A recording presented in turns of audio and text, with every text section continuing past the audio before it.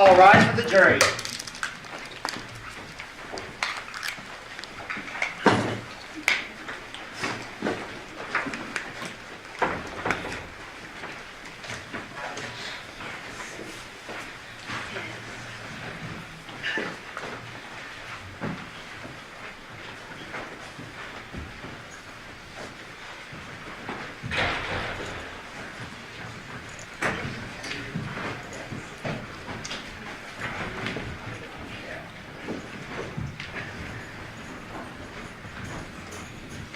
Please be seated. Your Honor, the jury's all present and accounted for.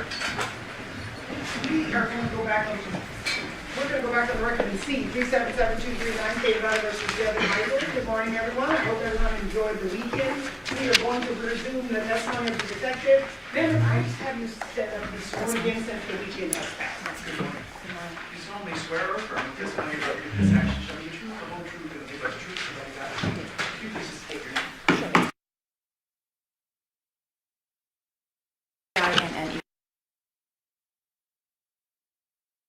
Good morning. Friday, we were short on time, so we rushed through a bit of things, and I want to review a couple of things with you, okay? Yes. So you had previously indicated that you arrived at the scene with Dennis Ozawa, is that correct? That's correct. When you arrived on scene, did you interview anyone at Paladura? We did. Who did you interview at Paladura? That's going to be Yoko, which is Jonathan's mother. In addition, did you speak with the children there, or was that over at the Porcupine Rim scene? Porcupine Rim location. So let's move forward to the Porcupine Rim scene. When you arrive at that scene, what do you observe? When Detective Ozawa and I arrived on scene, we observed Devyn Michaels going between the house and her vehicle, which is the Nissan Armada. And then I believe there was one child kind of playing around in the front yard. Okay.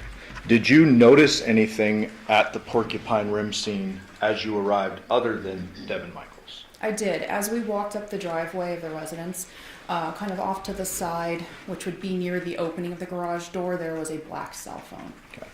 And when you say off to the side, do you mean actually on the driveway? It was on the driveway. And which side of the Nissan Armada was it? It would be to the left. Okay. So the driver's side. Correct.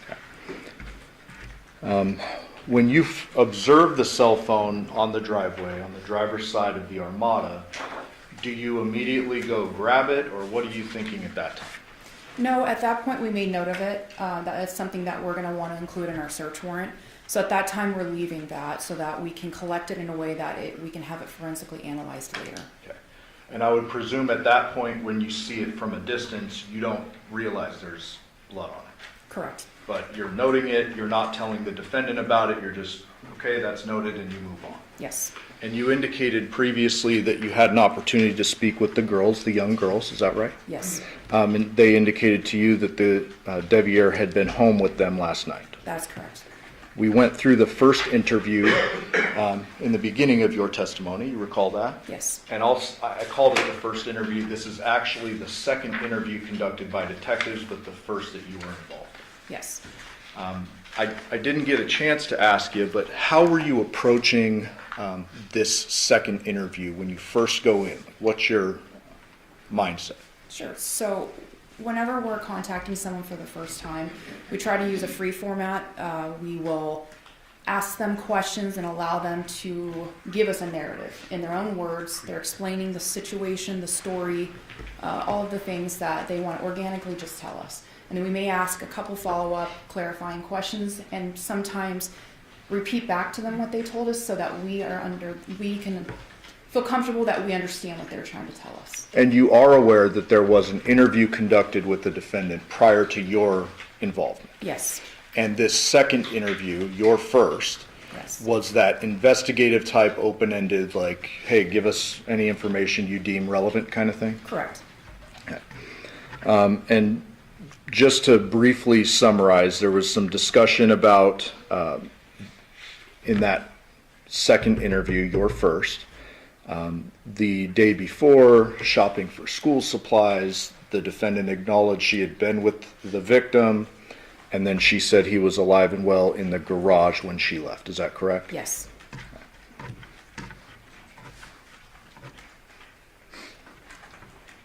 Now, during the course of this first interview you're involved in, we heard a little girl's voice approach. Is that correct? It is. Describe that, what happened, and what that meant to you.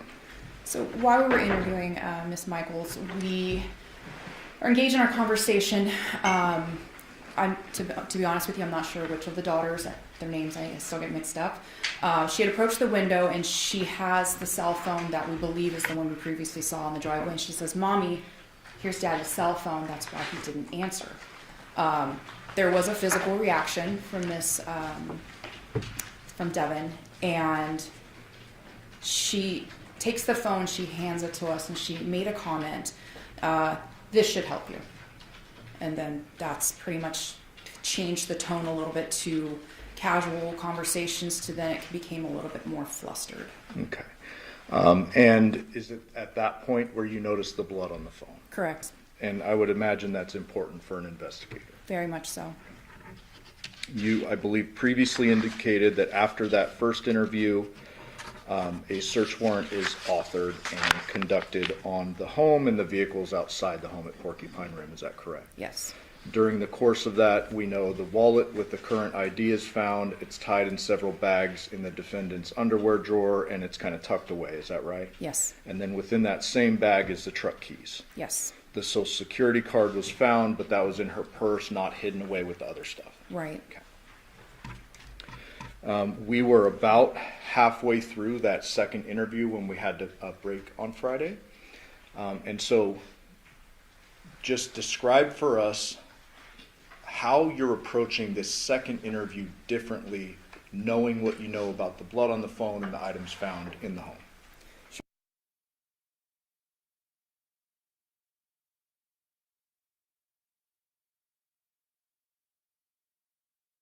What they want to tell us. The second interview, we've now discovered some evidence inside the home. There are some things that we need to confront her with. So the tempo of the interview, the tone changes. It becomes a little bit more direct. Okay, you said that this happened, but now we have this. For instance, the wallet. We didn't know about the wallet. That wasn't brought up in the first interview. So now we are going to be targeting her, asking direct questions, and it can be accusatory in nature. Okay. And so we left off at 36:55, but just because we were really cutting it close, I want to start back at about 30 minutes of that interview and then resume. I may pause it a couple of times and ask you some questions, okay? May I, Judge? Yes. What do they look like? 1 second. Remind us what exhibit this is. 620, Your Honor. Okay, go ahead. I don't know, like I have all of his whole driver's license, I had all of his old stuff. Okay. And then a whole wallet with the driver's license? How many do you think you have? I think I have 2 of his licenses.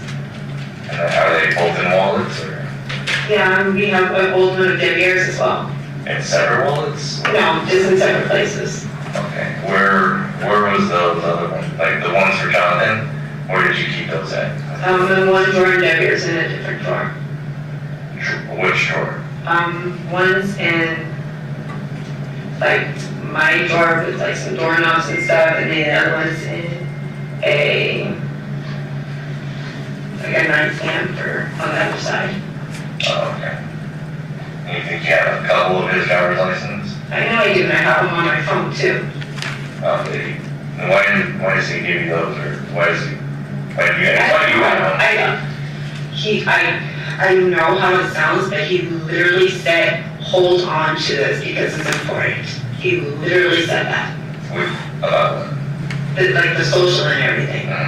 And I have the EBT card, and you could see it at the gas station. He handed me the EBT card and said, this is the code.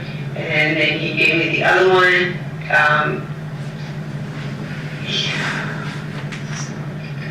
What was that? I said, this isn't good. Why did you say that? Because he's telling me to do things, and you're asking me about it, and Well, I mean, you're explaining it, that's why.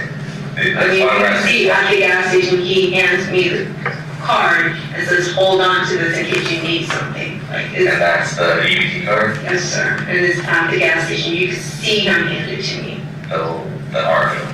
No, and not the Arco. There's another gas station on the Pecos one where we stopped, and I think, yeah, because he gave me the card and then he went outside to smoke a cigarette. But it's on the security camera. You can see him hand it to me. Do you remember which gas station? I don't know the name of it. It's by the Burger King. Burger King, you know, like, It's off the Pecos and Windmill. It's like right there. You can. Pecos Windmill, Burger King. Mm-hmm. There's a gas station right there. He was talking about the man that works there. He parks Like right. on the corner? Mm-hmm. He was telling me about the man that works there, and he sleeps in his car and everything like that. What time do you think that was at? That was after we unloaded everything. We went right there, and I got a Monster drink, and I don't remember what he got. So right after you left, When we got back to his side of town. so coming back is when you went to that gas station? Yeah. So like so after, it'd be after 9 o'clock. And that's when he gave you his ET card? Yes. You can see him hand it to me, and he walks out the door. So that's right, that's near his place. Mm-hmm. You said Pecos and Windmill, the Burger King. Yes, sir. Like he. So detective, we're now talking about kind of the social security card, the wallet. There's an EBT card that's referenced, is that correct? Yes. Before we move on, I want to ask you about an exchange that was a bit earlier in the interview, but would be duplicative for me to play again. Earlier on in the interview, you had confronted the defendant about the bloody phone, correct? Yes. And what was her general response with regard to that? As far as the acknowledgement of the phone, Yes. she was surprised about the phone being at the residence. Okay. And it really threw her off when her daughter handed her the phone, and it changed the tone of Yeah. our interview. And she claimed she was surprised. You're not saying she actually Yes. was? No, Okay. she appeared to be very surprised. Okay. And you had asked, and I'm simplifying, you had asked something to the effect of, well, how does blood end up on the phone? Does he hurt himself or something like that? You remember Correct. that? Describe that exchange. So once we have the phone in our possession, we do note, and also her child noted, that there was apparent blood on the phone. That's of great concern, and of course we're going to address that at the time. Began asking Devyn some questions related to that. She mentioned that he had injured his hand, and I believe she specifically said he took a chunk, and he being Johnathan, out of his hand. Then went into great detail, which stood out to me because the entire interview there hadn't been any detail on anything. It was very generalities. There wasn't a lot of, it was like, I don't remember. But in this case, she went into extreme great detail about the table, how it folded, where it was in the garage, how he had hurt himself. And to be fair to the defendant, I believe she said, John told me that he hurt himself. I didn't see it, but she knew it, or claimed she knew what he hurt himself on, and that it was a very large injury.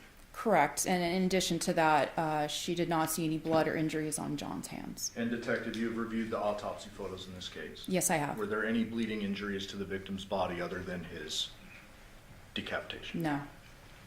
We're going to resume the interview now. He kept. There's in 2 gas stations, there's a Chevron right there on the corner. I think it's like a Charlotte Horse. Okay, so it's Silver's there, and then across Candy Corner from that gas station is another gas station. I think it's a Shell or something. I'm not sure the other one, but It was next to the Burger King. Yes. Okay. Yeah, please check the security. You can see him, and you can see him telling me the code and everything.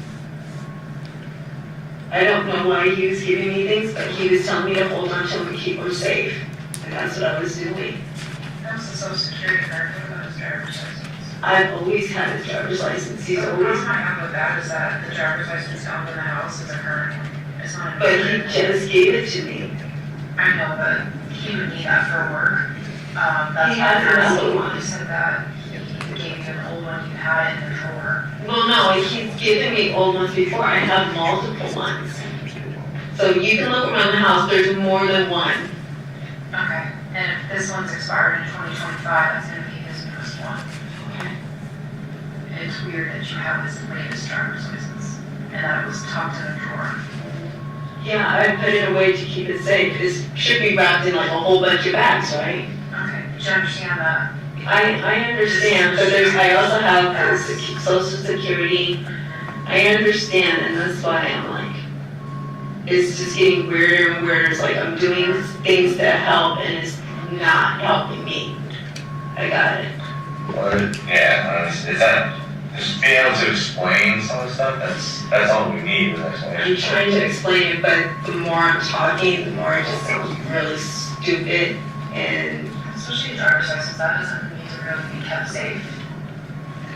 But No. a social security card or birth certificate, I completely understand. Especially if somebody is in transition in their life and they're wanting to find a new place to live, one year to work. but I don't know what else was in it. It was just a lot of things.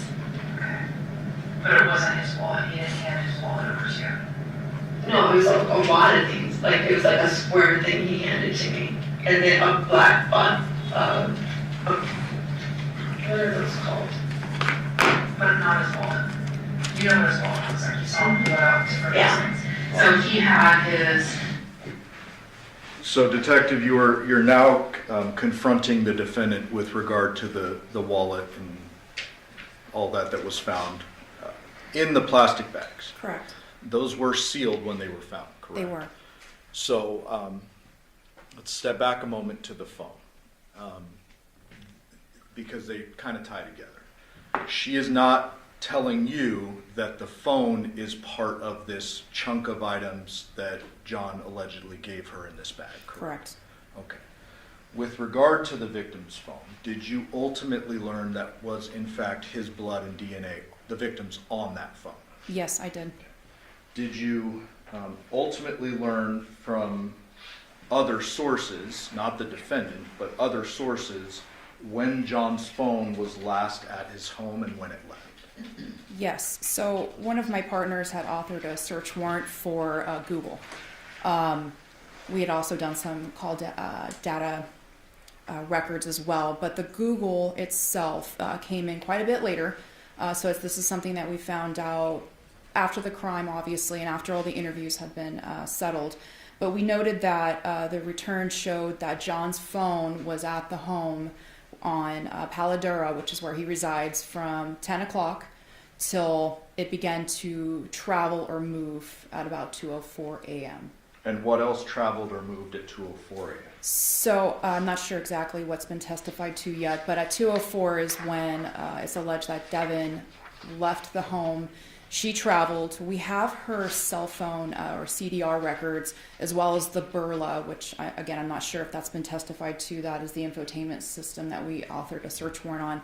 It shows those three devices together in a companion movement all the way back to Porcupine Rim. So 3 devices, meaning the Nissan itself, the defendant's cell phone, and the victim's cell phone as well. That's correct. Based upon the fact that there is blood on the cell phone and all of that you just testified, what did you deduce about our timeline of homicide? Well, after having the information from the autopsy, which is there was no bloodletting injuries short of his obvious cause of death, which was the decapitation, there was no reason there should have been blood on that cell phone because any bloodletting would have been after the homicide. So for the phone to arrive and be discovered at Porcupine Rim with blood on it indicated to me that that is something that was on the phone before it left that house. At 2:04 a.m. Correct. And therefore, did you narrow down the bloodletting to between 10 p.m. on the 6th and 2:04 a.m. on the 7th? Yes, sir. We're going to resume the interview. so when we find his wallet, it's gonna have his driver's license and his cards.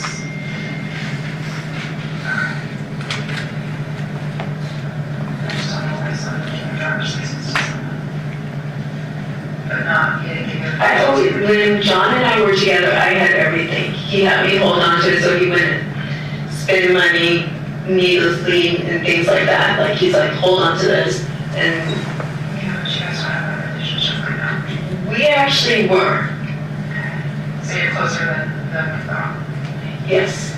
I went, Are you? he asked me to marry him yesterday. Okay. Does that make sense to know your relationship you had mentioned was getting reconnected, but that's more romantic. Right, and you can ask the girls, that he told the girls we were gonna get back married, and they were gonna be the flower girls and stuff like that. He was trying to get back together, and I was helping him break all of these little bad habits that he was doing.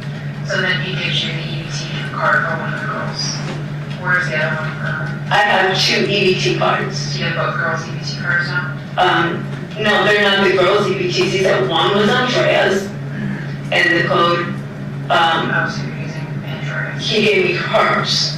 I haven't used it, he gave me hers at the gas station. And then he has the other one that he got. Okay. Where's that EBT card now? They're both in my purse. Okay. You know you can't have that, right? Yes, but I know he gave them to me.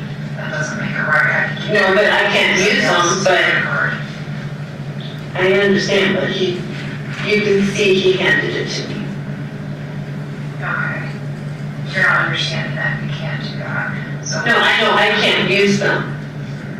I don't believe he can use it because it's not, it's Andrea's and not his. Right. Is Andrea mad that you have the EBT card? Did you get it? Because she's gotta know, that's her money. No, he said that she gave it to him because she can't use it in the state that she's in. So he was just using it to fill his void for money. That's what he said. He said, but at any moment she can cancel it. Yeah, but she wasn't. So he wants to marry you. He's telling the girls to be flower girls, yet you're still wearing a ring, and so is Dev. This ring I bought on my own from Macy's. It had nothing, no, this wasn't a symbol You just for told her. me that it was a symbol. I said- You have a best friend connection with Dev. We do have a He wears a connection. wedding ring too, and that's something that is a respectful thing, part of your marriage. Yeah. But now you're telling me that you and your ex were talking about getting married. No. You just took a ring off last night from another female and threw it away.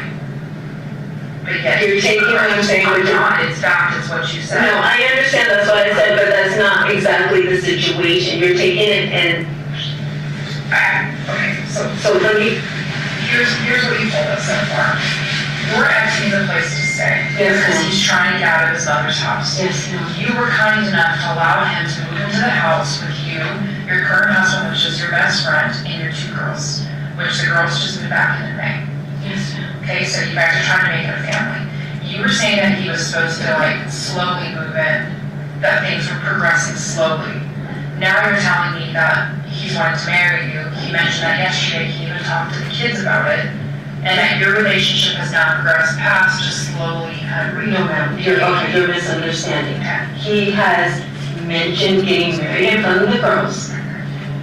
Our relationship is not rekindling on a physical level or romantic level, but we are trying to reconnect and have a family for the girls. Yes, he has said we should get married, and he's saying it more, for my opinion, on a joking thing, but he has said that in front of the girls. That was not said yesterday. Okay? When was that said in front of the girls? I would say over a month ago. Okay, and what did you say in return in front of the girls? I didn't say anything, I just looked at him and rolled my eyes. So are the girls, when I talk to them, gonna say that they don't think you guys are getting married? Oh yeah, they'll tell you that. That you guys are not getting back together? No. Because at one point I was telling him I didn't think it would be a good idea for him to be here, and it would be too hectic. So they will definitely tell you I was not trying to marry him. Did you say anything to Deb about it? Oh yeah, I told him that John keeps trying to say he wants to, get back together. I You're told him. telling him now? Yes, ma'am. Okay. And then him moving in now was just a platonic, friendly relationship? It's not a, yes. There was one that stayed in the house. I was gonna clear out the sewing room that's out there. Okay. He said he wanted the loft because it was the cooler place, but I was gonna give him the sewing room. because there is more than enough room. And then Deb sleeps on the sofa. Sometimes, or he does sleep on the bed, like I said, when we watch movies and he knocks out within minutes. And then have you guys ever had a sexual relationship? Yeah, we had. Okay. And But it's not there now? no, I can't even have sex now. Well, I mean, there's a lot of different ways to have sex. I understand, but no. Okay, so you guys have no connection that way at all? No. Okay. Because that would complicate it a lot. Having your ex with someone you're still in a relationship. I understand. Okay. You can have all my medical records and everything like that. I have to take hormones just to, I understand. But like I said, there's a lot of different ways to have sex. It doesn't have to be penetration. There's a lot of things that a couple can do. And obviously you did that in the beginning, but just not now. So much changed. pain. Well, not to be crass with you, but I think I need to be direct with you. And you can give a male a hand job. And that gives you a connection with that person in a sexual way. I don't say call hand jobs. A relationship. Do you know what I mean? You know what I'm trying to say? Yes. There's a lot of different things that you can do for a male that you're connected with in that marriage. If you ever see what I'm saying, we're not. Like that.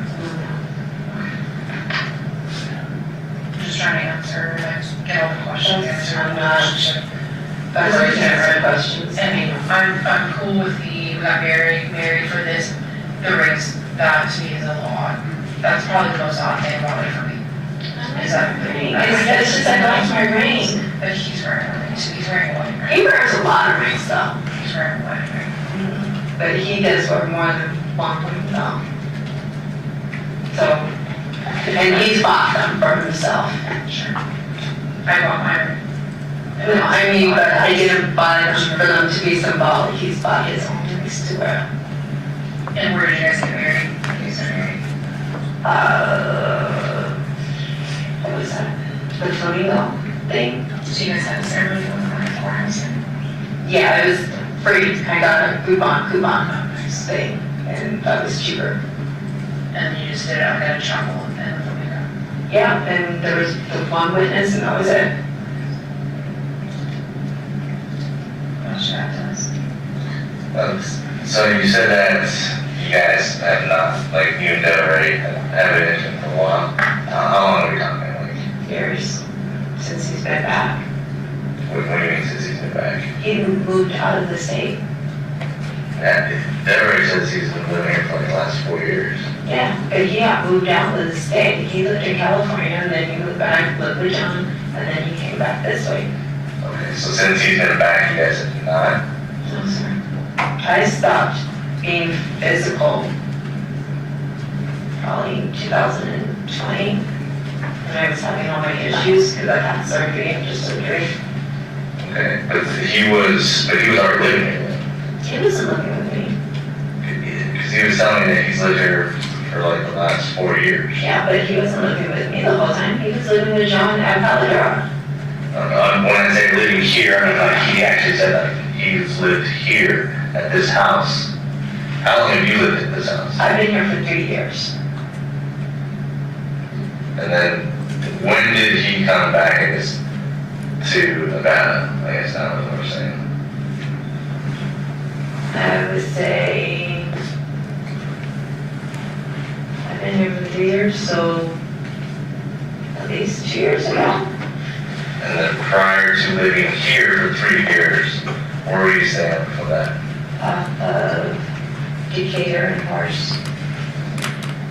And then how long were you at that place? less than 1 year.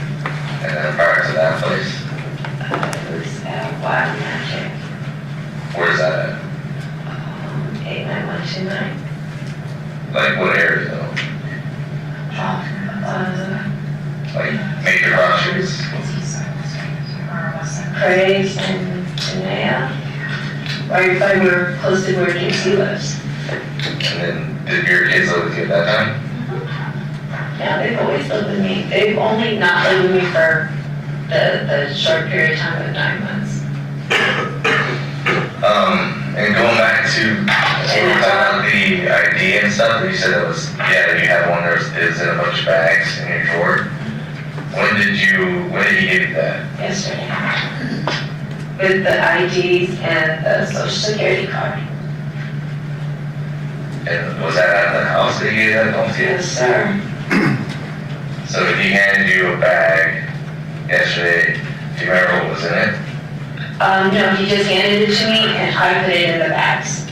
Because I just wanted them out the way. Okay. So I'm not sure exactly what's in it. I didn't go through it. So explain that part to me as far as like when he did that and what did you do? So like where were you guys at when he handed you like that sack of stuff? In his room area, and he handed me the little square thing. He says, hold on to this, and he handed me the other thing because this is my social. He says, just keep it safe. And that's all I was gonna do. So I wrapped it up, and I was gonna put the social in the security box, and I just didn't have a chance to do it. What else? Did he give you anything else? He gave me his guns. Anything else? Like there's a set of keys in that bag too. The keys are from Andrea's stuff. The set of keys that are in that bag. Like the bag Well, that, the keys are my keys. where do those go to? My car. So you have, Detective, we're going to pause real briefly.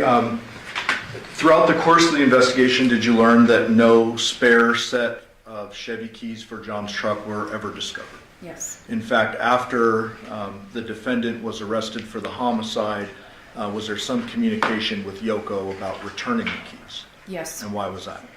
There were no set of keys for John's truck found in the home or anywhere else after searching all the residences other than the keys that were in the bag. And so you had to return those keys to her so she could do whatever she was going to do financially with the truck. Correct. bag that you put, plastic bag that you wrapped his ID in that he gave you, had a set of your keys in there? I'm so lost. I'm just wondering, like, when he handed you a bunch of stuff, he only gave you the wallet with the ID in it? Did he hand you anything else?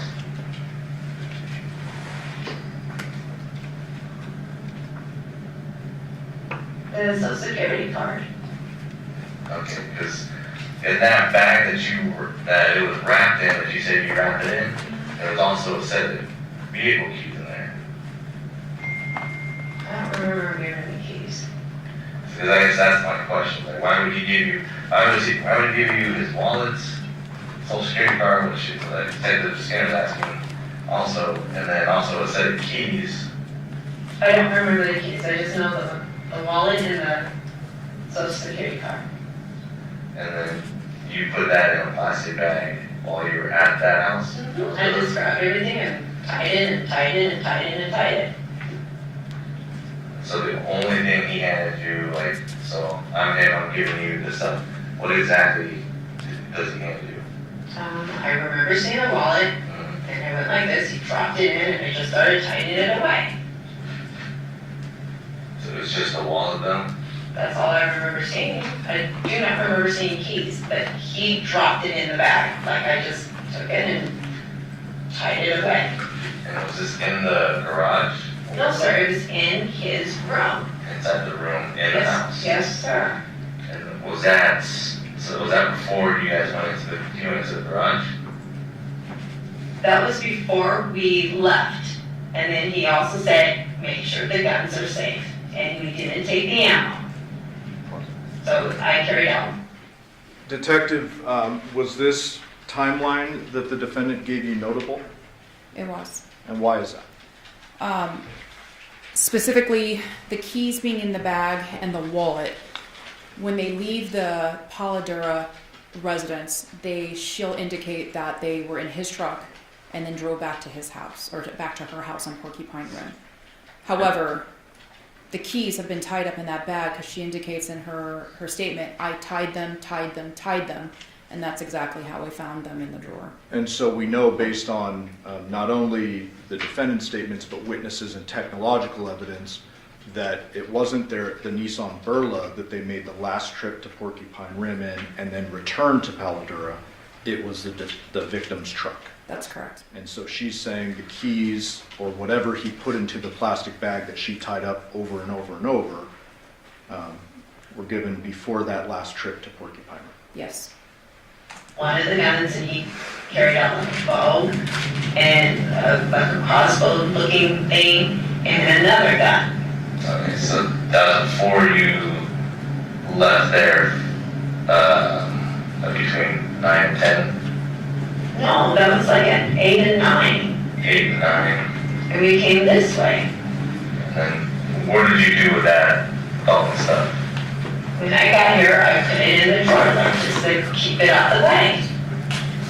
And then you guys drove back? Yes, sir. Okay. Did he have keys to his truck? Yes, sir, we drove his truck. Do you remember where he put his keys to the truck? So we can't find his keys to the truck at his house. They were on the table. Which table?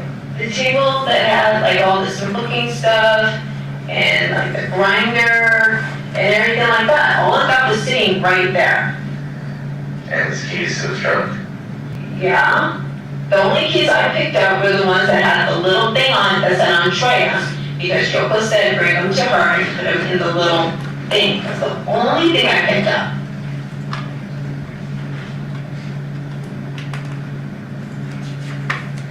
Okay.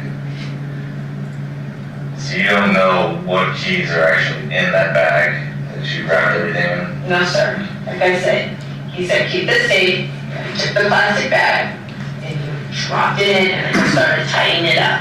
And then he handed me the other thing, and I was just gonna put that into a safe. Okay. So, like what we were saying is, a lot of the stuff now is like how you're saying you're talking it out loud and it just doesn't sound well. I understand that, but you didn't know John.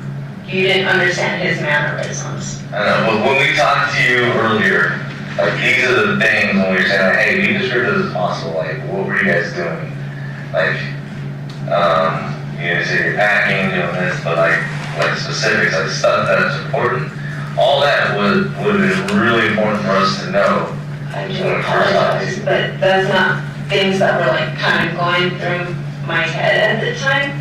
To remember is like, when you say this, it's like, okay, I remember this now. And you say something else, then I can recall more information. I'm trying to remember as much as I possibly can for you. Okay, because like how you said how it doesn't look well, I agree with you now because you have his social security card, you have his wallet and his ID. There's possibly a set of keys that looks like might be his truck keys in that bag. Okay. So, But I'm sure he's got I got more than one key for my car. Not keychains on it. Spare keys that don't have keychains on it. like it's not just like a key with a key fob. It's like, it looks like his personal set of keys. Like I said, he put it in the bag. I just tied it up. That's all I did. And I think there's like 3 bags around it, 3 or 4 bags. I'm not even sure. And if you have a safe, why would you not just put them in a safe? I haven't had a chance to. A plastic bag. For the keys, So for all the stuff that you it was just what we had right at the time. I hadn't been here to put it in the safe. The safe is here, but I just hadn't had That was placed in a drawer. It takes 2 seconds to put something in a safe. I've done it, and I wasn't trying to have Deviere see it. That's all it was. Why do you say that?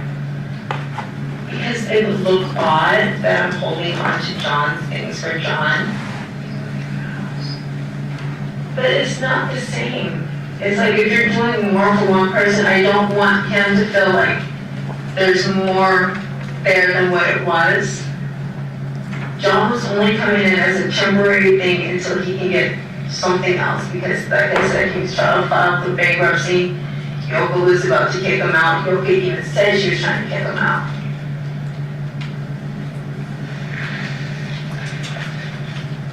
Okay. So How can you tell us about the bankruptcy before? That he was doing I well did. with money?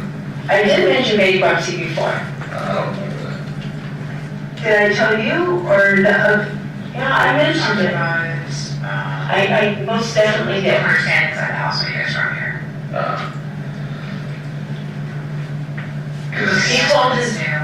He told his mom he was gonna file for bankruptcy. Yeah, gambling. How long does he have an issue with gambling? Where does he usually play? Well, when we lived together, he would go to the Santa Fe. That's like his favorite song to go. That's when we lived together. I don't know what his spot would be now. You don't know where he would go living with the he would go. Probably the Green Valley is the closest one.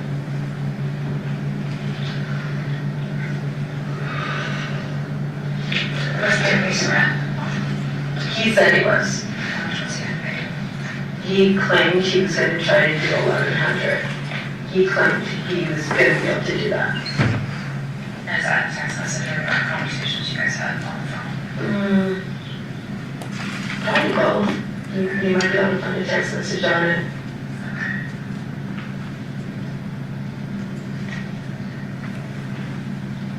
It was definitely where he understood it was not going to be him freeloading or anything like that.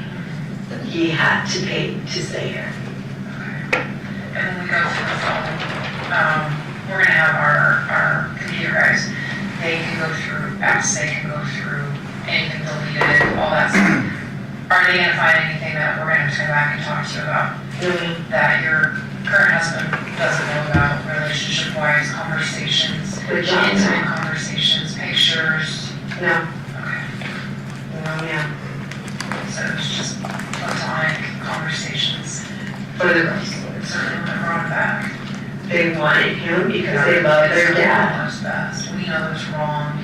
And I was told when I went, John has physical custody of the girls. They're supposed to live with him. So is that why? So as long as I keep him close to me, Okay, well then just tell me that's the motivation. that is definitely, if I keep him close and make him happy and everything like that, I got to see my girls. I can understand that. So it's just so my girls love him, they want to spend time with their dad. I need to be around my girls. Hopefully he pays the rent. Does that pay for the rent too, or the mortgage? He pays like $1,100 every month too. Okay. And then are you working? Yes, no, I do real estate. Okay. Clearly you've been sick though. Yes, ma'am, and for almost a full year I wasn't making any money. So I went through my savings, I had to take my stocks out just recently to get things caught up. Yeah, I've been struggling, trying to get all of this back on track. This was gonna help a lot. Yes, ma'am. So that's the motivation too, is keep the girls close, and then if you keep him close and happy, you'll be able to have contact with the girls, and he's gonna pay the other half of the mortgage. I figured as long as I didn't rock the boat too much, he wasn't gonna get out of control, because I know what triggers him, and I wasn't gonna do that. I know even when he's yelling and everything, as long as I'm not trying to engage with it, he does calm down fairly quickly. And you can see it on the text messages.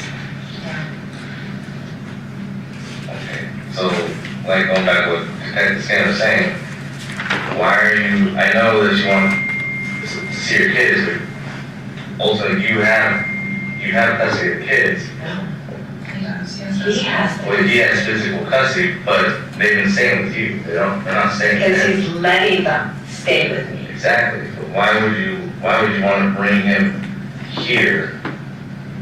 Because if you look at the text messages, when he gets mad, it's bring me the girls back. I want the girls back. So he's threatening you about that stuff. Mhm. He's threatening you about the kids. Okay, so, Again, if I keep them happy and keep everything cool, the girls can stay with me. And they were supposed to be with me for the summer, but you'll see, oh, I miss the girls, I haven't seen the girls, so it's okay. I would drive to Henderson multiple times just so he could see the girls, and then we would drive back. do you have any other phones? No, sir. We have a house phone, a landline. Yeah. Your purse said was inside the house. That phone is not connected. What phone is that? There's like extra phones that are my old phones. None of them are connected. The girls just use them to play video games. That one was in your purse. Were you saying one and then that one's in your purse? Yeah, there's one in my purse. To me, I was playing music on one of them earlier today. They're just old phones.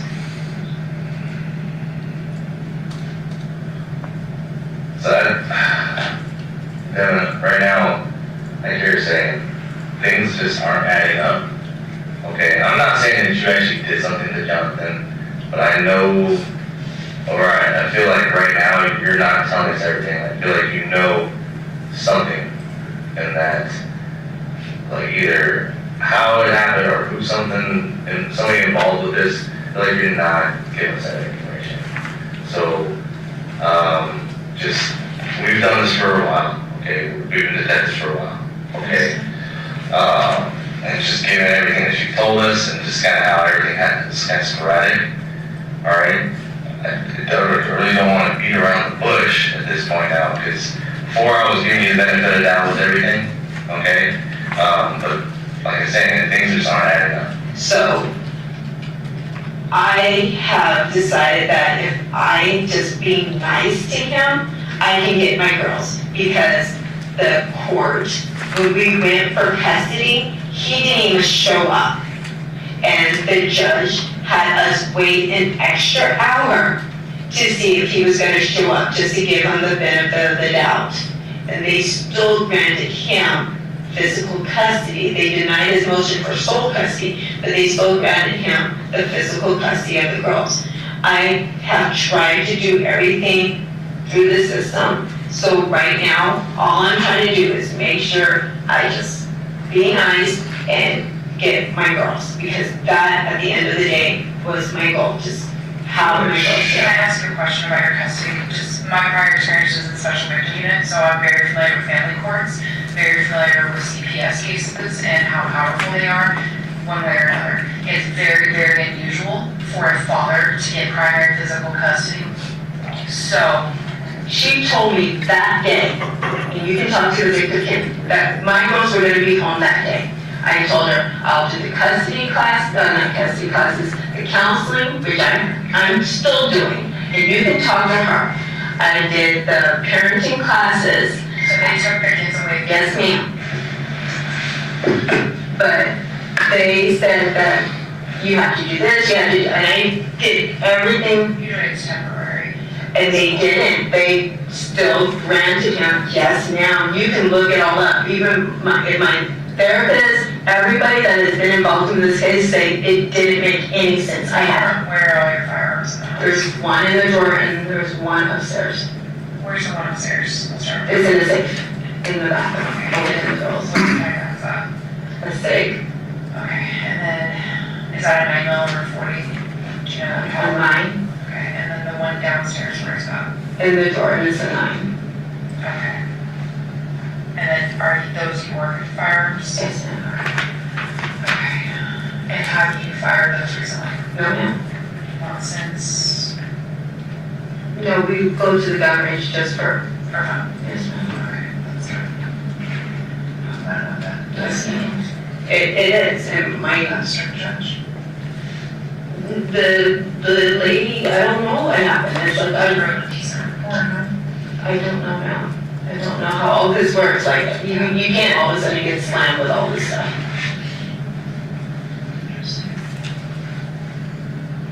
So I know it looks weird, but I am just playing nice to keep my girls.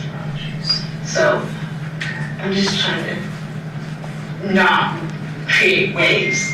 So John says, I need you to do something, I do it. As simple as that. I'm not trying to look stupid in front of you guys, but Does he hold that over your head? yes, Like, does he threaten you with yes, the kids? yeah. Like, what kind of stuff does he say? Is if I'm not, hey, I need you to do this, if I'm not, it's never been like a sexual thing. I mean, he did at it, but it's always if you're not anything. I need this help, I need this help. I used to give him gas money every time I went down there. I used to have to buy his beers and his cigarettes because the EBT doesn't cover it. And the girls would even tell you, I was always buying them something. You can look at the gas station workers. Every time we went in, he would, hey, I need this, this, and this, and I would be the one paying for it. I just don't want to offer Is those. that how we got you to agree for him to come here? Yes. And it's just to keep my girls close. What did he tell you? That it's not what he told me. It's just I know. What did he say? Like when he said, We should be a family. We should be a family because the girls would want us together. did he threaten you saying, let him move in? It wasn't a threat. It was more of a, well, if you don't want to do this, then I'll stay with Andrea. We'll have her, because he told me straight he already moved on with his life and everything like that. And him and Andrea were supposed to get married, and I wasn't going to be in the picture anymore.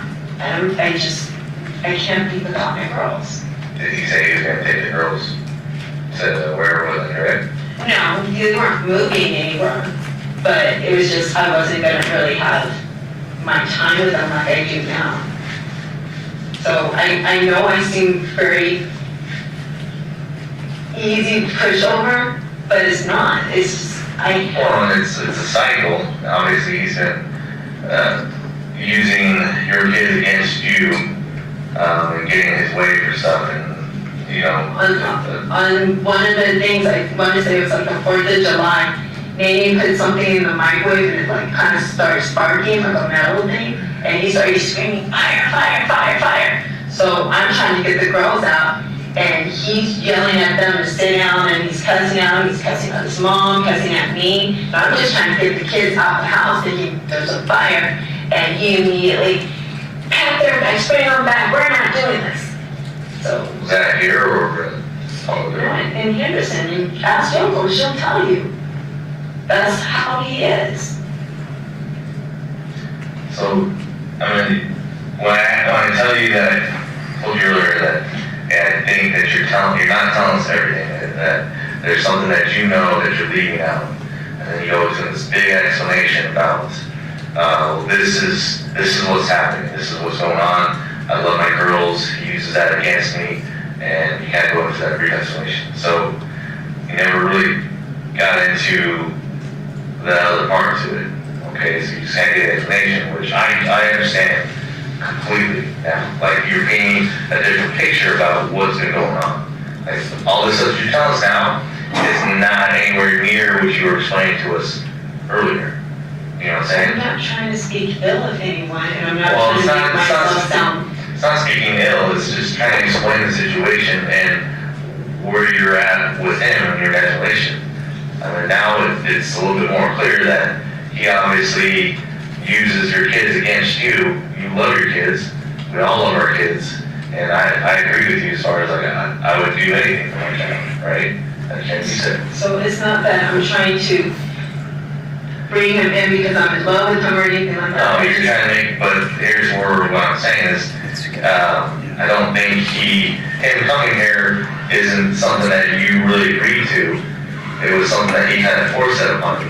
He made it clear that it would be better for the girls, just like the puppies. We need to bring the puppies. The girls love the puppies. And Right?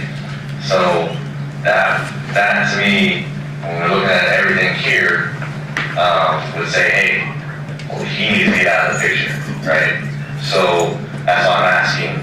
I don't think you did anything to him yourself, okay? But I do believe that you know what happened to him. Detective, during the course of interviews, when you're speaking with a potential suspect or person of interest or however you want to say it, are there times in which you will change the tone and kind of minimize someone's involvement? Absolutely. So just so everyone understands, when you or Ozawa are saying, I don't believe you did it, that's part of your interviewing technique, correct? Correct. You're not saying that's what you actually. No, it's a way of keeping the dialogue going, of showing some sort of like sympathizing, comments. If you're giving that to them, they're feeling like they're heard and they're believed, and they will continue to speak with us. Okay. And so who did something? So that's where, hold on. So this is the time right now that would be a good time for you to kind of explain what you know about what happened. Because as we go on further, and when we leave here, and you say, I have no idea, there's no clue, I don't know anything about what happened, and then we find out later, that obviously looks worse on you, correct? I understand. Okay, so like I was saying before, now is the time that it would be incumbent upon you to say, hey, okay, this is what I know. Okay, like I said, I don't believe you actually did anything to him, but I do believe that you know what happened to him. Okay? John was like this with everybody, so I don't know if he got into anything with anyone else, but for me, this is how he was. For Yoko, this is how he was. I'm pretty sure he was like that with Andrea. I don't know if he could be with any other person where he's like doing this. You would have to look at his phone.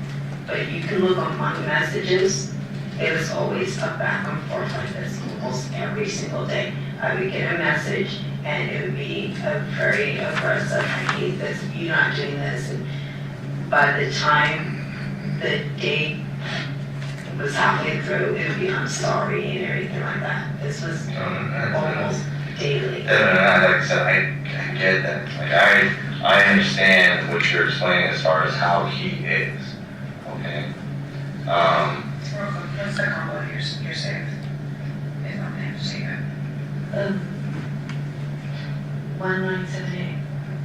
Thank you. Sorry to interrupt. So, that's okay. But like I said, I understand how you're explaining him and how he is. Okay.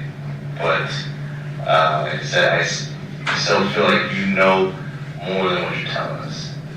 So just to wrap up a little bit, obviously we grabbed the phone that was on the driveway. We'll process that. Thank you for the iPad, for the message on iPad. The girls found that, they said that's what, so I didn't know anything about that. Okay, we got that. Is there any reason why John's blood or anything DNA related will be in your vehicle? Because that got towed back to our station, our CSA, they're gonna thoroughly look for everything in that vehicle. I couldn't tell you. If he was bleeding from when he was doing the thing, he helped load up the truck, so if he was bleeding, it might have Or your Armada. my Armada. Okay. Like, he was putting the things in the car, like anything that Sure, would be there's heavy. gonna be obvious areas where blood doesn't belong even if you're loading. So I'm just asking you directly, because if we do find any DNA evidence in that vehicle, obviously we wanna make sure we asked you if there would be a reason. No, the only thing I knew he said was his hand that he hit on the table. That's the only time he ever said he was bleeding, and he said it got a pretty good gash. Okay, but you didn't see that. No, I did not, so I can't really speak on it. But he was still loading everything up, so I don't think it was really bothering him that much. And then just to confirm, you don't know how his phone got there on the driveway. No, I know he was smoking, and when I went back over there and I said, girls, where did you find this? They pointed to it, there is cigarette butts there. So I don't know if he was just smoking and put it down and just didn't pick it back up, but you can take those and I'm sure it'll be his. When you guys unloaded everything, how long did that take? 30 minutes, he was bragging. He was saying that, yeah, I can always do this as quick as can be, but he tries to stretch things out because he charges by the hour. I remember having that conversation. And when you guys left Paladura to come back here, or when you left that night, or this morning, which way did you go? Like as far as like when you left Paladura, like at I headed up towards the Durango area to get the medication. when you left that neighborhood, did you go straight out to Pecos Bar and Window? Or did you go to Pecos? No window. You went out the one exit to get out the window right there, right by the school? Yeah. And then normally do you guys come this way when you're coming to your house? It just depends, like if the 15 is coming back up, I will take like the 215 and go around, or the Decatur. It really just depends on the time of day when we go in different directions. Okay.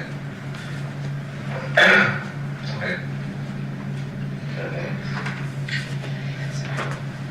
Alright, well, we appreciate it. Hopefully, that you're telling us everything is the truth.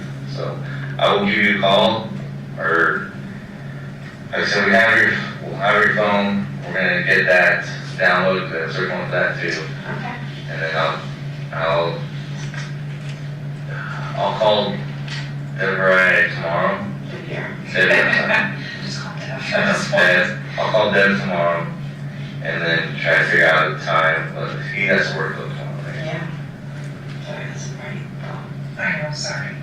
A good phone number to reach you for returning your phone?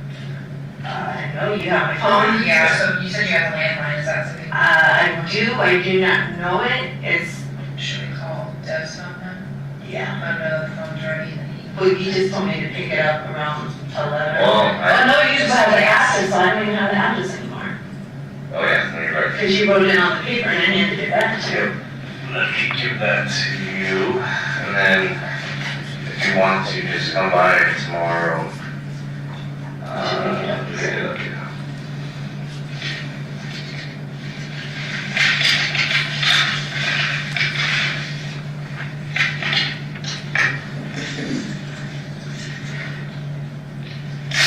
You have that card, right? Yes, sir. So the address is on the card. 223 West Street. That's where you need to go. No, the card is in my car. And then I'll get that back to you. So maybe I'd say 1 o'clock tomorrow. Come by the station 1 o'clock tomorrow. Okay. Okay. Where's the shop? Hopefully everything will be done. Okay. So if you can figure out how to get right down there, I can try to get everything done for you. Okay. Okay. And if it's not, at least I hope I can just get you the phone back. Okay. I don't know about the people. Yeah, I'm not worried about it. Like I said, And then if there is, I don't think there's a lot of that, because I don't think he was bleeding a lot. I didn't see it, but I do know he did mention it. so it is 9:25 and that's gonna end here. And Detective, it sounded toward the very end there like the plan was to release Miss Michaels and go about your investigation. Correct. And fair to say that there was a pretty substantial amount of digital and forensic investigation that occurred after that interview we Yes, just heard. absolutely. Thank you. I'll pass the witness. Okay, and before we get across the witness, we're gonna take a brief recess. Ladies and gentlemen, we're gonna take a brief recess. During this recess, you must not discuss or communicate with anyone, including county bureaus in any way regarding this case or its merit, either by voice, phone, email, text, internet, or other means of communication or social media. You must not read, watch, listen to news or media accounts or commentary about this case. You must not do any research, such as consulting dictionaries, using the internet, or using reference materials. You must not make any investigation, test, theory of the case, recreate any aspect of the case, or in any other way investigate or look on the case on your own, and you must not form or express any opinion regarding this case until it's finally submitted to you. Ladies and gentlemen, it's 10:10, we'll be in recess till 10:25. All rise for the jury.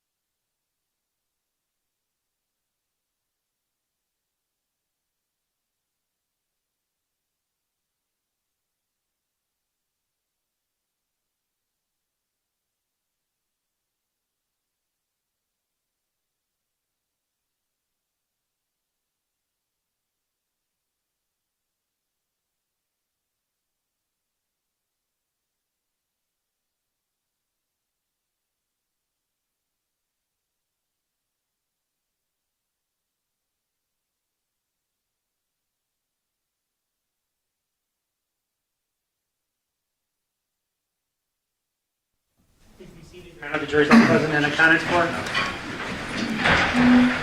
All right, we are going to go back on the record and see 377239, State of Arizona, Devyn Michaels. For the record, clerk, Ms. Michaels is present with her attorneys.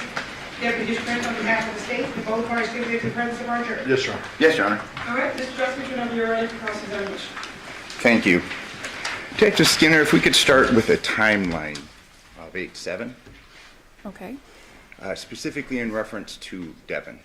Yes. It's your understanding that she was initially interviewed at 12:11, just after noon on 8/7, correct? Would that be that first interview with Ozawa and Pappas? Correct. I'm not familiar with the timeline. That sounds about right. And then at 14:29 hours on 8/7, you and Detective Ozawa go to the Porcupine Rim residence. Yes, sir. And when you arrive, you see Devyn getting things out of the Nissan, correct? Yes, The Nissan was parked, the Armada was parked in the driveway, correct? it was. While you and Detective Ozawa are walking up in the driveway, it's your testimony that this phone at issue is next to the driveway, correct? Yes, Next to the Armada. fairly close. And then at 15:08 hours, Devyn is interviewed at the Porcupine Rim residence by both yourself and Detective Ozawa in the vehicle, correct? Yes, And then it's at 15:20, while Devyn is being interviewed, the girls bring up the phone, correct? yes, So the phone has been out there, at least based upon your seeing it, from at least 14:29 hours, correct? yes, it is. And it's nearly an hour or so later than the girls bring up the phone. Fair to say? Yes, There's discussions concerning this phone, Daddy's phone, something along those lines, correct? yes, And the phone is looked into, correct? It's handled. it was handled, yes. At this point in time, the airplane mode is not switched on, correct? Correct. So if there's notifications on the phone, presumably those notifications now by operation of looking at the phone, getting into the phone, those are no longer there, correct? Fair to say. Devyn confirms that it's Johnathan's phone. She does. And in fact says, here, this should help you, correct? Yes, And then at 19:19, a search warrant for Porcupine Rim and the vehicles is signed, correct? yes. Was there a previous affidavit that had been submitted for the search of the Porcupine residence, or was that the first? I am not certain on that. Detective Ozawa would Yes, sir. probably be better suited. Yes, But we do know that at 7:19 or 19:19, a search warrant for the Porcupine Rim vehicles was signed, correct? yes, And then this interview, this last one that we were listening today, began at 19:55. yes, And obviously reference then is made to this phone again, correct? The phone that's found. that's correct.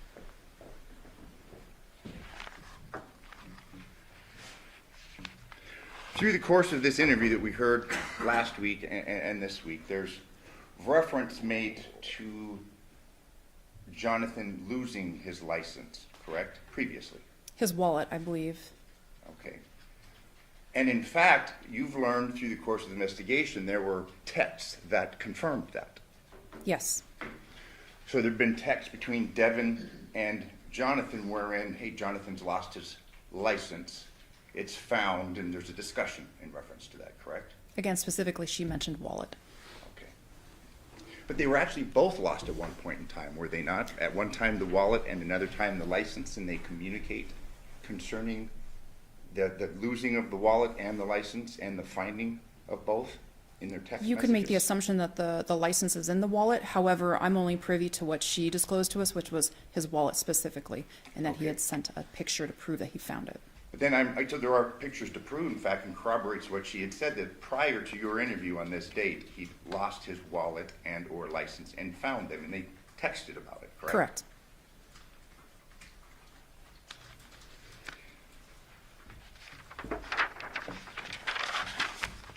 There had been, through the course of your interview, a reference made to Andrea, Jonathan's previous girlfriend, and the pulling of a knife, something along those lines, correct? Yes. There was, in fact, an incident somewhere where that had been discussed previously. I'm sorry, repeat that. There had been an incident where, I mean, there had been some discussion among the family about Andrea pulling a knife or something along those lines. That's my understanding, yes.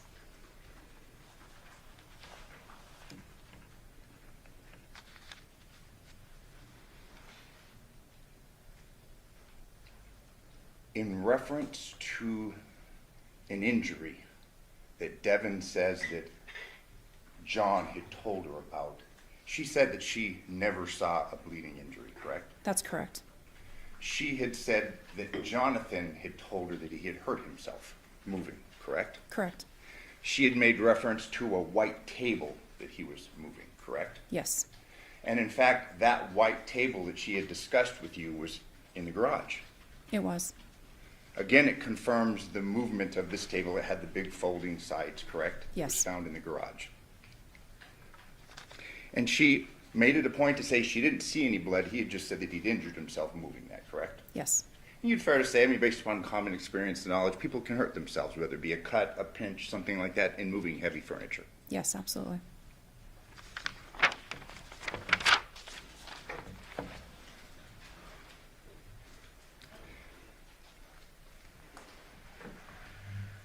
There was a discussion concerning some medical conditions that Devyn had, correct? Yes. She had talked about this inability to engage in actual intercourse, and you followed up in questions. I did. To that, correct? Yes. She had said, you can look at my medical records, I have these medical conditions, correct? Yes. And are you aware that she in fact had medical conditions concerning sex and things that addressed such? No.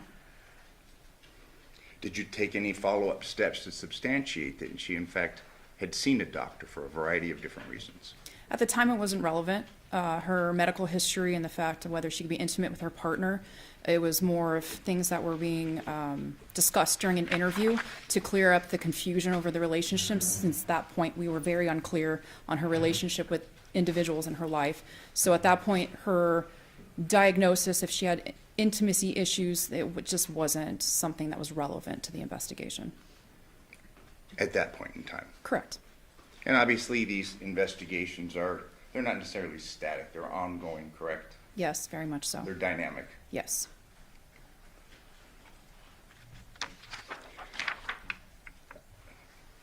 Deviere had been interviewed on 8/7, correct? Yes. And again, fair to say that both you and Detective Ozawa were kind of having a difficulty understanding this relationship dynamic between the parties. Absolutely. Fair to say that Devyn's statements weren't necessarily helpful at times. You could say that, yes. Fair to say that Deviere's explanations of things were not necessarily helpful at times. Correct. Through the course of your interview with Devyn, you talk about rings and that rings are significant. Yes. They're a sign of a commitment. Yes.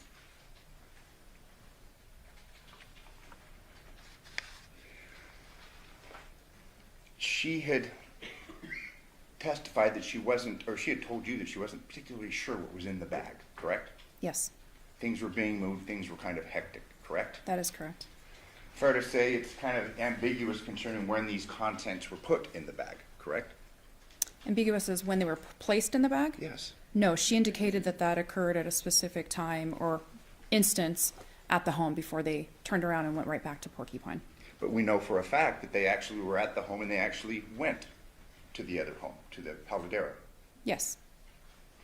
Again, a lot going on, correct? Yes. Devyn had been subjected to multiple interviews on 8/7. Yes.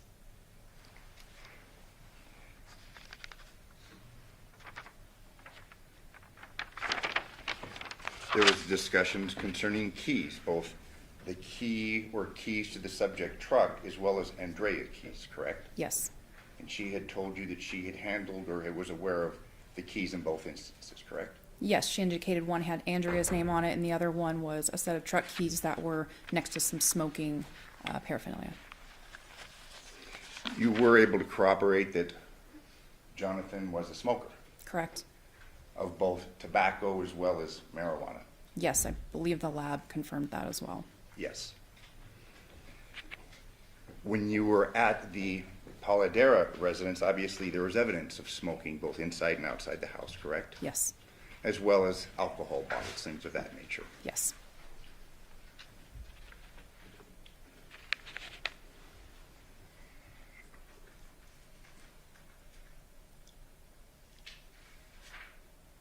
You had testified that the interview techniques initially concerning Devyn, I think you said were more like free form? Correct. That nature? Yes. But then they became, through the course of the day, more accusatory. Yes.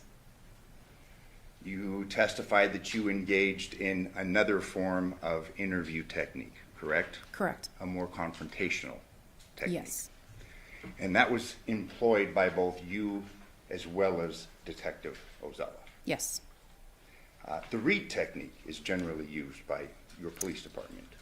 I wouldn't say that it's used by our department. A lot of people are trained in the read technique. However, most of us that have been detectives for, several years, we develop our own technique. We'll take a little bit of something that we've learned in a class that works for us, and then there's other times that we'll be taking online courses, or through just our course of our experience, we'll adapt our techniques to our own strengths. So, however, it's fair to say that you have been trained and implement the read technique. I have been trained in read, but I don't believe that I'm still implementing that. Same question, if to your knowledge, Detective Ozawa, the read technique is generally the beginning, the basis of interview techniques. I would say it's a basis generally, but I don't know that Detective Ozawa has taken that course. Okay. Early on, and this is now before your interview with Devyn, you were engaged in an interview with Yoko at the Paladera residence, correct? Yes, that's correct. That interview began at 10:43 a.m. Yes. and concluded at 11:28 a.m., correct? Yes. 45 minutes. Very fast. 45 minutes. Yeah. You were there to try and gain information to help you in your investigation, correct? Yes. She cooperated. She did. You didn't have the use of an interpreter, but it was clear that you both understood each other. Yes. At times were discussed concerning that night in question. Yes. On 3 different occasions, it was discussed a noise that disturbed her at 3 a.m., correct? I don't recall a noise being discussed. Dogs barking. Okay, dogs barking, yes. On 3 different instances during that interview, there's a discussion of dogs at 3 a.m., correct? Okay. I would have no reason not to believe you. And if I showed you the interview transcript, you'd have no reason to disagree. I would not disagree if I could read them. So 3 times dogs at 3 a.m., correct? Sure, yes. Okay, I'm not tricking you. I'm Yes, telling sir. you. At no time was there any discussion of a bang or anything like that at 2 a.m., correct? Not that I recall. Because that's something that you would have taken note of, because it would have been... It would have been significant. If I can have the court's indulgence just one moment.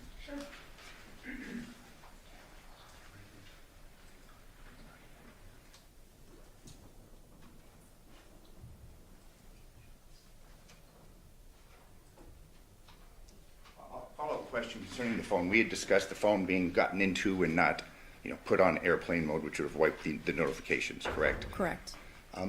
Yoko had discussed calling Johnathan multiple times that morning, correct? Yes.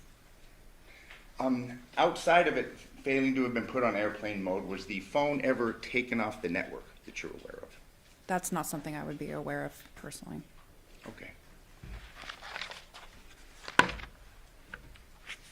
Thank you. I have no further questions. Thank you. Yes, very briefly. Detective, with regard to the line of questioning related to the notifications on the phone, you would, I presume, defer to experts on airplane mode and that type of thing, correct? That's correct. The fact that there were no notifications on the home screen when you first saw the phone, was that important for you for any purpose? Absolutely. There were statements made by Devyn that she had contacted or tried to contact Johnathan several times. So in my personal experience, I would believe that there would be notifications unless that phone had been interacted with prior to picking it up and bringing it over to the car. Okay, and there will be an expert that talks about the contents of the phone. That's not for you. Not to my talk forte. about. But let's presume for a second that she did in fact text or call John after his death. Would this be something that you've seen before in cases where people try to alibi themselves or cover up? Yes, frequently people will call someone they clearly know is deceased. They will go to their work and pretend and put on an act per se. Okay. So there are times that that does happen. So, not for you to say, but No. It's not surprising to see someone call someone post-murder to essentially alibi and or cover up. Correct. I'll pass it. Some follow-up. You've had investigations where someone leaves a cell phone, a home, and then goes and commits a serious crime, correct? Yes. Again, to perhaps establish an alibi concerning their whereabouts. Yes. In reference to the phone, Jonathan's phone, there was communication, specifically a text sent by Devyn to Johnathan about 3:56 a.m., correct? I'd have to defer to the records, but I have no reason to believe that that didn't happen. And that concerned the girls in registration that was to occur the morning of the 7th, correct? Yes. Additionally, we had heard testimony last week concerning a landline at the Paladura residence. There was, in fact, a landline. at Yes, that there was. residence. And on the night in question, late 8/6 into 8/7, there were multiple phone calls from the landline at Porcupine to Devyn's phone, correct? It's my understanding that there were, yes. Previous night, that would be the night of August 5th, there were multiple phone calls from the Porcupine residence, that's where Deviere and the girls, to Devyn's phone, correct? I believe so. Again, I'd have to defer to the records to be certain. Fair. Thank you. No further Thank questions. you. Any follow-up? No, thank you. Ladies and gentlemen, the jury, have any questions for this witness? Sir, you can write your question on a full sheet of paper with your name and your juror number, and counsel can approach.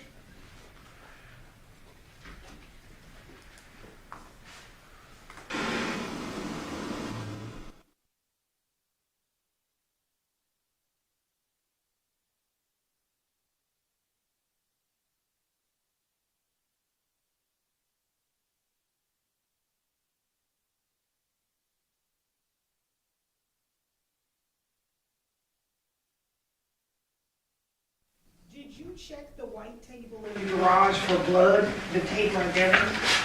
I personally did not check the table, however, our CSAs, our crime scene analysts, as well as the detectives did, and they photographed the garage as a whole as well. Okay, what did they find? There was no blood on the table. Okay? State any follow-up based on the juror. No, thank you. Defense? Just very briefly, and it involves actually the phone. The girls were handling the phone prior to being given to you, I correct? did not see the girls. I would assume that they were had handled it. They had to pick it up and bring it over to us. Now, whether they manipulated it, I couldn't tell you. Swiped up, anything like that, you Could can't not say. tell you. They appear to have just walked over from where the phone was and up to their mom's side of the car. But just so we're clear, though, that phone was out in the driveway for some time, correct? It was, yes. In fact, through the course of Deviere's interview, he had made reference to that phone, correct? I wasn't in that interview, so I couldn't speak to that. Thank you. No further questions. Any follow-up on that case? No, thank you. Do ladies and gentlemen of the jury have any further questions for this witness? Okay, seeing no response, name or excuse, thank you very much for your testimony here today.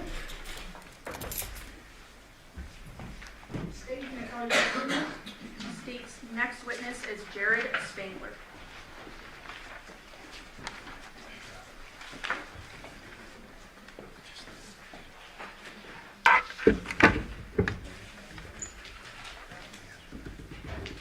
Do you need me to do anything with the exhibits?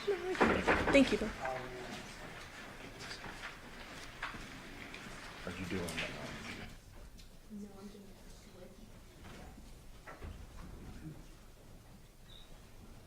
Step on up the first one, swear you. Morning. You solemnly swear or affirm the testimony you're about to give in this action shall be the truth, the whole truth, and nothing but the truth, so help you God? Yes. Nancy. And sir, please state your full name and spell for the record. My full name is Jared Spangler. It's Jared. Spangler is Spangler. Sir, how are you employed? I am a detective with the Henderson Police Department. How long have you worked in that capacity? I have been a detective for 15 years, and I've been with the Henderson Police Department for 22 years. What unit are you assigned to as a detective? I currently work in the Digital Forensic Lab. Can you tell the ladies and gentlemen of the jury a little bit about that unit? Yeah, the Digital Forensic Lab analyzes cell phones, computers, tablets, vehicle infotainment systems, smart devices.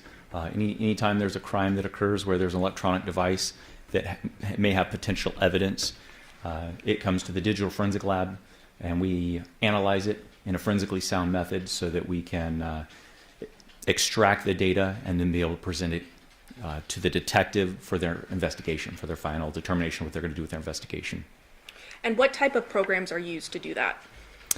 There's several different programs. We have, specifically for cell phones, we use Celebrite. We also use another software company called Axiom. Those work as well for tablets. When it comes to vehicles, we have a software system called Burla. And there's some other ones, but those are the main ones that we utilize to extract the data from those devices and then to analyze that data. Can you tell us a little bit about your background, training, and experience that makes you qualified to be able to do these investigations? Yes. So, like I said, I've been in the Digital Forensic Lab for about 10 years now. I've performed over 3,900 examinations, all sorts of different devices. I've been trained by the FBI, the HSI, Secret Service. They have a national facility that they train law enforcement in how to perform these type of investigations. I've received a little over 1,200 hours of training and certifications from that facility alone. I've also had training and certifications from every specific vendor for the programs that we utilize. So like I said, Celebrite and Axiom and Burla, those softwares that I mentioned, I'm certified to use those as well. They have specific vendor certifications, and I have those as well. So then turning your attention to this case, on August 8th of 2023, were you contacted by Detective Ozawa in regards to a vehicle infotainment system? Yes, I was. And was the obtaining of that vehicle infotainment system a part of a search warrant that was granted by a judge? Yes, that is correct. And this was for a homicide investigation that had occurred on August 7th, 2023, or began at that time? Correct. I believe the request was made by Detective Ozawa for this investigation, the digital investigation, and that was to be performed on a gray 2017 Nissan Armada. Is that correct? That is correct, yes. And the VIN number for that is JN8AY2NF9H9300802. Is that correct? That sounds correct. Do you have a reason to dispute that? That sounds right, yeah. Okay. And it was your understanding that that vehicle had belonged to a Devyn Michaels, correct? Correct. And did you actually make contact with the vehicle? I did, yes. Where did you make contact with the vehicle? The vehicle was located in the basement of our police station, and so that's where I went to the basement. And is that common sometimes for vehicles to have their investigations done in that basement area? Yes, it's a secure area where it's not going to be disturbed. No one will be around the vehicle. It has a door that prevents anybody from coming and potentially altering any evidence or anything like that. So it's a very contained area, is that Yes. right? Yes. When you came into contact with the vehicle, it had already previously been sealed prior to being transported to this basement, correct? That is correct. And prior to your testimony, there were a lot of photos that were taken in this case, but you saw the vehicle yourself, correct? I did. Okay, and you reviewed these photos prior to testifying today, these in my hand, correct? Yes, I did. And I believe pursuant to stipulation between the parties, the state is going to move to admit 442 through 463. Yes, Your Honor. Yes, Your Honor. 442 to 463, we stipulated to. Permission to publish? Yes. Showing you 442. What do we see there? That's the 2017 Nissan Armada. And 443, another angle of that. Yes. Same vehicle. 444, Yes. 445, we get a license plate there, and can you read that into the record? Yep. It's Nevada 30A as an Adam 470. 446, another angle of the vehicle. Yes. And I want to note both passenger doors to this vehicle. There appears to be these red tapings there. What are those? That is evidence tape that I believe the crime scene analysts are the one that put those on there so that you would know if someone's opened the door, if it's been altered, because the seal would be broken. And that's the ceiling we were talking about earlier, Yes. correct? 447, just a close-up there with the seal, correct? Correct. Then 448, obviously you go inside the vehicle, is that right? Yes. And is this just a photo of inside the vehicle, the front side of the vehicle? Yes, driver's side. 449, what do we see here? The gear shifter and the middle console. 450, another angle of that area, Yes, taken from the passenger side. that is correct. 451, are you aware of this being located inside the vehicle? I didn't personally see it. Okay. But no reason to dispute that it would have been Correct. found in the vehicle. Yes. 452, are we getting to the back of the vehicle now? Yes, we are. Okay, and this would be on the driver's side, correct? Correct. 453, same back of the vehicle, but now from the passenger side. Yes.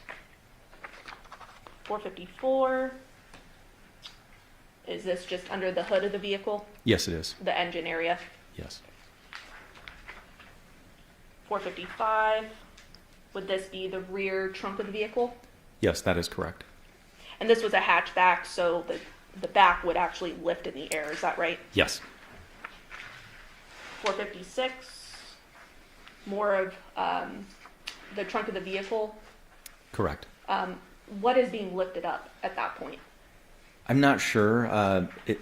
It seems to be some type of covering for the back there. But it was searched, it looks like. Yeah. Yes, Okay. it was. 457, more of the vehicle. Yes.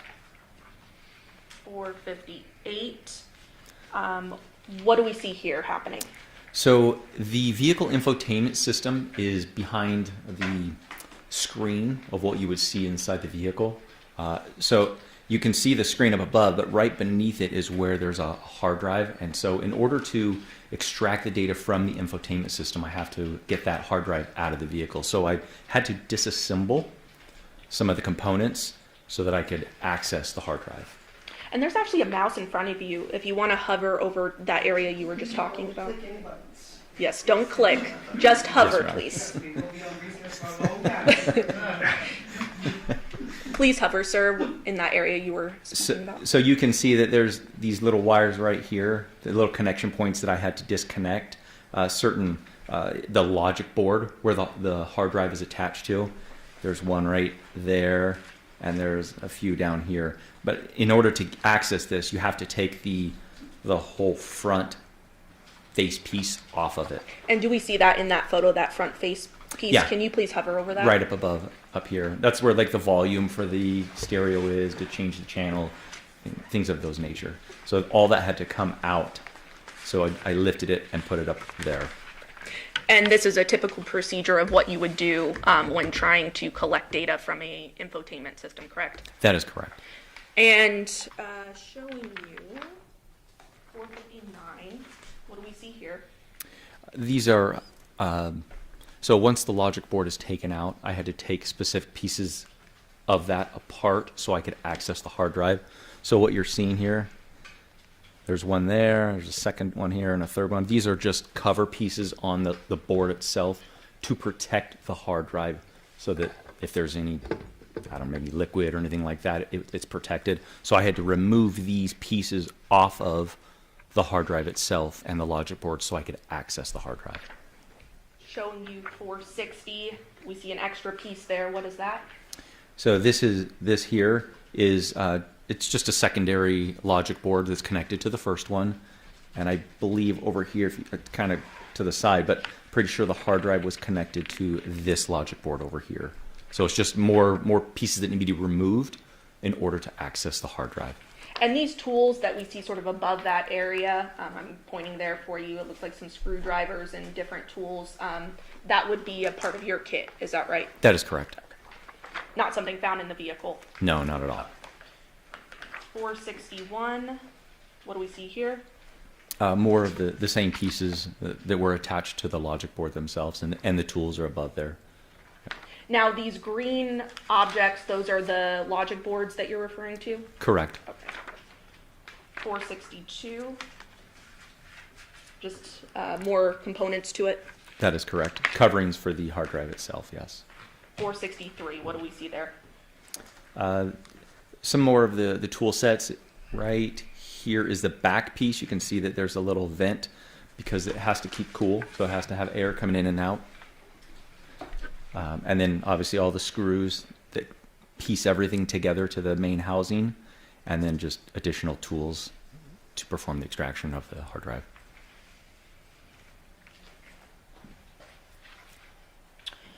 So now that you've taken apart the infotainment system, what do you do after that point? So once the hard drive has been removed from the logic board, I bring the hard drive back to the digital forensic lab, which is in the same building. I take it up to the digital forensic lab, and I connect the hard drive to a forensic computer. We have to use forensically sound methods, which means we have to prevent anything being written to the hard drive. So we use a write blocker, which only allows us to see the contents on the hard drive. So I can see the contents, but I'm not able to alter those. That way we preserve the evidence. So at that point, we create a digital forensic fingerprint, we'll call it. It's a hash value, but it's a fingerprint of the data on the hard drive. So when I extract the data and I put it on my forensic computer, I can then create another fingerprint and compare the two to what it was before and what it was afterwards to make sure they match. So I extracted the information, put it on the forensic computer, then I open up the Burla software that I mentioned earlier, which allows us to process and analyze the specific data on that hard drive. So specifically, what type of data is being imported into this Burla software? So the hard drive contents itself, there's databases. That's usually what infotainment systems have, are databases.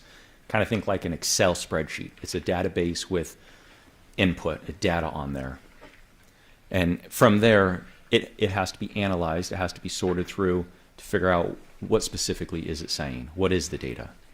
So it may be an oversimplification, but it's essentially Burla acts as sort of a reader of the data. Is that right? Yes. And then puts it in a reader-friendly format so that you can actually see what this data is saying. That is correct. And it's not altering the data at any point when you're importing it from the drive into the Burla system, correct? Correct.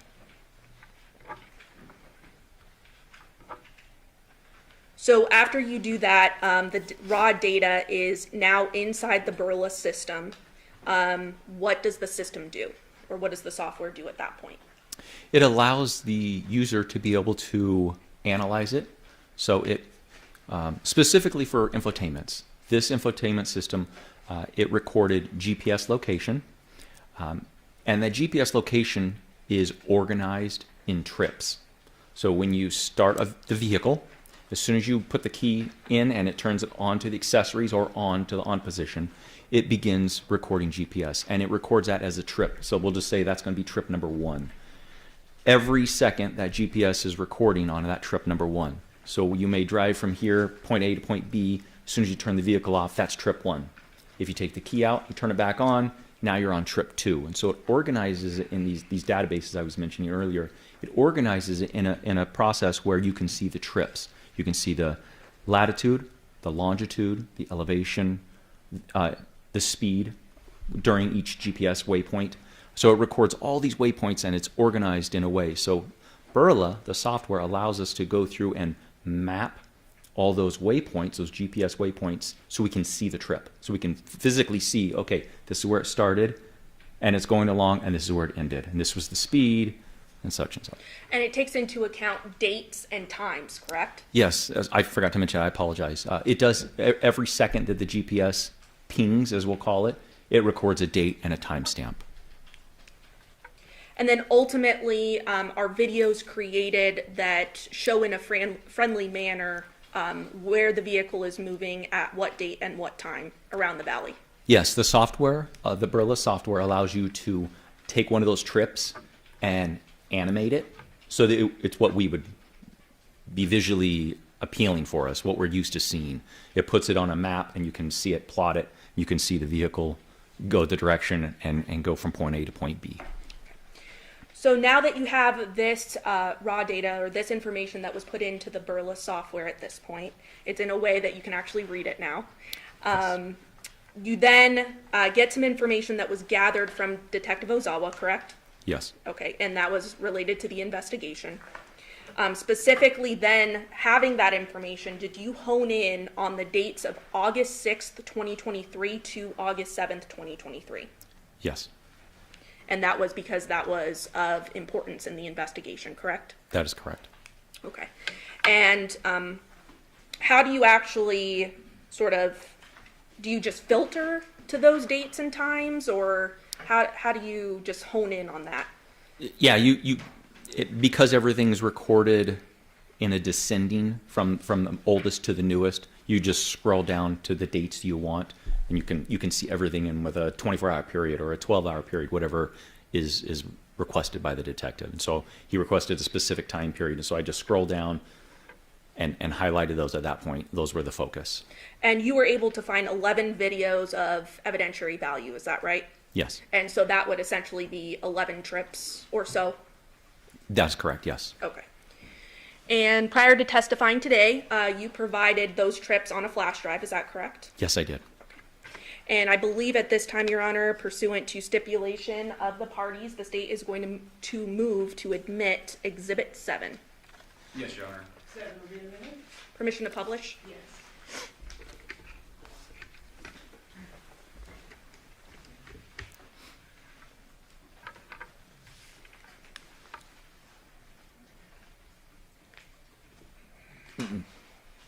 Don't format. Don't please. format it. Okay. Can I ask you to step down? Do you know what's going on with it, or Yeah, if that's okay. you're yeah. Okay. you're the tech guy, so I better leave it to you. Your Honor, I need to watch this all happen right now. Okay. Yeah. Here.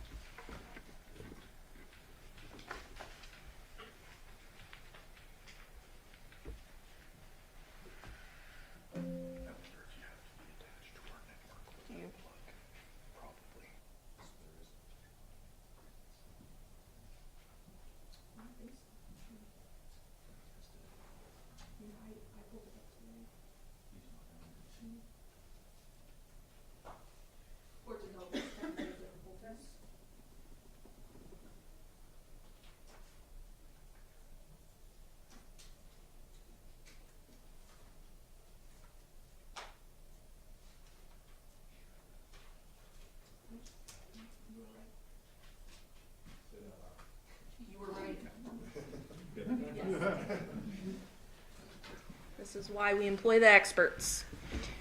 All right, sir. So I have pulled up here Exhibit 7. It appears that there are videos entitled number 1 through number 11.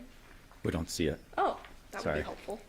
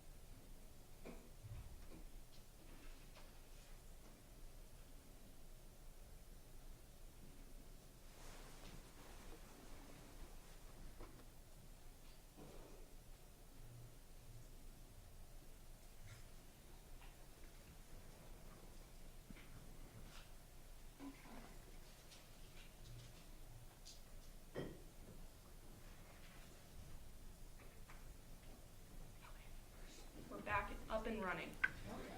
All right, so we see here, again, video number 1 through video number 11 of Exhibit 7, correct? Yes. Okay. And going through this, obviously you went through each video, and there's certain trips that became important as part of the investigation, correct? Yes, that's correct. So we're going to open up video number 1.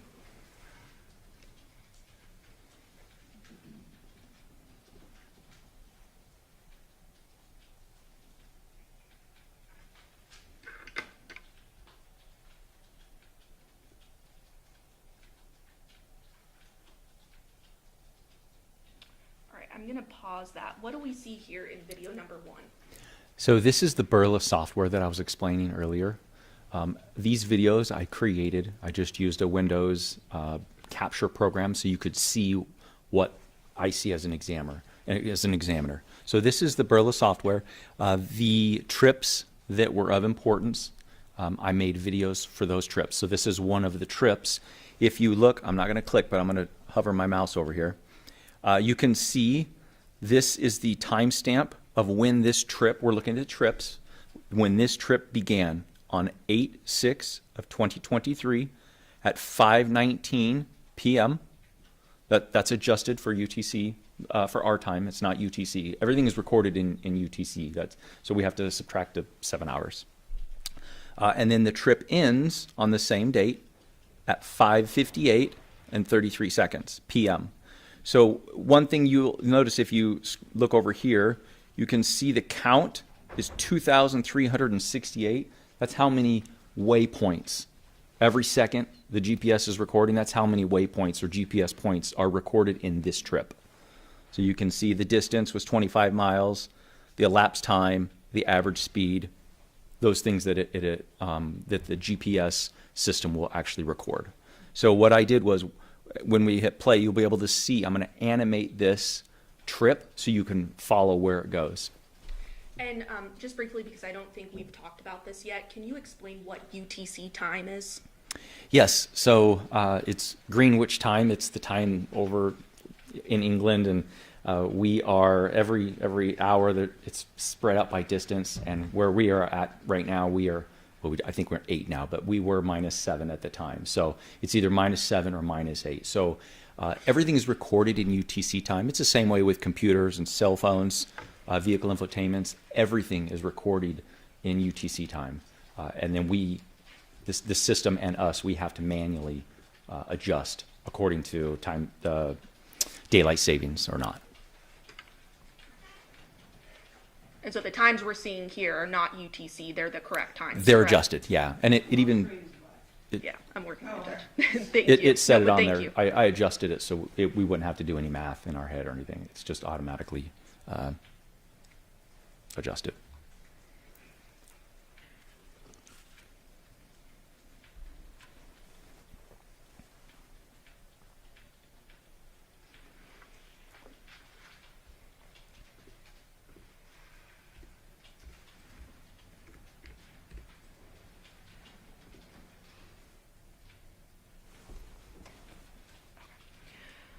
Okay, so I'm going to go ahead and press play on this video. And then I think we saw you click animate tracking. That's that process you were explaining previously, right? Yes. What else do we see? So you're looking at the overview at this second. I'm zooming in so that as I hit play, you can follow it along. Okay. So this is where the trip starts. And you can see in the bottom left-hand corner, again, I'm not going to click, but you can see down here the date and the time when the trip started. And what is that, just for the record? That is 8/6 of 2023 at 5:19 and 12 seconds p.m. Okay, and that's just where we're stopped right now, correct? Correct, yes. And we're able to determine that that dot right there is the 2698 Paladura Drive in Henderson, correct? That is correct. And then I'll go ahead and play for more.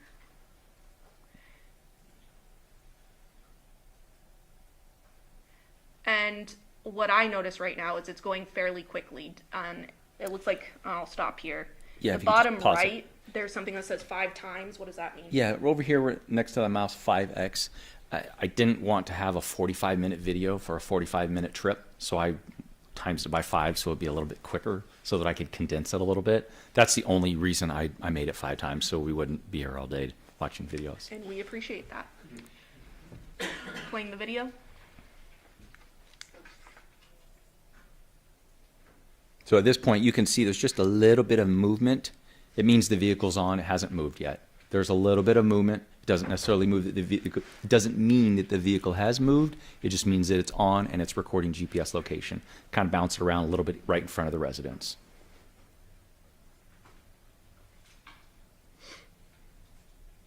And you can see down here the seconds are moving rather quickly, but you can see the seconds there. Roughly 20, 25, and so on. I'm going to skip ahead a little bit here.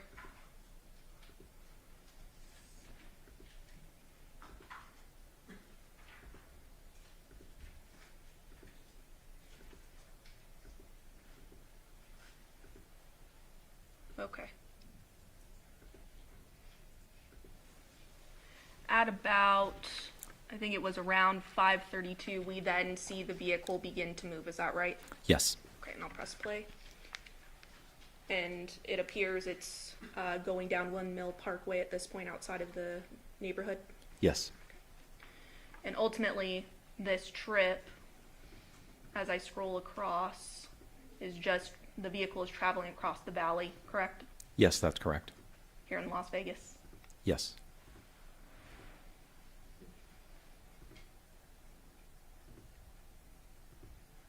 And then ultimately, the vehicle comes to a stop, is that right? Yes. And that stop happens at 5510 Porcupine Rim Street, correct? Yes, that's correct. And that's essentially the end of this trip. Yes. Okay. Then we have another trip, and that's labeled as video number 2, correct? Yes. Publishing. You might have to use VLC.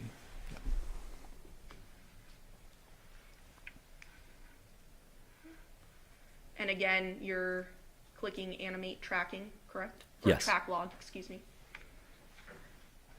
And where is the start of this trip? At the Porcupine address? The 5510 Porcupine Rim? Correct, yes. And what date and what time? You could see the date down here. It is 8/6 of 2023 at 7:37 p.m. Pressing play. And again, vehicle begins to travel, correct? Yes. I'm just quickly scrolling through. Again, this is at 5 times that you have it set at, correct? That is Or correct. 5x.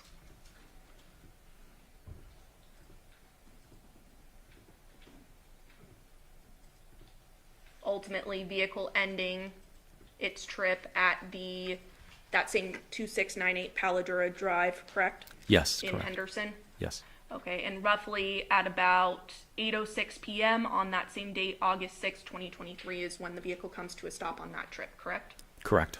And that's the end of that one. Yes. Okay. Opening file video number 3. Again, clicking animate track log. So if I could just push pause just real quick. So this actually has 2 trips, and I'll explain real quick. So this first trip is very, very short. It's a span of 10 seconds. You can see the date here at 8/6/2023 at 11:05 and 46 seconds. The vehicle's either turned on or someone put the key into the accessory so you can listen to the radio. One of those 2 options, the vehicle was in an on state, and for 10 seconds, this first trip here, I think we're calling it trip number 3, this trip number 3, the vehicle doesn't move, but the GPS is on and it's recording. And you're going to see that there's some movement there just because that's how GPS works. Sometimes it can be off anywhere from 5 to 30 feet, roughly. And it is possible that the vehicle may have moved slightly, but it's hard to tell from this, correct? Correct. Okay. And then I'll go ahead and press play. Okay, what are we seeing here? And yeah, that was the 10 seconds. So I don't stop recording at this point. I now go to the next one, which is a few hours later. And I'm just going to pause Around what time did that trip start? So this is a few hours later on the 7th at 2:04 a.m. August 7th, 2023 at 2:04 a.m., correct? Yes, that is correct. And again, at the 2698 Paladura Drive address. Correct.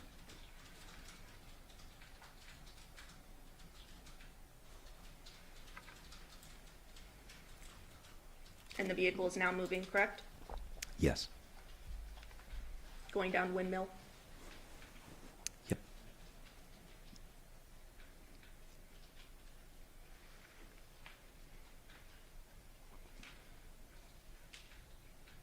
I'm going to go ahead and skip ahead a little bit.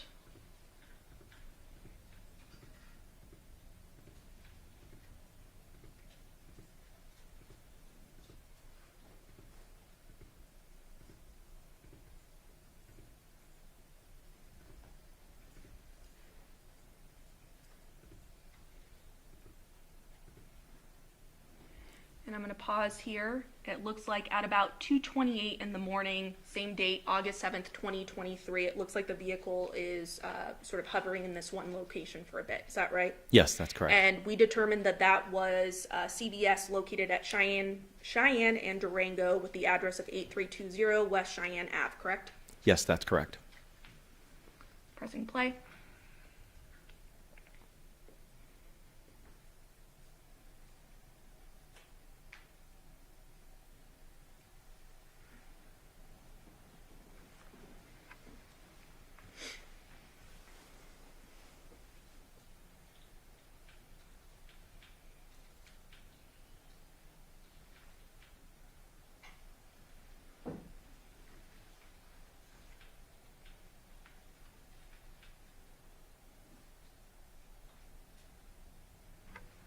The vehicle is now moving, is that right? Yes. At about 2:31 in the morning, Yes. same date. Yes, on the August 7th. I'll go ahead and skip ahead. The vehicle is making its way across the valley, correct? Yes. Ultimately landing at that 5510 Porcupine Rim address, correct? Correct. And the time being 2:44 in the morning or so Yes. that on is correct. August 7th, 2023. Yes.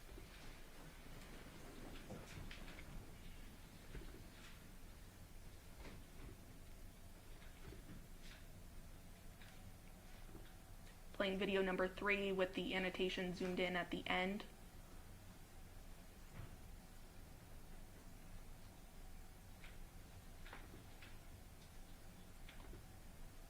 And this is that same trip, correct? Yes, I labeled it as zoomed in. I wasn't sure what was going on. You can see that there's a lot of movement down there. And after further investigation, it seems like Okay, I'll stop you there. So at 2:44 in the morning, this is that Porcupine Rim sort of stop, but it appears that there is some movement within the neighborhood, correct? correct. Yes. Showing you video number 4.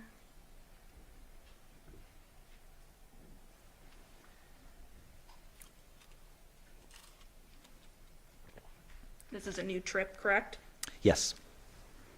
This is at 8:01 a.m. on August 7th, 2023. And the starting address is that 5510 Porcupine Rim address, correct? Yes, that is correct.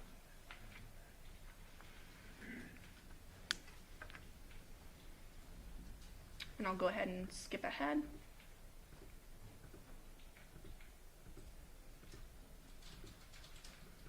Oh. It appears that the vehicle exits the neighborhood on Ann Road and then makes what looks like a U-turn back into the neighborhood, Yes, that's correct. back to that 5510 Porcupine Rim address, correct? Yes, And this is at 8:06 a.m. that is correct. The vehicle's left on at this point.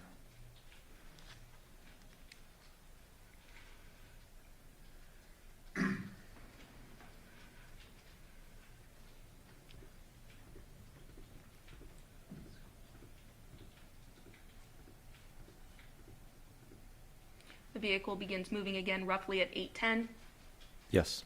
in the morning. Go ahead and skip ahead.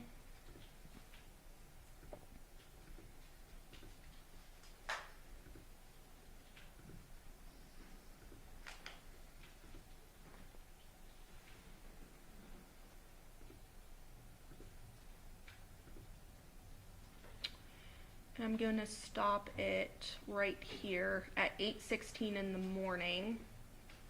We see the vehicle and it is stopped at what appears to be a Funny's gas station and car wash, correct? That is correct. And that's located at the intersection of Lone Mountain and Rancho there, specifically 4747 North Rancho Drive, correct? Yes, that is right.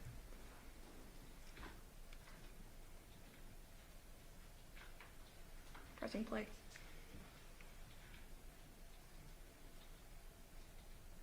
At this point, the vehicle is still on. As soon as it turns off, the trip ends. So it's still on for these remaining minutes.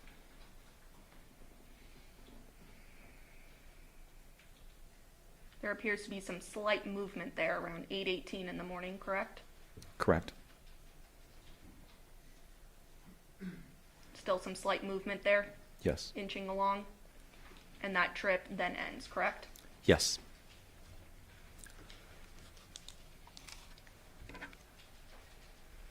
Okay. Publishing video number 5.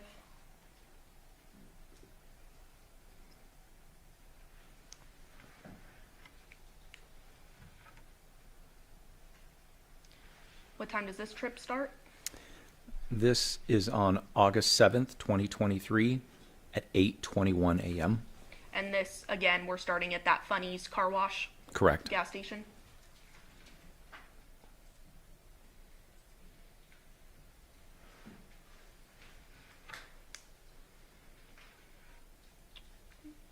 Looks like vehicle begins to move around 8:21 or so. Yes. Sort of those slight movements we saw earlier.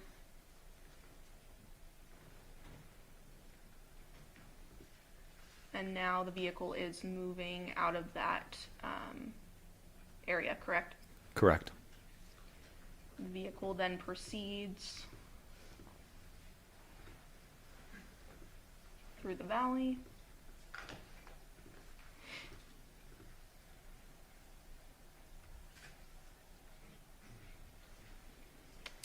And It's this is where stopped the vehicle here. parks. Vehicle parks. Does it appear to have parked at a children's school, so at the Torrey Pines, Washburn sort of intersection there? Yes, that we there's the see? elementary school there. Okay, and that would be Ernest May Elementary School, correct? Yes. And the trip ultimately ends at that elementary school. Correct. Video number 6, picking up from there.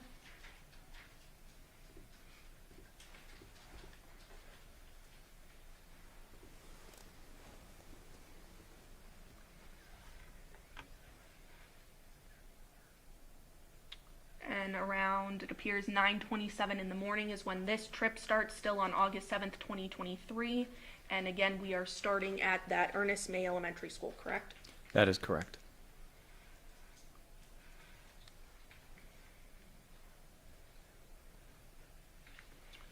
And that trip ends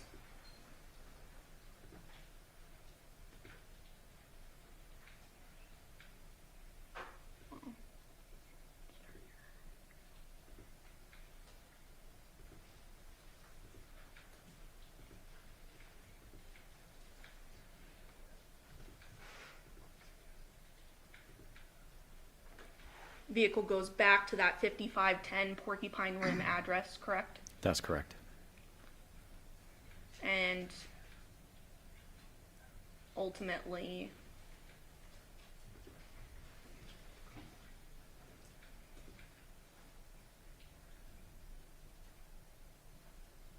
ends there, correct? That is correct. At 9:30 a.m. Publishing video number 7.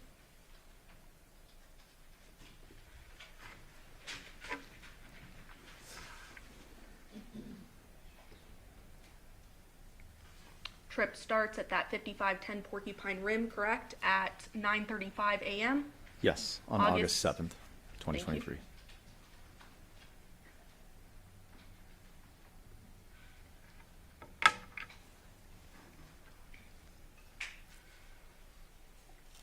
Go ahead and skip through. Traveling across the valley.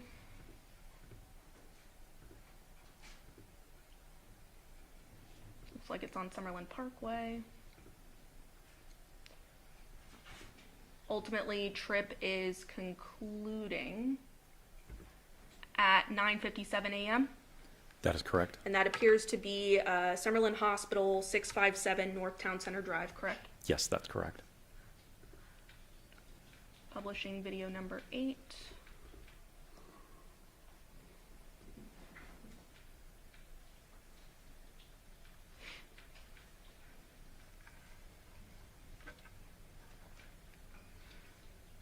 It appears to begin at that Summerlin Hospital address, correct? Yes. At 10:09 a.m. Yes, on August 7th, 2023. that is right. Eventually ending at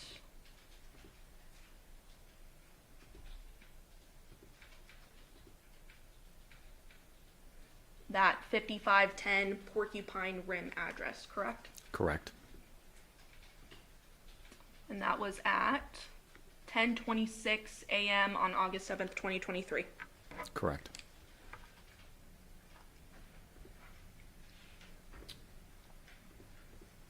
Publishing video number 9. The next trip.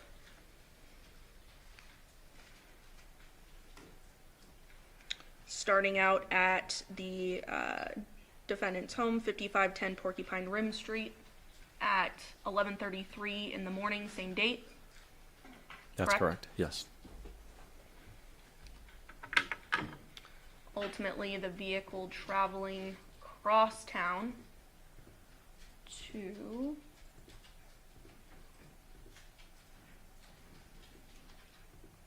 scrolled a little too fast there. It appears the 2698 Paladura Drive address gets there around 12:07 in the afternoon. Yes, that's correct. And the car stays on at this point, it looks like. Yes. Yes. Scrolling forward a bit.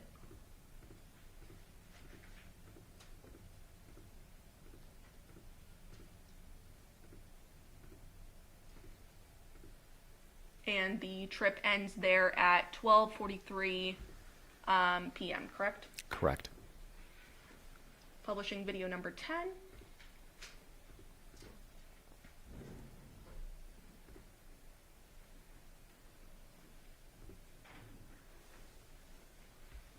Next trip. Starting out at that 2698 Paladura Drive, correct? Yes. At 12:51 p.m. or so. Correct.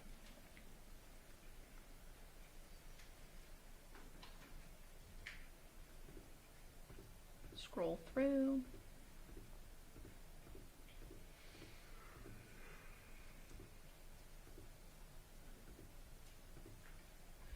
Trip ends at about 12:54 p.m. and it appears that it ends at a Taco Bell at the corner of Windmill and Pecos, correct?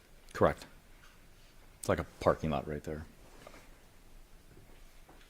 Finally, video number 11. Publishing. It's the next trip. And it originates from that Taco Bell at 1:31 p.m. on the same date.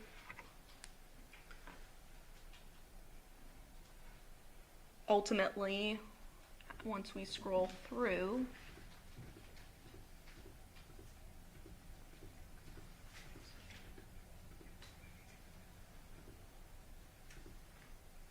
ending at that 5510 Porcupine Rim address, correct? Correct. And it ends at 2:01 p.m. on August 7th, 2023. Correct. And between all these videos, these were, this was the date and time frame that Detective Ozawa was most interested in based on the investigation in the case, correct? Yes. Pass the witness, Your Honor. Yes, Your Honor.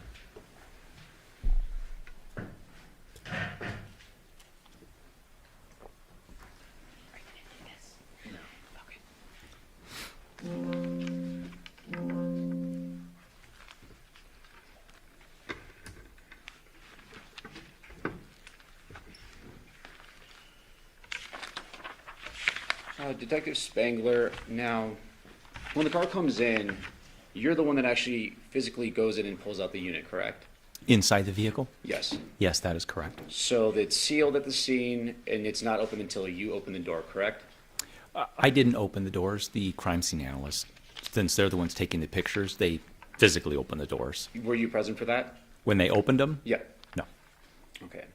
In your time in spend in the car pulling out this unit, you kind of observe the general condition of the car when you're pulling out the unit, right? Yes. I'm putting up what's State's Exhibit 458. And then how do I switch over to this?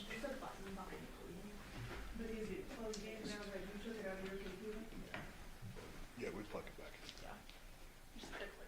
Put that one.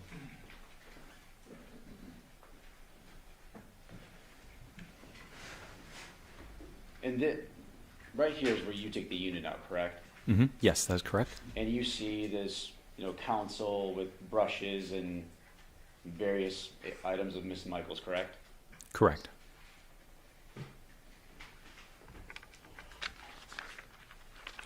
I'm going to put up what's State's Exhibit 448.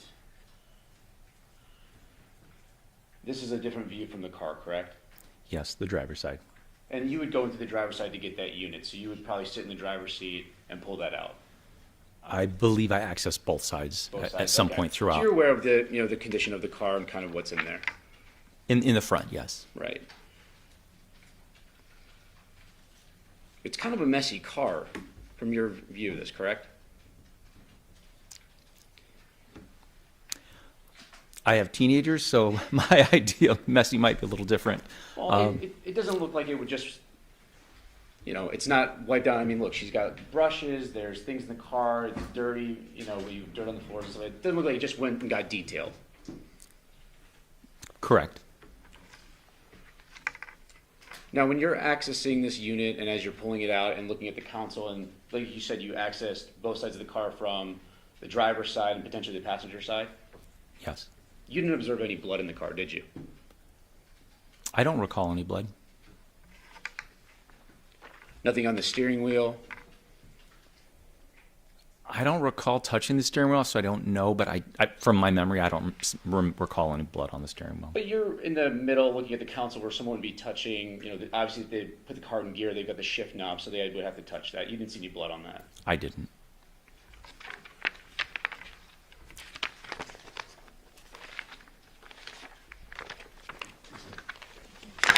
And I'm going to put up what State's Exhibit 451. This is just an ID that was found in there. Like, I believe you said that you didn't see this, but this was something that would have been in the car with Miss Michaels' personal belongings, correct? Yes, I personally didn't see this, so I don't know where it was, but the crime scene analyst must have taken it, so yeah. Now, going back to the videos that the state put up, there was a end of video 3. There was like some squiggly lines kind of going. Do you remember that? Yes. And you previously testified that when the car is there, it can give or take 30, 50 feet. In that clip, it looked like it was zoomed in on. 5 to 33 feet. 5 to 33 feet. Correct. Okay. And then, are you aware of the Funny's gas station, or you just know the location? I'm not aware of it. I just look at the map. So it's not like Yeah. you went out to Funny's and looked and saw what was there. No. Funny's gas station has gas pumps. I would imagine. And if I told you there was one, do you have any reason to disagree with me? No. At that location? No. Now, you looked at the infotainment system. Were you asked to do anything else on this case? to examine anything by Detective Ozawa at his request? Yes, later on there was I believe it was a cell phone. Cell phone, Samsung Galaxy Z Fold 4 cell phone. I don't want to read off all the model numbers, but it's safe to say you looked at that, or did he Yes. ask you to examine that? That is correct. And that happened to be one of Devyn Michaels' phones, correct? I believe so, yes. And that was a additional request by Detective Ozawa. Yes. Court's indulgence.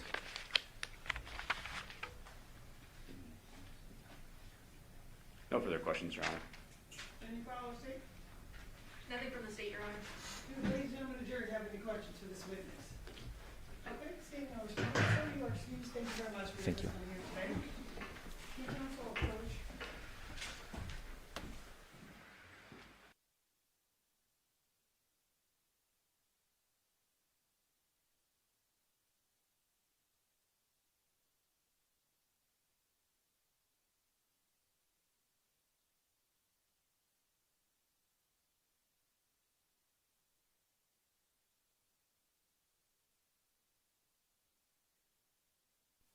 Gonna take more time than I don't want everybody's time, Mr. Deviere, and just mine. So we're gonna take our lunch recess at this time, and then that way we'll have all the technology and everything set up by the time you guys get back. During this recess, you must not discuss or communicate with anyone, including fellow jurors, in any way regarding this case or its merits, either by voice, phone, email, text, internet, or other means of communication or social media. You must not report this case or use your media accounts or commentary about the case. You must not do any research, such as consulting dictionaries, using the internet, or using references. You must not make any investigation, test, or theory of the case, recreate any aspect of the case, or any other way investigate or learn about the case on your own. You must not form or express any opinion regarding this case or the facts submitted to you. Ladies and gentlemen, it is 11:40. We will be in recess until 1 o'clock. All rise for the jury.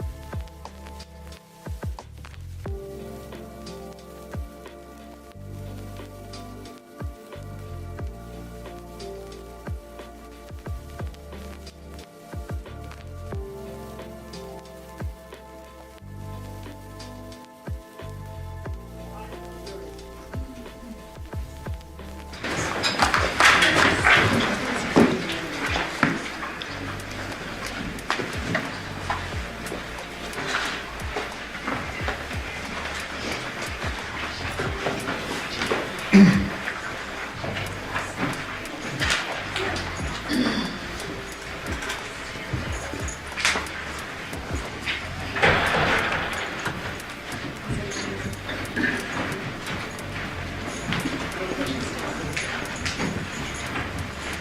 be seated, Your Honor. The jury's all present and accounted for. Thank you, Your Honor. We are back on the record in C-377239, stated by Mr. Devyn Michaels. May the record reflect that Ms. Michaels is present at her attorney. Deputy District Attorney, on behalf of the state, we vote for and stipulate to the presence of all jury. Yes. All right, state your name, Mr. Detective Luke Good. Okay, and sir, you can just stand and further swear you. Good afternoon. You solemnly swear or affirm the testimony you're about to give in this action shall be the truth, the whole truth, and nothing but the truth, so help you God. I do. See? Thank you. Now, sir, if you please state your full name and spell it for the record. Yes, my name is Luke Good. First name Luke, last name Good. What do you do for a living, sir? I'm a detective at the Henderson Police Department. How long have you been a detective with the Henderson Police Department? I've been a detective for a little over 4 years now. And in which unit are you currently assigned? Currently, I'm in the Digital Forensics Laboratory. And what does that entail, sir? In the Digital Forensics Lab, we handle essentially all investigative technology. We do extractions on cell phones, we do cell site analysis and call detail records, vehicle stuff, anything that has a technological component or a computer or a cell phone involved, it comes to our lab. What training and education do you have in order to do what you do? Well, I have a bachelor's degree from Columbia Southern University in information systems and cybersecurity. And then we go through an extensive amount of training for my role in particular, just because of the nature of technology and how complex it can get. I've trained at the National Computer Forensics Institute in Hoover, Alabama, that's sponsored by the Secret Service, and then several other trainings with a lot of the vendors that we utilize. That gives us a good foundation to use their tools and just the knowledge that we need to do our job. That includes Celebrite, Magnet Forensics, I'm certified through them. I'm certified through the NW3C, which is the National White Collar Crime Center that's sponsored by the DOJ. So we have to have a lot of training and qualifications just to earn those certifications. And you mentioned a couple of software programs. For today's purposes, what are the relevant software programs we're dealing with? So for today's purpose, we're dealing with cell phone records. I utilize CastViz, which is a software that's created and maintained by the FBI. And then I also used ZX, it's called Trax now, which is just another company that produces the mapping software that we utilize. And have you received training in those two areas of software? Yes. Is it fair to say that technology evolved relatively rapidly? Correct. And as a result of that, you receive ongoing trainings as through the course of your career as things change? Yes. With regard to today's testimony, you mentioned a couple of terms: digital forensics, DFL, Celebrite, Trax. What is it that you are focusing in on, and what is it that you're familiar with, but this wasn't your role in this case? With respect to today? Yes. So are you dealing with the stuff that's extracted from phones, or are you dealing with something else? So specifically today, because we're all cross-trained in the Digital Forensics Lab on a lot of different disciplines, today I'm specifically focusing on and speaking to the cell site analysis, which is call detail records. What is a call detail record? Call detail records is what all the cell companies maintain: Verizon, T-Mobile, all the major carriers, AT&T. They maintain records of every transaction that occurs on their cellular network. So every time you make a call, every time you send a text, stuff like that all gets documented and stored. And since there's cell towers all over the place, they also document which cell tower was being utilized at the time, which is where we can get investigative information. And we won't dive too far into it just yet. Is it fair to say that you are not dealing with content of what may be on an actual cellular device? Correct. No content, only the transactions and the connection information through the network. And have you become aware that a separate detective in your unit has been assigned with dealing with the digital forensic downloads of the devices? Yes. And that would be whom? That would be Detective Campbell. And he would deal with any content, correct? Yes, anything on the phone is what he would deal with. So you're talking about records stored with outside your agency. They're actually stored by very big companies, correct? Correct. What companies are those when it comes to this? So the three major carriers in the United States are AT&T and T-Mobile, and then Verizon, but we're not using Verizon in this case. Okay, so we're focusing in on AT&T and T-Mobile. Correct. In past experience, are you familiar with those types of records? Yes. And do the T-Mobile records look a little bit different from the AT&T records? A little bit, yes. Did you prepare an exhibit today in order to accurately explain your findings and testimony to the jury? I did. And Your Honor, this has been provided to defense counsel. I'd move for the admission of exhibit number 3. No objection. Number 3, is that what you said? Yes. Okay, 3 will be admitted without objection. Thank you. And sir, does exhibit 3, you created that, correct? I did. And is there an exact mirror image of that exhibit that's going back to the jury on your supercomputer there? Yes. Okay, so for ease of use, you're referencing the same exact files, you're just not plugging in the extra thumb drive. That's correct. If you could just pull up the content of the entirety of the disk. Yep, and that would be, I have it saved on my desktop here, and I already have it open. This would be the content of the USB flash drive. Okay, and I see 7 different files, correct? Correct. Is there any particular file that you would like to start with that kind of gives an overview of what we should be expecting from these other folders? We can just start going through the folders. Okay, let's start with folder number 1. Back out a second. Did you title that yourself? Yes. And what is that title for the record? So to title them, I used the phone number and then the associated user of that phone number that I was provided by the investigating detectives. So for this one, the first folder is the phone number 702-353-3823, and it's Andrea Reyes CDRs.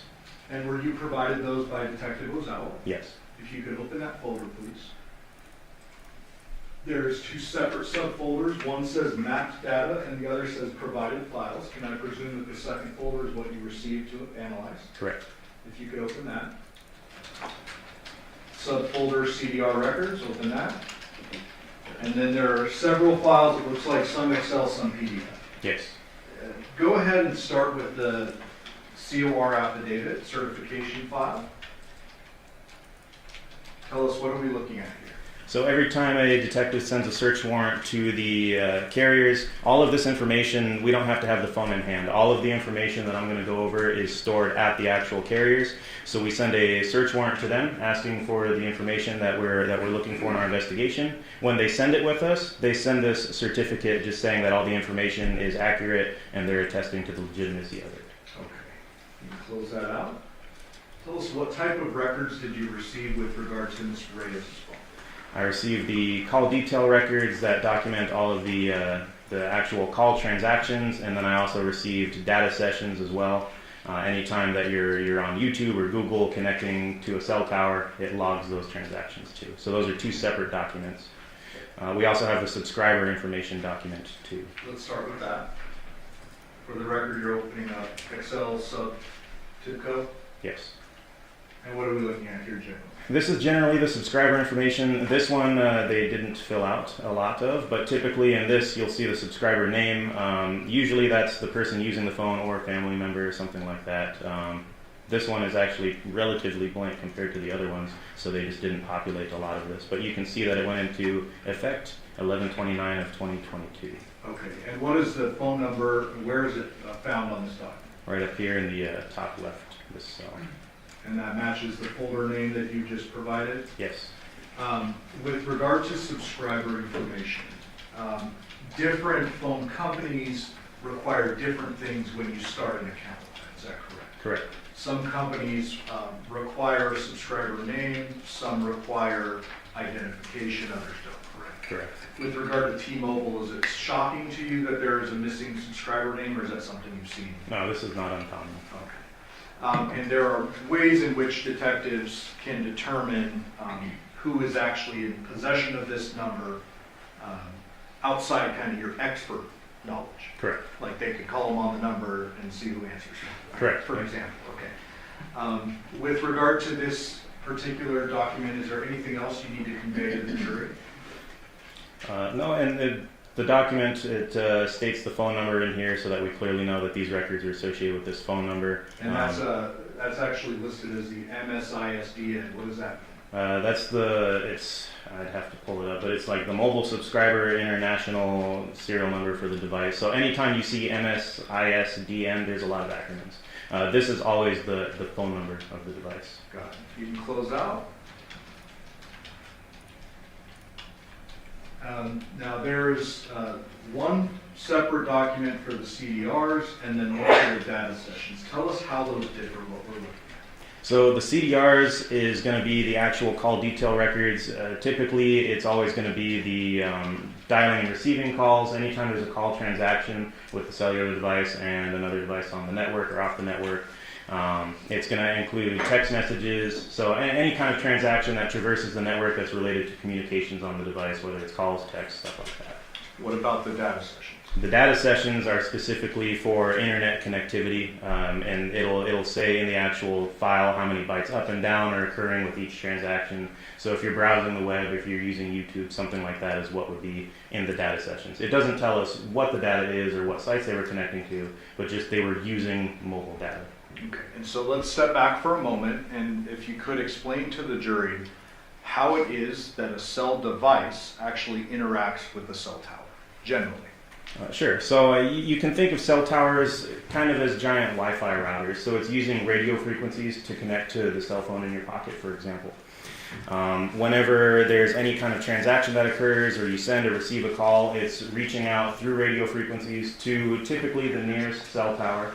It's establishing a connection wirelessly, and then it's using that cell network to transfer any data or any call that you may have through the network to where it's supposed to go and back and forth to your device. So you're always going to be connected to a cellular tower, and you'll notice if you go into rural areas, you lose connection. You're just so far away from cell towers or you're blocked, you're not going to be connected. And you said generally you're going to be connected to the nearest cell tower. You mean nearest geographically?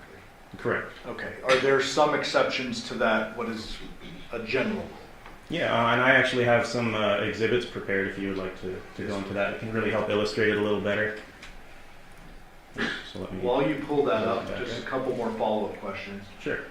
So the jury understands, if I have my phone and it's locked, right? Like I'm not doing any activity on it. Is my phone interacting with the nearest cell tower at this point in time? Oftentimes, yes. Why is that, or how is that? So the cell towers are constantly trying to keep you connected to the network, and oftentimes the cell towers, especially if you're moving, you're getting transferred to other towers. They're constantly gauging connectivity to you. If you're in a crowded space, the network traffic can sometimes be a factor. So if that tower is becoming congested, then it'll move you to another best available connection. So there's always stuff going on in the background with cell towers to keep you connected and to give you the best service. So I don't need to be actively on my phone sending a text to interact with the tower. Correct. And likewise, if my phone is quiet or in sleep mode in my pocket and I receive a text, that could be coming through, or has to be coming through a tower as well. Correct. Okay. And what did you want to illustrate with this? So I have a few photos just to kind of help make this concept a little more clear. So this is an example of the mapping that we do. We'll come back to these. So the data in the top left is not as relevant now as the actual imagery that you see on the screen.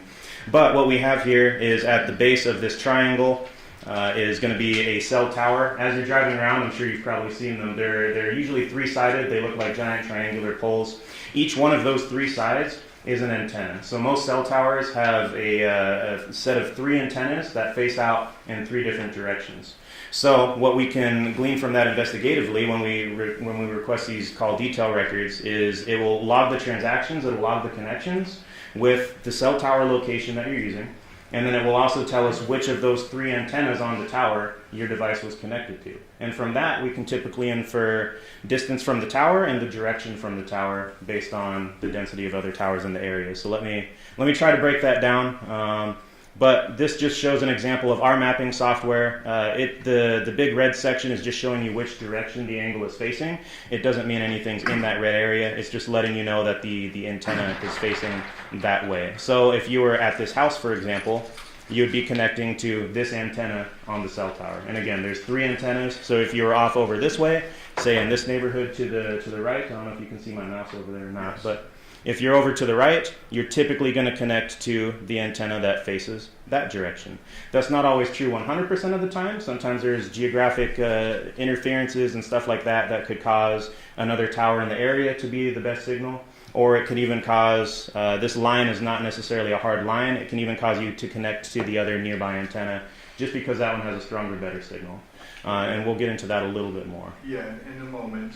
Just to kind of break it down. So if this particular cell tower, or this particular cell tower, has 3 antennas on it facing different directions. Correct. They cover 360 degrees. That's correct. But they're split in 3, so it's 120 each. Yep, correct. So this angle we're seeing, this particular antenna is 120 degrees of the total coverage area of this particular tower. That's correct. And you mentioned that sometimes there's a little bleed back, or I can't remember the term you used. I used bleed back. Yeah. Do you have something to illustrate that? I do. Go ahead. Yep. So we'll get into that. And towards the end, I'll show you an example of multiple towers and how that would look. But if we zoom out a little bit, one of the questions is how can we determine then cell towers? There's documentation out there that shows they can travel in excess the signals of 20 plus miles in rural areas, and you can still get a connection. So in cities, we have multiple towers all throughout this area. Just in this image, there's multiple cell towers that you could be connecting to. So how do we know where that coverage starts and stops? There's a couple different ways. Typically, we can 100% map the direction from the tower that the antenna is facing. And then from there, and based on the cell tower density, we can start to infer coverage area, especially in an urban environment, because typically you're not going to be connecting to a cell tower across the entire city. Most of the time, you are going to connect to the nearest tower, and in my experience mapping these, I'll see that you will connect to the nearest tower, and usually the antenna that's facing you. So another way to visualize that, though, by estimating the coverage area with other towers in the area, would be this. And this is we call it the horizontal plane. So if you're looking down on a cell tower and you slice the coverage, this is what it looks like. And it's just a good representation to kind of see the coverage area. In real life, shapes aren't perfect. Even the wedge that I showed you previously with the little pie slice here, it's not a perfect shape. And I mean, I'm sure everybody's experienced that as they've dropped calls driving behind buildings, stuff like that. So there's a lot of shadowing that occurs. This edge is not perfect. So just keep in mind, this is illustrative to give you a general idea of the direction someone is from the cell tower and where we can generally expect that coverage to be. So, go ahead. Okay, for example, and just to show the difference, this shows the direction from the tower. If we estimate coverage using, this is Trax mapping with their estimates and their algorithms and their understanding of the density of the towers in the area. This is the size of this particular tower that they came up with. Each tower is going to have a different size, again, based on how close other towers are to it. But the coverage area would be that entire red area. In theory, that's theoretical. And then this is just them overlaid, so you can really see the difference of the two mapping methods that I utilize. Got it. You mentioned a couple terms. Density and shadowing, and I want to just try to use my layman's terms and see if this explains it a little bit clearer. Fair to say that if you're in downtown Vegas, or say on the Strip, let's go with the Strip, there are a lot more cell towers down there than there are if you're out at Pabco Road on the way to Lake Mead. Correct. And so that might narrow in kind of your inference as to where the phone is, correct? Absolutely. And if you're out in that rural area, you may be hitting off a device, but you could be like, or a tower, and you could be like 15 to 20 miles away from that tower. Correct. In this particular area, we're talking about a residential neighborhood, correct? Yes. The Paladura neighborhood? Yes. Are there several cell towers within this area? Yes. And likewise, we're going to be talking a little bit later about a Porcupine Rim address. Is that a residential neighborhood? Yes. Are there several towers with that in that area? Yes. Okay, so it's not like there's one tower servicing this massive 20-mile thing. There's a bunch of cell towers in that. Correct. You were going to go on, I believe, to... Yeah. And on that note, there's in cities and urban environments, we like it from an investigative perspective because just as he was saying, in the more dense urban environments, you're going to have a greater density of towers, which reduces the area that each tower services and covers. So in an example like this, you're going to have a lot more towers than you would in a rural area, which actually helps us dial in the general geographic area where somebody may be located or where somebody may be using that cell tower. Another technology, so there's two main concepts to the mapping and the location aspect of CDRs, and the second concept here is timing advance. What this is doing is it's using the same angles, the same antennas, so out of the 3 antennas, what we get with timing advance is the network, the cell tower, will send a signal to the device, and then the device will immediately bounce it back to the tower. Radio frequencies are the same material that light is. Radio frequencies travel at the speed of light. We know that speed, so when the tower sends the signal to the device and it bounces back, it's like an echo, like a sonar ping, and it uses the amount of time that it takes in fractions of a second to be able to calculate the distance from the tower that the device is. So before you go on, just summarize it. Is your device required to be sending or receiving text messages or calls in order for the timing advance to come into play? No, a lot of the times we see this occurring in the background. Why is that? The cell networks, and again, this was not designed for law enforcement purposes. This is all analytics on the cell network and cell carrier side. So they're trying to keep track of where the device is. They're trying to send out pings to make sure the device is still connected. It's all stuff to optimize the connectivity of the device and determine what the appropriate tower it should be connected to is. And just data for the carriers as well, because they're getting those distance measurements to see where devices are connecting to their antennas. And to be fair, those carriers are big old corporations. Correct. Their probably their bottom line is dollars. Correct. Right, so they want to give the best product, and so they're constantly testing and kind of refining their towers, etc. Yes. And that's what all of this is for. And what I have here is several examples mapped together. And this is another tool that we use investigatively, because if there's a lot of timing pings, one, you can track the movements of people. But if you get a lot of overlap, because we don't know exactly where on this arc they are. We know the distance from the tower, and you measure that distance with the whole length of the antenna. So that equal distance from the tower gives you a circular shape. We get a little bit of a half circle here.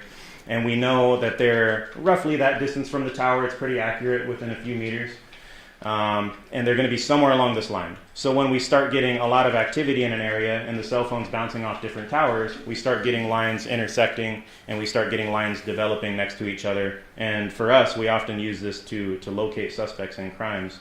In this particular case and example, we're using known locations, but it just kind of helps validate. You can see that you get a lot of that crisscrossing in areas that you know to be relevant to the investigation. Let me stop you before you move on. So you said we use this a lot to locate suspects who committed crime. So initially you said this wasn't initially created as a law enforcement tool. This is stuff that the big cell phone companies are doing on their end. Yes.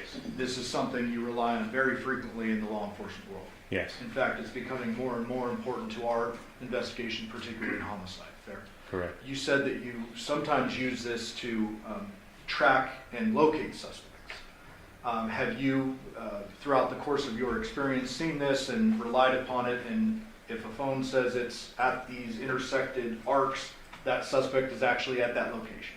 Correct. And I started using CDRs as a property crimes detective, and a lot of times we would determine the suspect's phone number, and now we have to try to locate them to see where they're storing stolen things, stuff like that. So we would frequently be able to use these arcs to at least get a good idea of what street even that they live on, and then we'd be able to locate their car and locate them. So it gives us, again, it's not going to be a precise point like GPS. There's caveats to all of these, and the shapes aren't perfect, but reliably I've been able to solve cases and get within a pretty close distance of a suspect's house that I didn't know the address to. And you mentioned GPS points. I'm glad you said that. So we've recently heard testimony from a detective, Spangler. You know him? Yes, sir.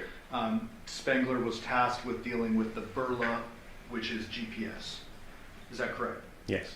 And those precise GPS points are actually like breadcrumbs moving throughout the valley. Yes, sir. That's not what you're dealing with here. No. What we're dealing with is we get a general geographic area of coverage. A GPS point will be able to put you within a 2 or 3 meter radius sometimes. What we're looking at is entire neighborhoods and the general direction from the tower. So I can say a device is in this general geographic area. However, I can't say exactly where in this shape it is located. And let me just clarify something. Detective Spangler's responsibility was that GPS point. Correct. The burla. Yes. And it'll be up to the jury to decide if this is consistent with that.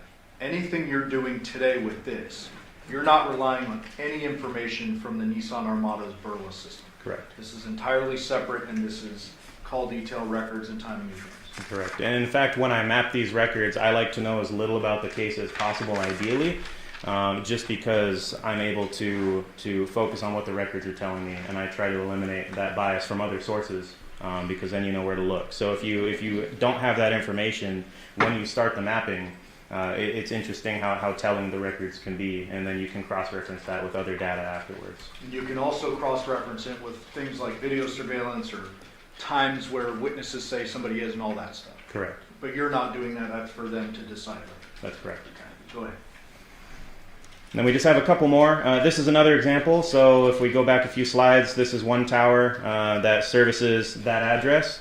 This is another tower that services that address. So you'll see there is a lot of overlap. And again, you'll have a couple options to connect to, and the cell network is constantly working in the background to keep you connected to the strongest and most reliable signal source. And again, typically that is going to be the closest tower and the direction you're facing. And I'll get into the caveats in a little bit, but just as another example of another tower in that area, and I should have overlaid them, but we'll see that in a little bit. But the coverage does overlap so that you don't drop calls. Obviously, there can't be dead spots between towers. And then this is again mapped with both features. The little, we call it a wedge. That's a wedge shape, a little pie slice. And then if we're trying to estimate or just show a visual estimate of the coverage area based on the tower density, this is the coverage area that we're getting per Trax's calculations. Okay, before you move on, I just want to ask, up in the left corner, it has your event number. It has August 7, 2023, the date, map CDR records from AT&T in red.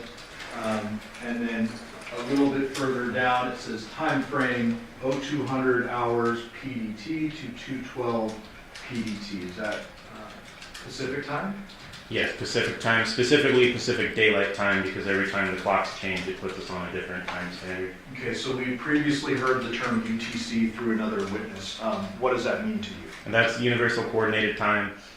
It's UTC, and that's the standard that we receive all the records in. That's the standard time that the entire world can utilize if we wanted to be on the same page. And then when you have time zones, you calculate the offset based off UTC. So UTC is always 0, and then PDT, for example, is UTC minus 7 hours, and that's how we would get to PDT. And it's either -7 or -8, correct, depending on the time of year. Yeah, we just switched to -8 with the time change. Okay, and so if we're talking about August 7th records, you're doing a -7 to the records. Correct. Are the AT&T records themselves going to be reflecting UTC time? Yes. And so anytime this jury sees a map like this, you have already done the conversion for them. Correct. If they want to go back and look at the original records, they have to do the math and subtract 7 based on the time of year in the original raw records. Correct. Got it. Okay. Are there more? Yep, there's a few more. Slides? Okay, go ahead. This is an example of 2 different carriers that service the same area. So the blue is T-Mobile, and then the red is going to be the tower that AT&T utilizes. However, these towers, even though they're 2 different networks, they are using 2 different towers to service the same general geographic area. So this is just what that looks like. And then I wanted to show this example just because we do get these outliers sometimes where you see this line from the, and again my mouse is on there, okay. So you see this line, and you'll notice that this little house here is going to be outside of that line, outside of the expected coverage area based on the wedge that we're looking at. However, and this is why I wanted to show the alternative method of mapping, if we utilize this H-plane, and the shape of that H-plane is determined from a bunch of scientific testing through the antenna manufacturers. They're able to use a chamber, it's called an anechoic chamber is the scientific name for it. They're able to basically measure the shape of the coverage area of the radio frequencies, and that's where this shape essentially comes from. So you can see that it propagates out from the tower, not in perfect lines, and sometimes you will have that coverage a little bit back from where the wedge shows. So we're now seeing a 249 next to the red ping and a 5657 next to the blue ping. What do those mean? So those are just the lines, the rows from the records that it was derived from. So this is one we're mapping, and we can even pull it up live later on. And I can show and get into that. But it's referencing each one of these points in my mapping software. This is just a screenshot, but I can click it, and it'll give me a little bit more information about where that specific record came from. And the way Trax does it, which is what we're seeing here when we're using just Trax, it's referencing the actual row number that it pulled that data from. from the spreadsheet that they provided. Okay, before you move on, just so we're clear, if the jury wanted to go back and double check one particular point, they see a 249 like that on the AT&T records, they can go to line item 249 and look for themselves on the raw records. Correct. Got it. Okay, go ahead. And all of those records, it's providing us latitude and longitude. It's providing us the antenna information. A lot of times it'll give you the rough street address as well for all the towers. So the software is designed to take all of that information from, it's just Excel spreadsheets with the phone numbers, the dialing number, the receiving number, all the information of a transaction or a call, including the location information of the towers that it was using. That's all in the boring spreadsheets. And then the software turns that into mapped data, and it allows us to see it. Did you have more explanatory slides? One of the last two, this is just a good example I pulled from the internet where it shows it's not that perfect wedge shape that we depict in the mapping. That's just to give you a general idea, again, of the geographic area that a phone might be connecting. However, in reality, it's more like a blob. So what you can see here is the dark blue would be this antenna. It goes out to here. Sometimes it'll bleed over to the side of the lines. And again, there might be obstructions, buildings, something like that. That creates shadowing because radio frequencies behave similarly to light. They're the same material. You might have tall buildings here, so the better connection will be the cell tower that's actually further away. And then just to give you an example of a dense urban environment with all of that overlap, this is what it could look like with the various coverage blending into each other with multiple cell towers. So this is similar to a neighborhood, like what we were just looking at with all the pictures I showed you before. Got it. So with this particular exhibit, I want to get into a moving cell phone. So if a cell phone is interacting with towers or someone's on the phone and they're driving on the freeway, is there like handoffs between these towers as the phone moves? How does that work? Yes, and so the coverage overlaps intentionally because when you start getting away from this tower, the network is constantly measuring and keeping track of your signal strength.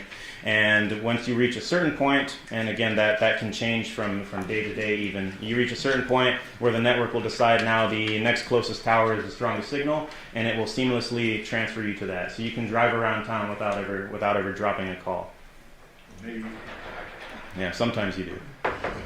All right, is that the end of your explanatory Yes. Exhibits? Okay, so let's go back to folder 1 with Andrea Reyes as CDRs. Okay. Go into provided files, CDRs, and then if you could open up the particular records we need to describe before you go into any mapping. Sure, so we can open up the CDR records. So this is what it looks like when they send it to us. And what you'll see here is each column, they'll provide us, it's a ton of data. And I apologize, I wanted you all to be familiar with this before we get into the moving and the other exhibits, just because it's good to foundationally understand where all that data comes from and where all the mapping comes from. So let's start with column A. Column A here, we have the date, and it'll show you what date that cell transaction occurred on. And as you see, as I scroll down, the date will change. They're all in chronological order. Column B. Column B is the actual time in UTC. Now, if someone on the jury wants to look at a particular line item, they've got to do their own math. They subtract 7. As a result of that, the actual date might change, correct? Yes. So if you're looking at like a 2 a.m. record, you minus 7, you're going back 5 hours in the day before. Well, and this first one is a good example. So on 8/2 of 2023, the first transaction we have is at 1:45 in the morning.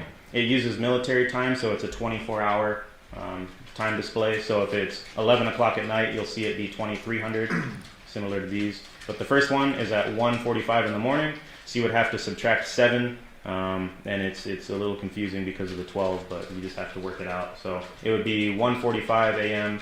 minus 7 hours. Okay, so let's skip over column C and go to column D first. Okay. What is that? This is going to be the call type, so it's telling you, and there's a reference key we can get into because I don't have all of these memorized, but some of them. A couple examples like this is SMS, so that's just typical cellular messaging. So if you send or receive a text message, that is what this is. Let's see if there's. How do we know when we're looking at a call? So when we're looking at a call, you'll see it's going to be either MTC or MOC in these records, and you all will have the actual key as well if you're curious what these are. I reference it a lot because it's too much to memorize. There's so many different acronyms. However, when we're looking at a call, line 1 is another good example. You have the calling number and you have the dialed number. The number for the subject number of the transactions that we're looking at is always going to be on one side of those.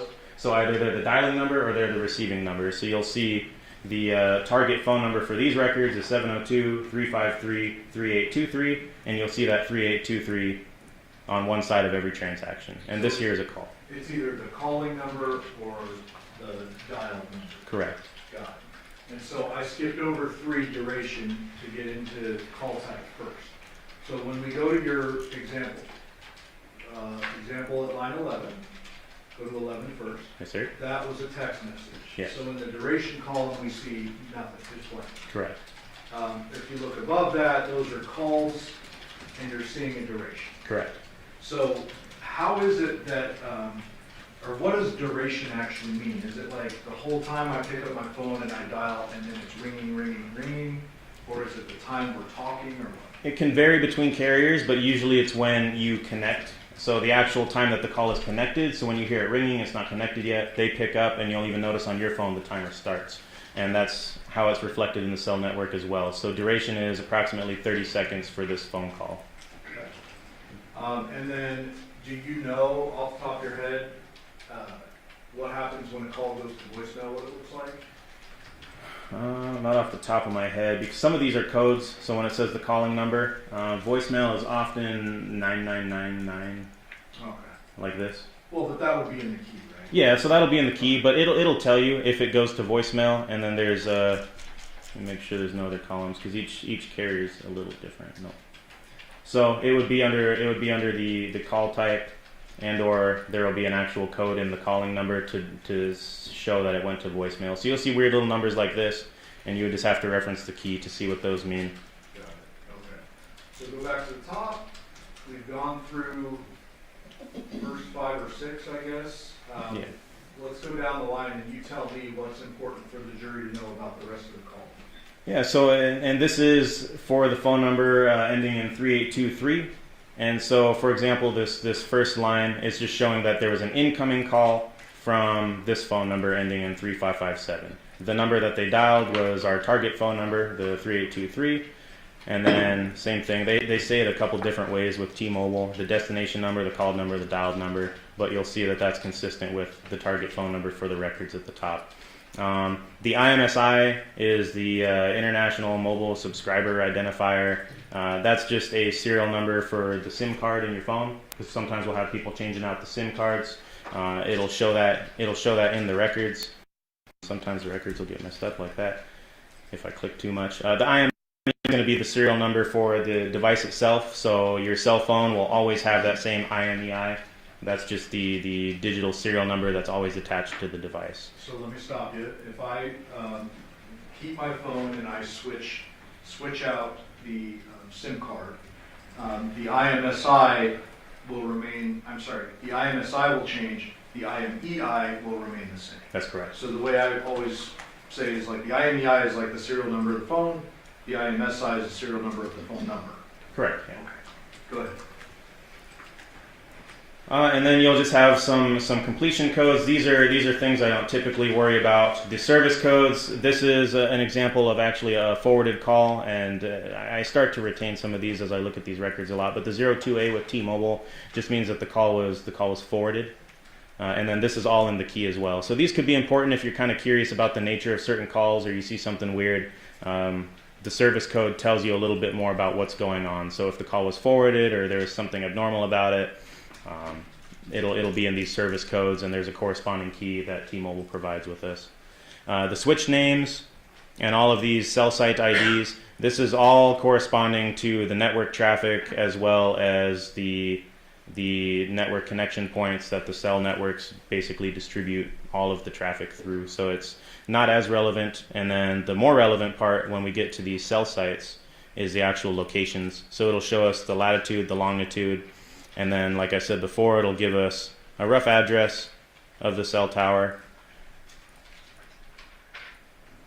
and it'll tell us the city, the state that the tower's in, the zip code. That's all part of the address here. And a lot of the lines are blank. Is there anything else generally we need to describe in this type of record for the jury, or can we move on to the timing? Nope, we can move on. All right, go ahead. And I don't believe there's timing advance in this set, Sorry, actually. data sessions. Data sessions. So what are we looking at that's different from what we just looked at? So it's different, but still similar. The MSISDN, like I said before, that you can just think of that as the acronym for the phone number. That's a fancy way of saying phone number. So it's always going to be the target record's phone number. So this is the target record phone number that we sought this information for, and the phone number associated is always going to be the same. And then what happens is this is the phone connecting to the internet through the cell network. So you can browse the web without having to connect to Wi-Fi, for example. That's because the cell network enables you to connect to the internet. It's going to assign you an IP address. Without getting into that, that's just giving you a temporary address to access the internet through, just like routers work. Cell networks work the same way. You're going to see the same familiar numbers we just saw last time with the IMEI. You're going to see the SIM card serial number, the IMSI. It gives us the start time, and it gives us an end time for the data connection. Now, do these data connections need to be going live, or could this be something working in the background? If I leave Instagram open on my phone, this is still recording stuff. Yeah, you can still be running in the background, or if you're driving around streaming music or something like that, that data session is always going to be open, and it's going to be handed off to other towers as you move around. And then the T-Mobile keeps track of those records so they can charge me for all that data. Correct. Okay. Anything else on this that you need to explain before we move on? Nothing too fancy. It still shows you the cell tower sites and the locations and everything, though, which is how we can map, again, the latitude, longitude. It's how we know the location of the tower they're connecting to the internet through. And then it also gives us even the amount of data that they downloaded, the amount of data that they uploaded, and it gives us a duration in seconds. So we're able to, essentially all of this, we're able to take and put into a map and be able to see how long they were connected to a record or to a tower and what tower they were connected to. So it's just important to know everything that we map and we see on the maps comes from these data sheets. Got it. You can close out of that. Can we now move on to mapping, or is there anything else you need to explain before that? Nope, I think we are good to move on to mapping. All right. So you're going to back out to the Andrea Reyes CDRs and then mapped data. What is inside this folder? Inside this folder is what I produce. So when I get all of these files, I plug them into my software, and then this is what the software spits out. So it will map all of the data for me. There's a few things that I can do. I can change the colors and stuff like that to make it easier to represent. And then after I'm done reviewing it in the actual mapping software, I can export that to a Google Earth file so that we can open it on any computer, whether they have the software or not. So it exports it to a file that's more friendly and more accessible to everybody, which is going to be Google Earth. Okay. And can we now move into some of this mapping? Sure. Let's do that. So this is a good example to do standalone. So we'll download Google Earth. This is typically what we use. Everybody has access to it, and it's provided by Google. So all of the software is able to create a file that Google Earth can read. So I'm just traveling down to Las Vegas. Oh, and actually, this particular record, I'm going to zoom out a little bit. So, all right, so before you move on, while you're moving on, I guess tell us what you're doing. So right now, I have Google Earth open. This is going to be the program that we view the mapped records in. So now I'm navigating to the file, the Google Earth file that I'm able to open that I created with that record in the CDR mapping, map data. So I'm going to open the Google Earth mapped export that I created. So it's going to zoom in to the area of the mapping. And there's a couple things to explain here. Yeah, go ahead. So what we have up here in the top left is our little, and this is where it'll be more and more interesting for you guys. In the top left here, we see the time period that's displayed. So we have the records starting on 7/31 and they end on 8/21 of 2023. So right now it's showing all transactions during that time period. Is it converted from UTC already? Yes, I convert it in my mapping software. Okay. So I already converted it. This is PDT, so this will be -7. It'll be an hour offset from our current time because of daylight savings time that just occurred. However, it's showing me what I showed you before, these towers, and then every tower is going to have associated data with it. So it copies all the data from the spreadsheet, and it'll show me how it used that data to map it.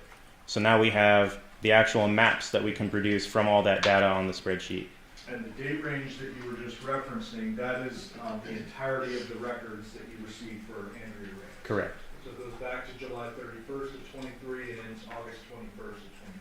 Correct. Is that common to get that amount of time in records? Yeah, oftentimes what we'll do is if we know when an event happened, we will look for a pattern of life as well. So we'll request a few weeks maybe before the event, just so we can see what their movements are, where they're typically located before the actual event in question that we're interested in. And all of this has to be approved by a judge. Correct. And so, there's a lot of private information contained on your phone records.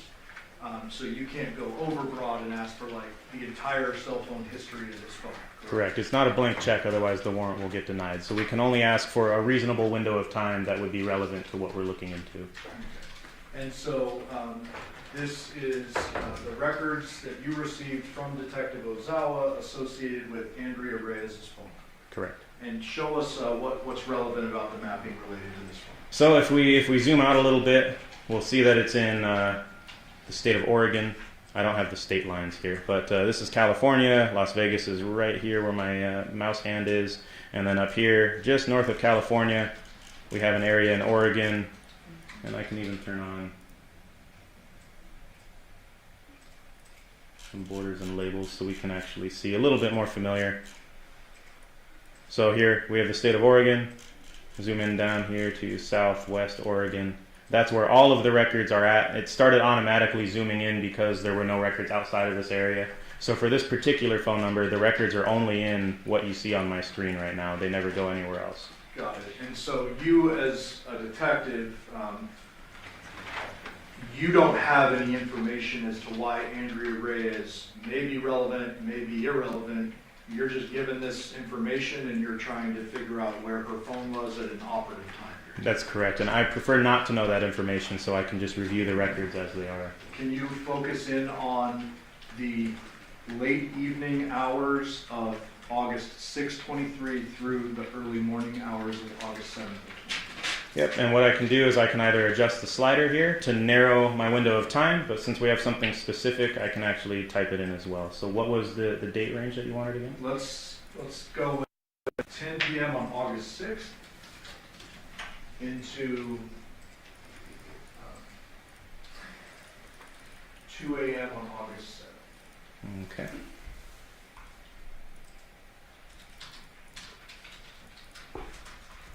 So we don't have to redo this, actually. Can you just do noon on August 6th or noon on August 7th? Sure.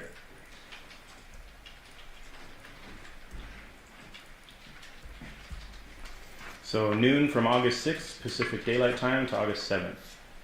Noon again, Pacific Daylight Time. And then you can see here, it'll show what time zone I'm using. And again, this is Southwest Oregon. And these two towers, we can infer based off everything I just told you about how the cell towers and network coverage works. This is a good example actually of a rural area where there's not a lot of towers and there's multiple cities and geographic areas that one tower can actually service. And you'll see there's two main towers that the people in this valley utilize, and the records were bouncing back and forth depending on which one had the best signal. Okay, so it looks like Ms. Reyes' phone was in Oregon during the operative time period we just provided. Correct. We can back out of, well, unless you want to illustrate that with the moving map.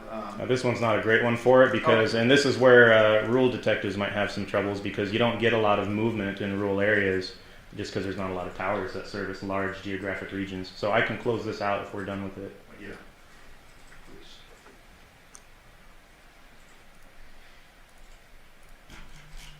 And let's travel back to Las Vegas.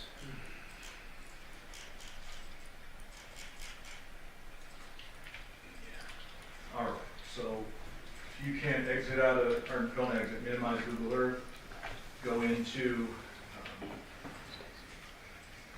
the second folder there. Okay. What are we looking at here? This is the provided files and mapped data for the phone number of 702-561-9242. And that was provided as Johnathan Willette CDRs. Correct.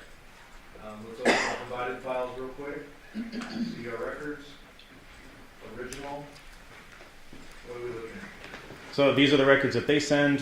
These records are going to be a little different because they obtained them in a different way from my understanding. They used live tracking, and when you request live tracking of a phone, they'll also send you the historical records that we've been talking about, but they don't label them as nicely for us. So. Okay, so hold on a second. So we talked a little bit earlier about attempting to locate suspects, and you've used this technology before. Correct.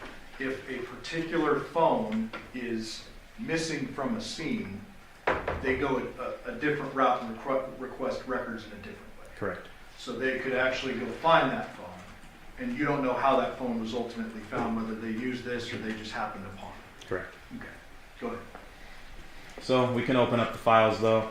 This is the table of contents I was talking about that the previous records and other T-Mobile records come with. It's actually pretty easy to look through, and I believe you all will have access to this. But it tells you literally what every single one of those columns and rows means. It gives you some reference examples, and then it gives you some stuff that is not as important. However, it explains the date, it tells you the format the date's in, the call type, and then this is where we can see what each one of those things mean. So MOC, mobile originating call, MTC, mobile terminating call. It'll tell you what the transaction was, if you really wanted to dive into it and see what each row was talking about. Let me close that out. The next one, and they didn't label them very well for us. This is the certificate of authenticity. Same thing that was provided with the previous records, and that's provided with all records for us to utilize. They're just saying that these are legitimate from our end, and they're true and correct as far as they have them stored. And then this is just a request form for us. So when we want to terminate the live tracking, we fill out this form and send it back to them. And then we can get into the subscriber information. This is an example of a more complete set of subscriber information. And read for the record the subscriber name here. Subscriber name is showing Johnathan / Tracy Willette / Baker. Okay, and then there's a address associated with that. Correct. That subscriber address is what was given when the phone was initiated, correct? That's correct. You can't glean from that address where the person lived at the time of any given incident. No. Okay. When was the activation date on this one? 11/13 of year 2020. And then IMSI, same as we've described before. Yep, same as we described before. The serial number for the SIM that they're using. MSISDN, which is again a fancy way of saying phone number. And that's going to be the target phone number for these records, which you'll see in the top left of every associated record as well. Did you read that into the record? The phone number for the record we're looking at? It is area code 702-561-9242. Okay. Close out of that, move on to the next. And you're hitting don't save, I noticed, every time. You're leaving this exhibit in the condition the exhibit is going back to the jury. Correct. Yeah, I'm not changing anything. So when I click around, sometimes you'll see like that column collapsed into a different number format. I don't want it to save like that. I want it to stay the way that we received the record. So I'm just saying don't save. Got it. What's the next one would be, and this is why I have another folder that says functional format. Oh, okay. What does that mean? That just means that they sent me a weird format. It's Microsoft Excel 97 to 2003. So that was the way they saved it on their end. So what I was able to do, it just asked me if I wanted to convert it to a format that my computer can read, which I did, which is why I made this functional format folder. So now we click that and it'll actually open up. Okay. And so again, we're working with T-Mobile records for Johnathan. Yes.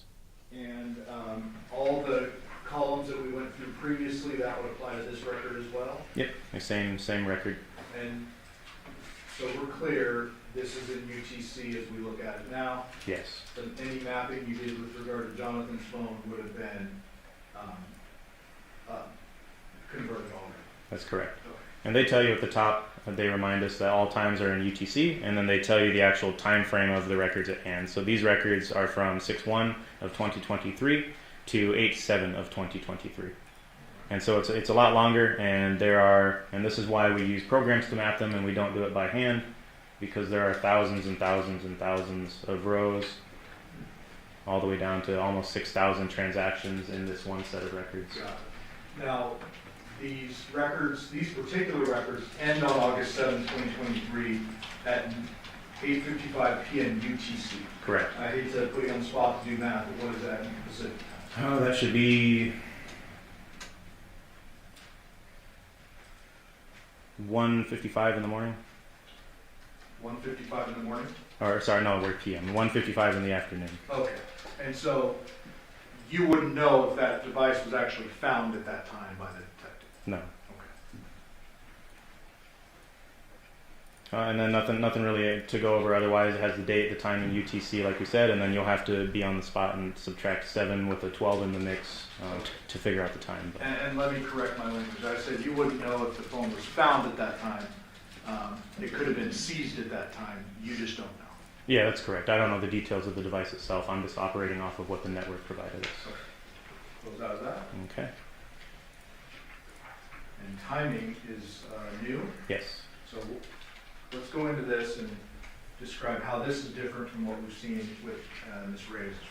So these are, we map them as the timing arcs. So when I showed you all those crisscrossing arcs, this is where that comes from. It's a separate document.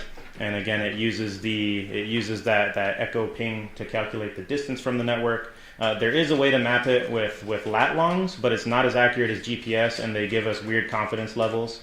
So instead, I map it as the arcs because we actually know how that works, and there's more confidence involved with it. And it tells us some of the same stuff we've seen before, like the IMSI, the IMEI. It tells us the phone model, and then it will tell us the actual time as we scroll over. It'll tell us the time of the transactions, and the way that I map it, and the best practices and industry standard way of mapping this kind of information is utilizing those arcs, and it measures the distance here in these columns. But it's using the same cell towers, same location information, same date and time, same device information. The only difference with timing is it's using those antennas, and it's calculating the distance from the antenna whenever they're sending that little ping signal to the phone, and the phone's sending it back. Close out of that unless there's anything more to talk about. Nope. And we go into mapped data.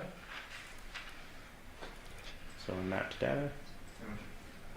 Go ahead, I'll let you kind of take the floor with this. Sure, and so what I like to do, I use CastViz and Trax. There's a lot of different mapping programs out there. They all do essentially the same thing. They take all of those spreadsheets we just looked at, and then they will convert all of that into visual data that we can see on a map. It'll take the lat long, it'll take the facing. We know which direction the antennas face because in those records it provides what we call an azimuth, and that's the direction in 360 degrees with north being 0. It tells us how many degrees that tower is facing. So we know all of that information so that we can put it on a map. And you can actually map these records by hand. But again, we use the software because I don't have time to map 6,000 records per transaction. I use CastViz and Trax primarily, and I like to map it with both because then I validate the software off of each other. As long as I'm getting the same result with both software, I know that they're doing their job. And then I like to get into the records as well and verify a couple points of interest just to make sure, again, that the software is doing its job, which it reliably does, and it's trusted in the industry. So you actually go in and just kind of point check the work that the software does? Yes. And you actually do the mapping with the lat long? Yes. Okay. Yep, and I even like to go in sometimes with Google Earth, for example. You can go in and you can see the street view. I like to go in and you can visually confirm. You can use Street View to see that there's a cell tower there. So sometimes I just like to make sure that the software is doing its job correctly and all of the data is correct. Good. Which one are we going to work off of here? CastViz, I include Trax, and Trax is the one that makes that big kind of potato shape. I use that kind of illustratively. However, I rely predominantly on CastViz just because it gives us the raw data that's in the spreadsheets. It gives us the antenna, it gives us the sector width. So it's not inferring or adding anything. It's a little more sterile, and a little more basic. So I like to work off of CastViz. So for the remaining exhibits, I'm going to be showing CastViz stuff. For these, though, I mapped them all together if you would like to. So for these remaining files, we can go through before opening the actual mapping because because you have them all included? I was able to make it so I can open them all at once and then we can select. Okay, before we do that, go in and open up the, slow down here. Sorry. Before we do that, back out, go to the CDR mapping. Folder number 3 is what? It's marked as phone number 702-677-4430, Devyn Michaels, CDRs. Open that. Provided files, CDR records, and certificate of authenticity. So now we're finally seeing an AT&T logo, is that right? Correct. So what we talked about earlier was T-Mobile records. They're kept a little bit differently than AT&T records, correct? Yes. Pull out or close out of this. This is just a normal certificate of authenticity saying these are the records for this number? Correct, same concept. And then what are these extra folders? So we have 2 different folders. They send it as a zip file, so I preserve that and then we extract it. So if we click the zip file, you'll see a bunch of records in it. So then I will unzip the file so it's computer friendly, and it's a copy of the file. So I left the zip copy there because that's how they send them. It just compresses it so it can go through email. Got it. So let's open up the uncompressed or decompressed version. Yep. So the uncompressed. There's 2 different sets, by the way. They requested the timing, I believe, after the fact, or we got 2 different sets of records through 2 different requests. So yeah, this is the timing. So this is the main one where we have the actual call records, if you want to get into that. Yes, please. So let me open up the key first. Similar to the T-Mobile key, they give you a reference key just because it's too much to be able to memorize or know what all of these things are when they send it to regular detectives. So everything is defined, everything that you would need to reference. So when it's talking about cell locations, it gives you details on how it works, deeper than what we need to go into today. But it's given you the actual site IDs for the cell towers, it's given you the lat longs, and then it's given you the actual beam widths, which is how wide we make that wedge. It's almost always 120 degrees. And then it gives you some definitions. So there's just a lot of good information in here that I refer to frequently whenever I see something weird in the records that I don't understand or that I want to know more about. And it explains how it all works. And then they give the files to us in 2 different ways. So they give it to us as a PDF, which is more human friendly. And the report AU for AT&T is the call detail records with all the phone and text transactions. And then they also put their data in one sheet. Well, we'll get to that in a moment. Sure. This looks different from the T-Mobile records, so let's kind of go through the columns real quickly. Yes. Go ahead. So different but still similar. So at the top left, you'll still always see the target phone number. And for this record, it's 702-677-4430. At the top, they're letting you know that these are in UTC time, so you got to do some math if you want to convert it to your local time, which my software does. And then you're going to have the same columns. They're nice enough to give us a row number for their columns. And then they also give us the date, the time. They give us the originating number, the terminating number of the call, so both sides of the call transaction again. We see the familiar IMEI, which is the serial number for the device. We see the familiar IMSI, which is the caller serial number for their SIM card. And then it gives us the locations of the towers that's being used. You can close out of that. And did we skip over the subscriber on this one? That one might have been in the other folder here. This would be the subscriber information. Okay, just for the record, who's the name on that? The name on this is Devyn Michaels. And the address? The address on record is 5510 Porcupine Rim Street, Las Vegas, Nevada, 89130. And does this one show activation date like the other ones did? Service start date? Yeah, it shows that. Where do you see it? Right. Here we are, active time. So the MSISDN, and remember that's the acronym for phone number, active on 11/23/2021 to now, or when we pulled the records. Got Okay, you can close out of that. Thought we'd skip that. What else are we doing? They give us a couple different things, and for some reason they'll send it as a separate file. But the IMEI is saying for this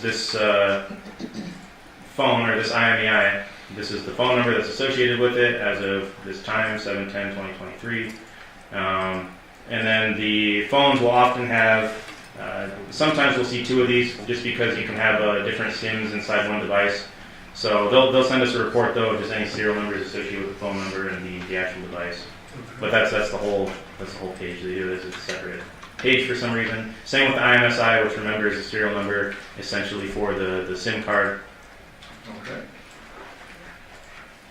And then location. So AT&T has this proprietary way of locating devices that they don't even fully explain to us because it's part of their secret sauce. But it's called Location Database of Record. It's unreliable, I've found, and a lot of experts in the field have found, so I haven't mapped anything with this. However, it is possible. It gives you GPS-like points, but if you look at the column over here, it says location accuracy unknown. And I don't like dealing with unknowns. I like stuff I can explain and information and data that I can actually source and rely on. So when they're saying location accuracy is unknown for these latitude and longitudes they're providing, that's worthless to me, so I don't map them. Got it. And then timing advance is what we're already familiar with. That's that sonar ping that it sends to the device and back, and then they have a whole separate file for that as well. Similar again, has the phone number, the IMSI, the date, and then it gives us the latitude and longitude of the cell towers, and then it even has the sector orientation. This is the azimuth. That's where on the 360-degree compass that it's facing. So we know which way that antenna is facing. We know exactly the lat long of the tower. That's how we're able to map it. Okay, you can close out of that. Before you go into your overlaid mapping, back out one. And this was the other folder as well. But Okay. They just break up their records, and this is not relevant to our mapping. Okay, so we can back out now, go to the main folder, CDR mapping. And then go down to the next one. For the record, what's that title? The next one, phone number 707-628-1336, Deviere Willette, CDRs. Provided files, CDR records and timing advance. Yeah, and again, they sent it as two separate, so I just broke that up. But So CDR let's go to records. CDR records, go to the certification is the certification, right? Yes. Is there a subscriber sheet for this one? Yes. So the subscriber sheet. And again, at the top left, it has the phone number 707-628-1336. This is again T-Mobile records. And this has a subscriber name of Joseph Sands and a address out in California, correct? Correct. And you don't know if Joseph Sands is a family member, Mr. Willette, or anything. That's just the info that was given to T-Mobile. Correct. Activation date? Activation date, it's showing 3/1/2010. And then the same information we had on the previous records. All right, and then this one says there's data sessions. Correct. And then CDRs, which we've already gone through. Correct. Back out one folder, and then go to timing advance. So this also has timing advance records. Correct. So this particular device, we have CDRs, timing advance, and data sessions. Correct. Is that just more information you can glean from the records? Yes. Okay. You can go ahead and back out. Okay. Before we go into our mapping, there's a folder entitled Google well, let me skip that for a moment. NDCAC Tower List, what does that mean? So that's NDCAC. That's an organization that's managed by the FBI. It's a subset of the FBI. It's the National Domestic Communications Assistance Center, something along those lines. But they're a resource that we have that we partner with the FBI on. I have access to a lot of their resources that they provide law enforcement. That's where I downloaded CastViz from. So they have tools on there such as CastViz for mapping software. They have a lot of other tools. One of the tools that they provide is tower lists. So sometimes the carriers will neglect to send us the tower lists on a search warrant. NDCAC keeps a database of all tower lists from a certain time period so that we can have something for that call detail record to grab onto. Because without the tower list, there's no way to map it. Got it. So you don't need to go out and drive around and see where the towers are. This is the tower list of Correct. the operative time period listed on the folder. Correct. Okay.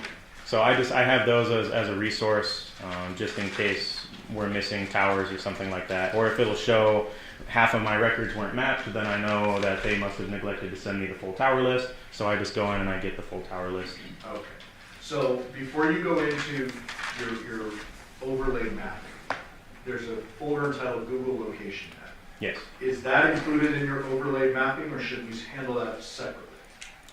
That I can include it. I already created a separate exhibit for it that we can open up. Okay, well, let's go into it first. And Okay. So Google location data. And then it says 3 folders, first step, second step, third step. Correct. Those records were also provided to you by Detective Ozawa. Correct. And this is a little different from CDRs from a cell phone company. Correct. This is from Google directly. Correct? Yes.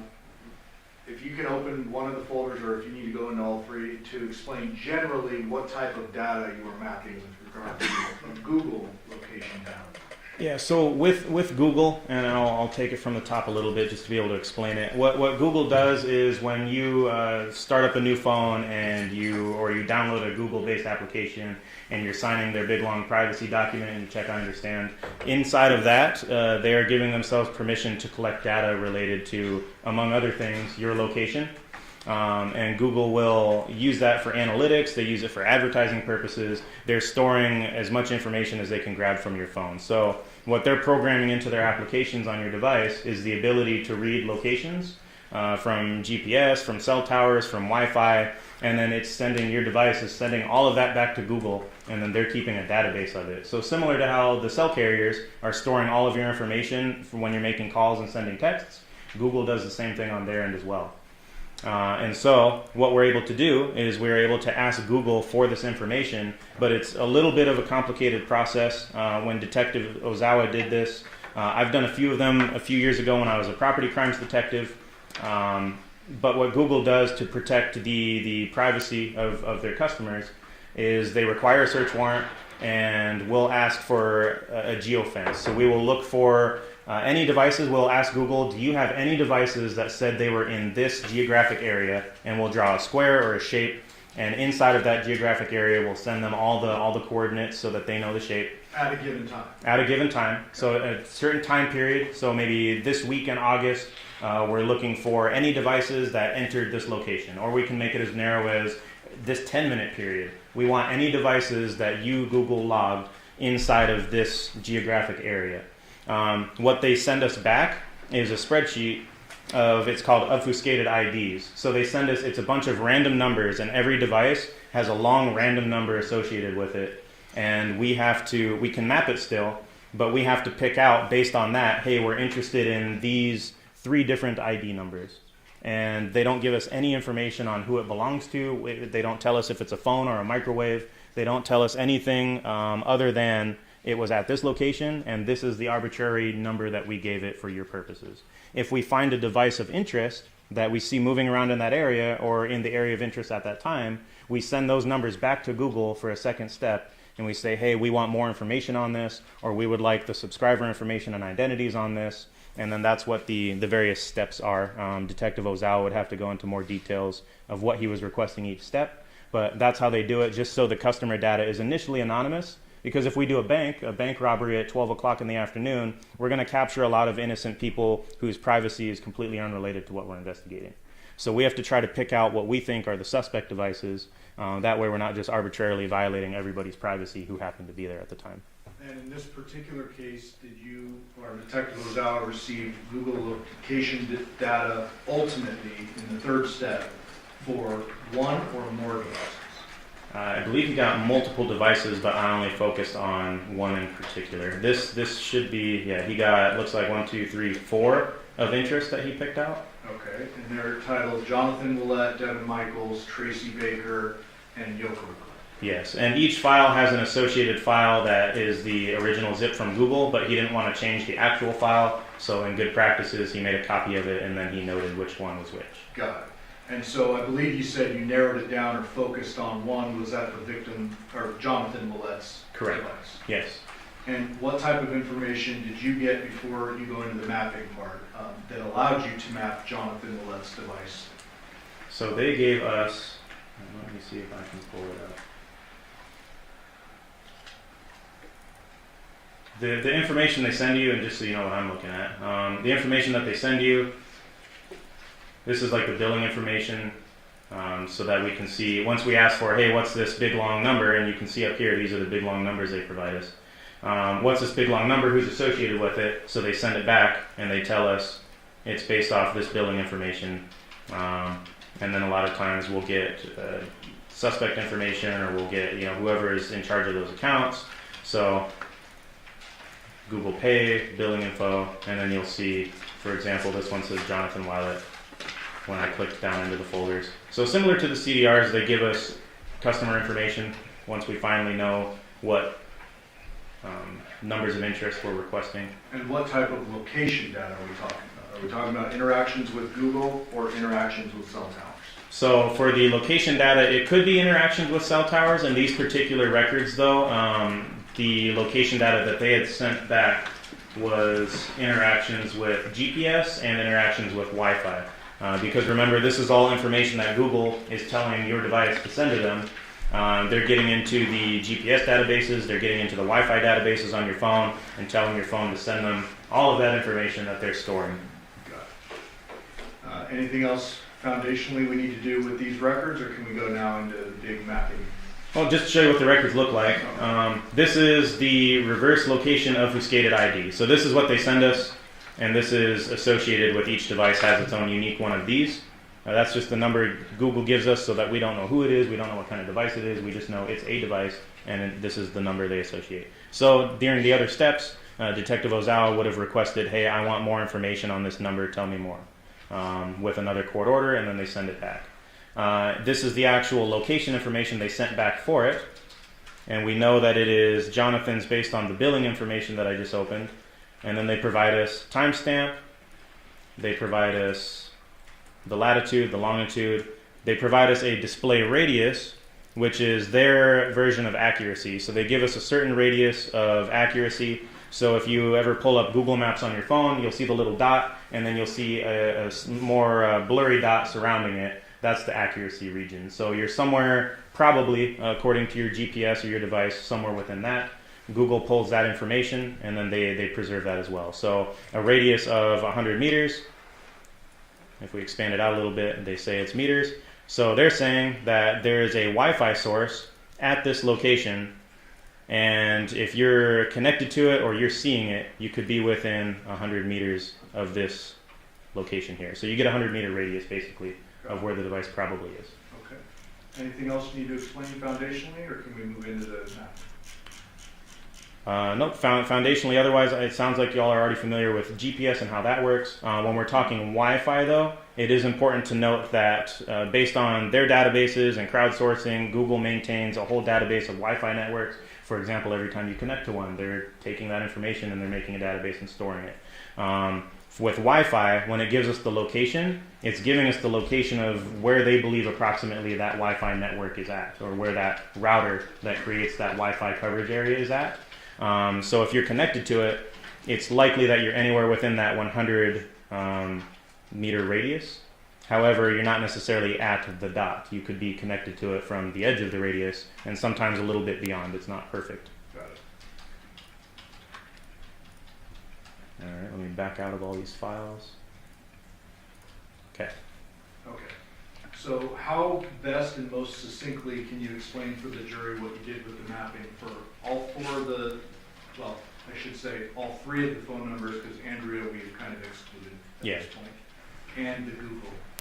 Andrea is still in this. So what I did, that first file that I opened up for Andrea up in Oregon, what I'm able to do is I can open all of those files up in Google Earth, and I can just combine them, and you'll see that in a moment what that looks like. But I just create a folder inside Google Earth, and then I can save that as another Google Earth file so that everything's included, and we can open it all up at once. So let me do that. So we have Google Earth open. I like to open it from Google Earth.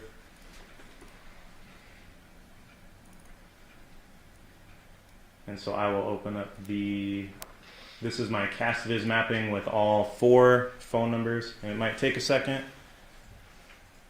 because it's a lot of data. As you saw, some of those sheets are 6,000 items long, and my computer is now processing thousands and thousands of items at once.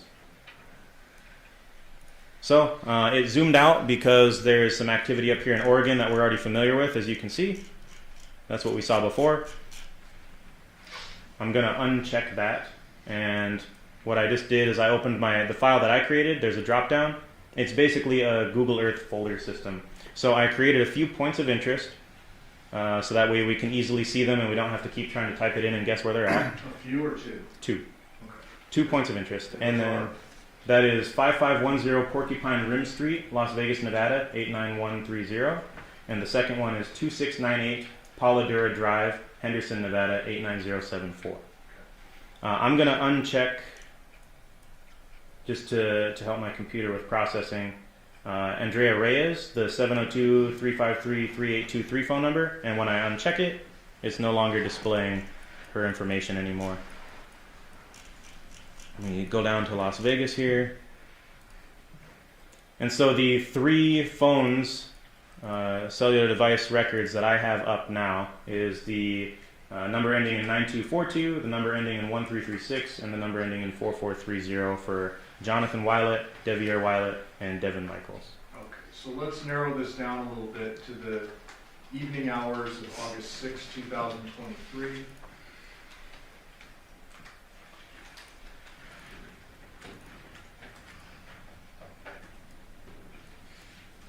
And I'm just dialing in the time now because we're displaying almost a whole week of data at once, so we're just narrowing that to the relevant time period. Let's do 7 p.m. Let's change that to P.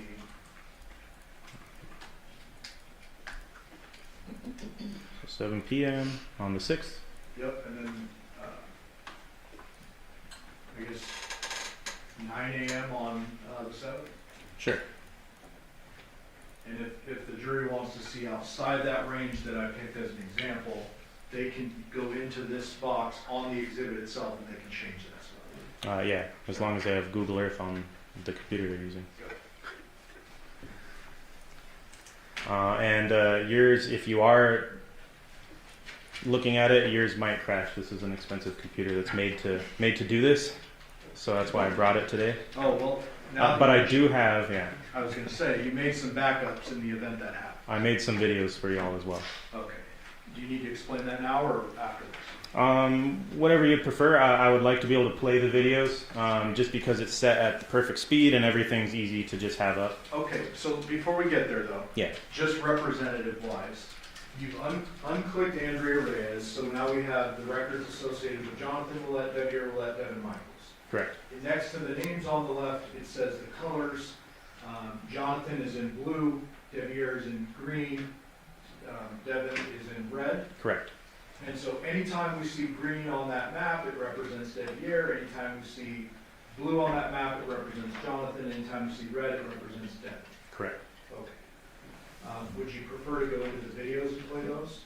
Yeah, it might be better to play the videos, and I can keep this up in the background too. We can go in and look at stuff live. The benefit of being able to do this is just so we can, for example, we can zoom in on records, and in Google Earth without having to have my mapping software because I exported it to Google Earth.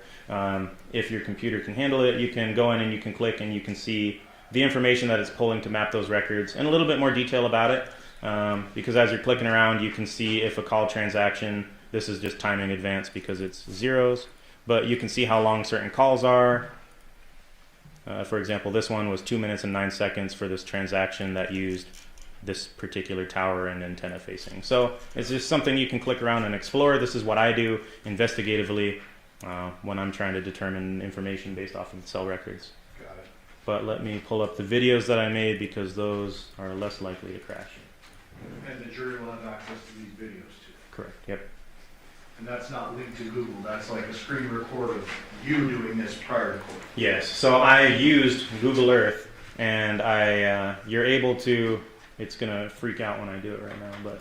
Well, don't do it. Okay. Well, we can, we'll leave that. So I can hit this play button though. I just haven't adjusted the speed, but you can change the speed. And if I hit play, it'll slowly start going through whatever time window I have, so the time slider will move through time. And it's kind of like the snake game. If you have a large enough time window, you'll see at the head of the snake transactions are popping up, and after a couple seconds, you'll see the tail of the snake falling off. And it's good to have that window of time instead of just a point, because you can kind of see the history and where the snake is coming from when you play it. Instead, you'll have points popping up if you don't trail it a little bit. And I'll show you what that looks like in the video here.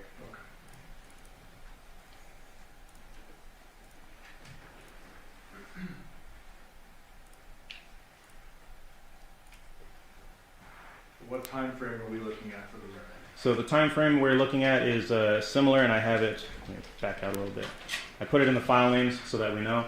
The time frame you're looking at is going to be 1900, which is 7 p.m. on August 6th, and then it goes until 2 p.m. the next day on August 7th. I have it set so that every second that passes in our lives right now is approximately a little less than a minute on the display. I can slow my playback time down a little bit if it's too fast and we want to pause it and go back. We can manipulate this however we want. But let me just hit play. So we're starting at 7 p.m. on the night of August 6th. The blue is Johnathan's records, and the red, okay, I hit play. The red will be Devyn's, and then the green will be Deviere. And you can see up here at 55 Porcupine, you'll see some red and some green popping up, indicating that they're in that geographic area. You'll see down at 2698 Polydura, you'll see the blue. And from Porcupine, this is that snake I was telling you about. You can see the device traveling based off the nearest cell towers. From Porcupine down to Polydura Drive, just got there around 8 p.m. the night of the 6th. Pause it. Well, there's been flashes of green up at the Porcupine Rim. Is Okay. that correct? Yes. Let's just put that into the record when you do see it. Go ahead. Okay. And so what we just saw was the red records, Devyn's records, appearing to travel down. And you'll often see that you can infer what street people are even on based on how the records travel. So I'll back it up a little bit so you can see that traveling again. But this is what it looks like with the timing and the cell tower data when somebody's moving through a city and they're getting handed off to the next best cell towers as they travel. Before you move on, Sure. just real quick, we see these devices lighting up. Sometimes they're right next to each other. Does that necessarily mean they're communicating with each other, or they're just communicating? No, this is just general. So the way that I mapped it is I mapped all the timing, all the data, all the calls, everything for each person as one color. So everything in red, if you see red, it could be either data source, it could be call records, it could be text messages, it could be anything that involves the cellular network. That's all it's showing is just activity for that device and which cell tower they were using. Okay. And let me play again. So again, it's 7:50 p.m. on the night of the 6th, traveling down to 2698 Polydura Drive, or the geographic area thereof at least. And then at the top, you see some green flashes of Porcupine Rim Street. And at 2698 Polydura Drive, you're seeing a lot of red and blue activity. And the green is still showing up at Porcupine Rim. The green's still showing up at Porcupine Rim. And now at about 8:45, we see them. It looks like they're traveling together, or appearing to. You see red and blue popping up, and then ending up at Porcupine Rim Street. And let me pause it, because it's important to note that you don't get an exact minute-by-minute play. It's whenever the device has activity. So a lot of times you'll see gaps, just because the device isn't doing anything at those times. You'll see gaps in the time. Yeah, and you'll see gaps in activity. You get a perfect line when somebody moves. Like, they'll disappear for a second, and you'll see them pop up a few blocks away, just because the device wasn't doing anything at that moment. Go ahead. So now all three devices are showing up at Porcupine Rim Street. We have some green, we have some blue, we have some red, all overlapping in the geographic area of Porcupine Rim. And we have blue and red heading back, and for the record, what time is that? So blue and red heading back, and they're arriving back in the area at 2698 Polladura Drive at approximately 10 p.m. So Jonathan's cell phone is activating on the way back to the Polladura residence at 9:50 something? Yeah, and we can back it up a little bit. So they're traveling there at about 9:45. They're about halfway between Porcupine Rim Street and Polladura Drive in the middle of the city, and you can see both devices are showing up. I do have a trailing of time, so if the red just had a transaction and the blue didn't, you'll still see the blue a little bit back. It doesn't mean they're not traveling together. It doesn't mean they are traveling together, but they have activity in the same area. They appear to be traveling around the same time. So we're traveling down from Porcupine Rim Street, it looks like, and it looks like based on the towers that they're hopping and handing off to, traveling towards the geographic area of 2698 Polladura Drive. We're only seeing the blue, Johnathan's, and the red, Devyn's records traveling right now. And the green records, Deviere is still showing up at Porcupine Rim. So at about 10 o'clock, it looks like the blue and the red are now utilizing cell towers in the geographic area of 2698 Polladura Drive. Green is popping up at Porcupine Rim at about 10:26. Yep, and now at 10:30, we're still seeing blue and red at Polladura, and we're seeing more green at Porcupine Rim as we come up on 10:45. Coming up on 11 o'clock now. 11 o'clock, we're still seeing, let me freeze it, it's 11:04 p.m. on the night of the 6th. We're seeing green cellular device network activity for Deviere up at 5510 Porcupine Rim. And down here on the bottom of the screen, you see we're not seeing as much blue activity anymore, but we're still seeing red for Devyn at 2698 Polladura Drive. Pause there for a second. So just because we're not seeing blue down at Polladura does not mean the device isn't still at Polladura. Correct. It means it's just not interacting or doing things. Correct. It's just not, for whatever reason, it's not engaging with the network. Obviously, the more you use your device and the more you're doing stuff on it, the more you're going to have activity reflected through the network, whether it's calls, data, stuff like that. If you're not touching your device, it goes dormant, and it's unless you have something in the background running like music playing, you're not going to have a network connection, and then we're not going to see anything in the actual records. Go ahead. So coming up on 11:15, we see some red at 2698 Polladura Drive, a blip of blue at approximately 11:20, and again at 11:28. And if I remember correctly, that's the last we see of the blue at around 11:30 at night on the 6th at Polladura Drive. On this, please. Yes, on this. Google a little bit different. Correct. And we had a blip of red at... Sorry, let me stop you. Go ahead. Green just popped up at Porcupine Rim. Correct. What time was that? And if we want to go to the live, we can get a little bit more into that as well. But No, it's okay. at about 11:35 p.m., we see green at Porcupine Rim. And I'll watch for it now more. At midnight, we see green at Porcupine Rim Street. We're still seeing red activity down at Polladura Drive, and that's at about 12:25. And we just saw some green at around 12:25 as well up at Porcupine Rim Street. This is half an hour past midnight. Seeing a little more activity by the red down at Polladura. More green at 12:55 at Porcupine Rim. More red at Polladura at about 1:05 in the morning. And at about 1:18 in the morning, we're seeing more green at Porcupine Rim for Deviere. And for Devyn, we just saw at 1:30 Polladura Drive again. And this is all in the morning. At about 1:45, we just saw more green at Porcupine Rim. Pause it. So when we're seeing green flashing into these late night, early morning hours, does that mean that the Deviere phone is actively communicating, or does that mean something else? Not necessarily. We'd have to check the records themselves. What I just saw coming up, just from mapping these records so much, were the timing arcs. So for whatever reason, the cellular network was pinging the phone. And then we can even get into the records to see exactly what they're doing on it, because we'll be able to see if they sent a text message at a certain time or a phone call. But usually when you're manipulating your device, we'll see a lot more of that signaling So this could be just signaling from the network to the device. Correct. He could be asleep for all we know. Yeah, sometimes the network's doing that on its own. If you can resume it. And again, we're at about 2 a.m. right now, 2 in the morning. The time showing is 2:03. We have red at Pauladura Drive, and we have green at Porcupine Rim.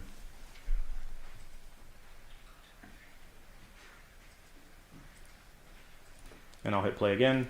2:05, 2:08, 2:10 in the morning, and now we see the red. It appears to be leaving the geographic area of Pauladura Drive. Okay, back up, sorry. Go to around 2 o'clock. It's 2:04. Okay, that'll work. So 2:04, the red phone appears to still be down at 690 Powell. Correct. Go ahead. We hit play.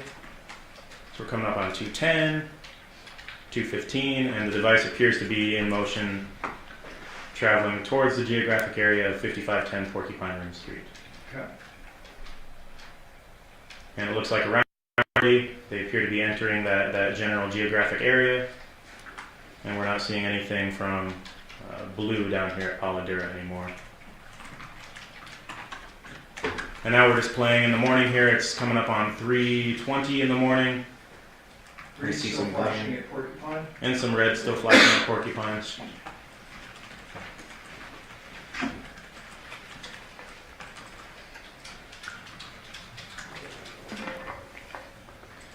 Can you note that when the green flashes at Porcupine? You don't need to stop it. Just Yeah, at approximately 4 a.m. we have green and red both appearing at Porcupine Rim Street, and it's continued into the early hours of 4. We're coming up on 4:30 now, and we still see more red flashing at Porcupine Rim.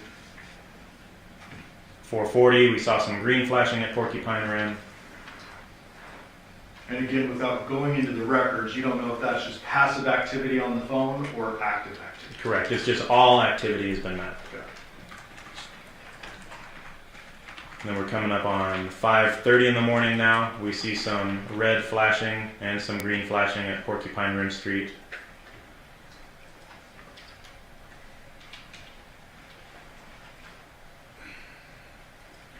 We're coming up on 6 a.m. Sun's up.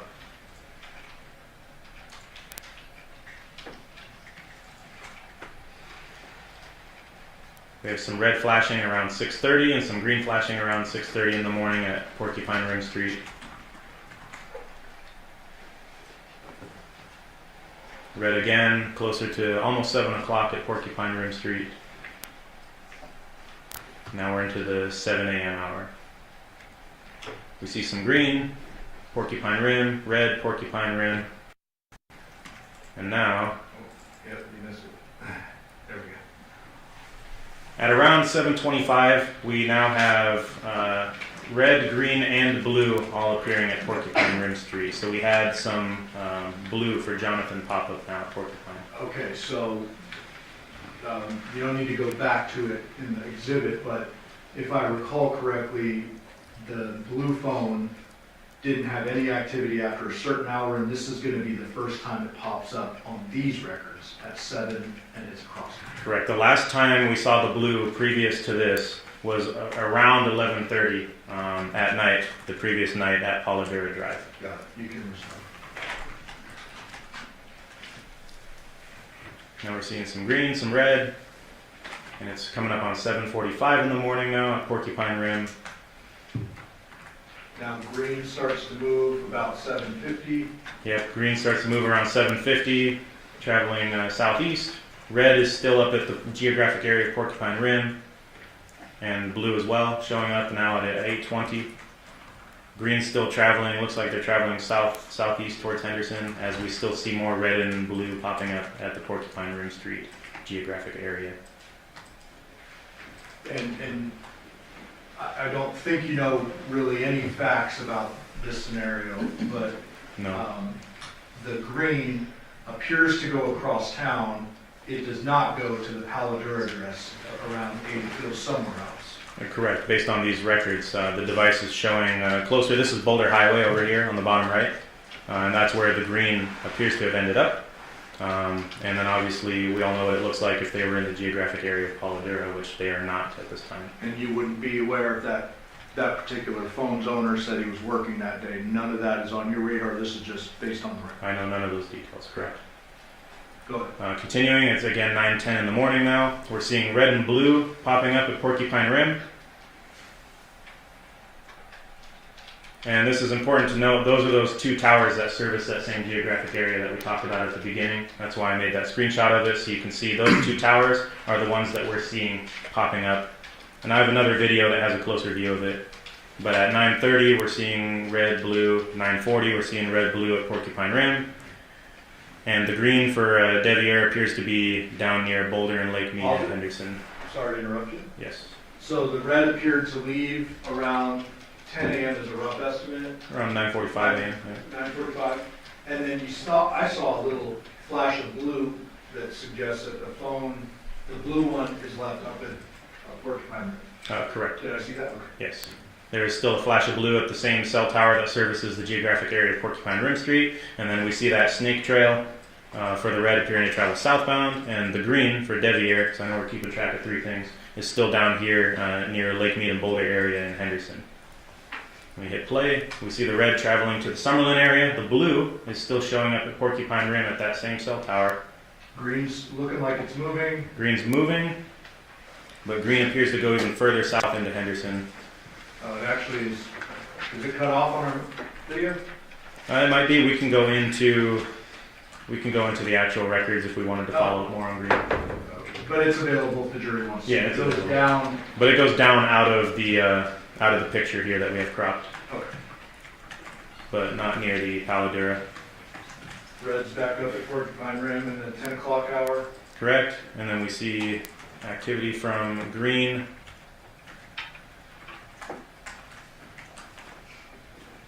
And now we're coming up on 11:20 a.m. Green looks like it's moving back toward north. Yeah, we're getting some timing measurements from green based on cell towers in the Henderson area. And then we see red traveling back down again around noon. You see green still in that Boulder Lake Mead area, and then you see the red landing at noon at the Paladura Drive address. Got it. And then you can see the green still over here. To note, you might have seen those gigantic arcs from the green. Remember, those were timing advance. It could be anywhere along that arc. So not necessarily if it's showing an arc coming close to an area of interest. We can't say for sure whether or not it's actually on that line. It could be all the way across the city at the other end of the arc. And these places where the green has all the crisscrossing, Yes. on the map, your map encompasses almost the entire Las Vegas Valley, correct? Yes. So it looks a couple meters away, but here we're talking about a distance. Oh, these are several miles. Between Paladura And where this location is, yeah, that's correct. All right, and we're coming up on 12:30 p.m. Red still showing up at Paladura Drive at approximately 12:50 p.m. Green is still showing activity somewhere near Boulder Highway. And then green appears to be moving north back towards the Porcupine Rim geographic area, and we saw a flash of blue as well around 1:20. And red is still down at Paladura Drive now, coming up on 1:45 p.m. And red is now traveling at approximately 1:45 p.m. northbound towards the geographic area of Porcupine Rim Street, where they're arriving at around 2:05 p.m. in the afternoon. Green is there as well now. Okay. I think you can close out of this one. Yep. Before we need to take our recess, I want to get into the mapping of the Google stuff. What's these next ones? These are all zoomed in a little bit. So I wanted to be able to show, this is from 9:45 to 2:30 in the morning at the zoomed in on Paladura. If we wanted to have a closer look, because I know when we looked at that overview, we may have wanted to look a little closer. Why don't we go to the Google and we can return to that if we need to, Sure. just in the interest of time. Change my view so I can read my details. So I mapped the Google location, and we can also pull it up in the live. However, this is the video. So what I have here, and would you like me to explain a little bit about what it is? Yes. So from those files with step 1, step 2, step 3, where the detective requested location data from Google, they sent them back. We looked at the sheet. It shows the latitude, longitude, and the approximate radius. In the specific record that's mapped here, it's only Wi-Fi locations. So there are no GPS locations.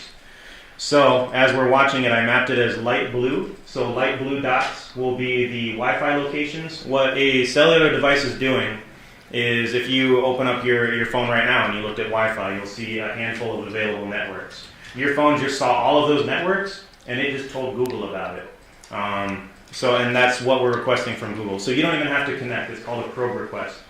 Your phone is just looking for networks to connect to. It's up to you if you decide to connect to them, if you have the password. However, just your phone seeing them gets logged by Google. And that's the location information that they're sending us. They know the location of these Wi-Fi points. And so when your phone sees them, that's another way that Google estimates your location for a lot of various reasons. But this is information we can request as law enforcement. You just pointed up as though Google is George Orwell's big brother. Yeah, watching us. Yeah. Yes. So before you start, the CDRs for Johnathan Willette showed dead activity, no pun intended, but like dead activity between 11 p.m. and what time? And around 7 or 8 a.m. the next day. Okay, and at 11 p.m. it's showing at Paladura, at 7 or 8 it's showing up at Porcupine. Correct. This gives you a little more information. Yep, so we had a lapse in cell network interactions.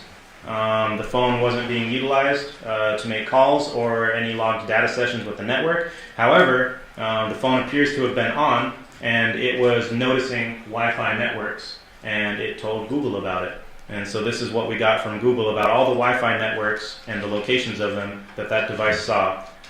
And the time right now is 2:04 a.m. on the 7th, so the morning of 2:04 a.m. at 2698 Paladura Drive, again on the morning of the 7th. Those light blue dots are the Wi-Fi location hits, and I overlaid it with the red CDR records for Devyn. So does it appear And I can that... slow it down. Good. Well, let Let me just adjust. I'm just going to adjust the speed a little bit because that was kind of fast. But again, the light blue down at the bottom right, and the red is the CDR network records. The light blue is the Google records, and I mapped them and played them both together. That's at 2:04, 2:07, 2:09.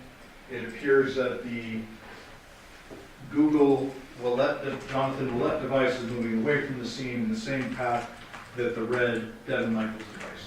Correct, around the same approximate times.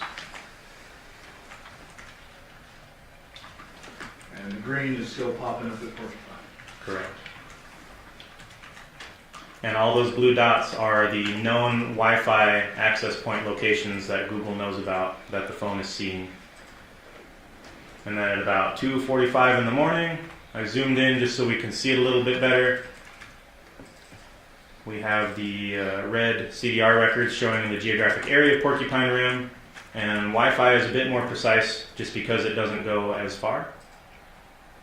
And the Johnathan Willette number appears to have landed at Porcupine Rim about 2:45. Yeah, and it's been there. And then you can see all the dots are showing at... Wait.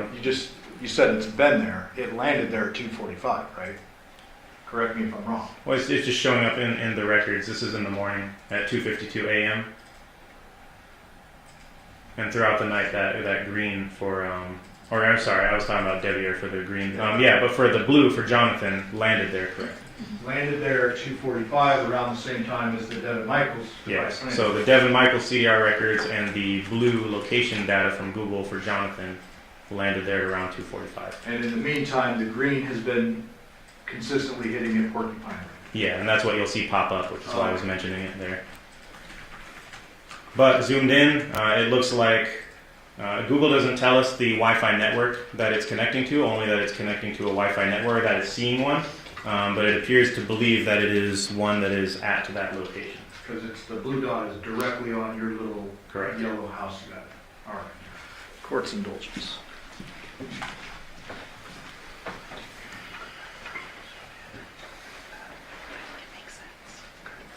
All right, thank you, Detective. I will pass the witness, Judge. Okay, we're going to take a brief recess before we do cross-examination of the detective. Ladies and gentlemen, during this recess, you must not discuss or communicate with anyone, including fellow jurors or anyone regarding this case or its merits, either by voice, phone, email, text, internet, or other means of communication or social media. You must not read, watch, or listen to any news or media accounts or commentary about the case. You must not do any research, such as consulting dictionaries, using the internet, or using record materials. You must not make any investigation, test the theory of the case, recreate an aspect of the case, or in any other way investigate or learn about the case on your own. You must not form or express anything in regard to this case unless files submitted to you. Okay, gentlemen, at 2:50, we'll be in recess till 3:05. All rise for the jury.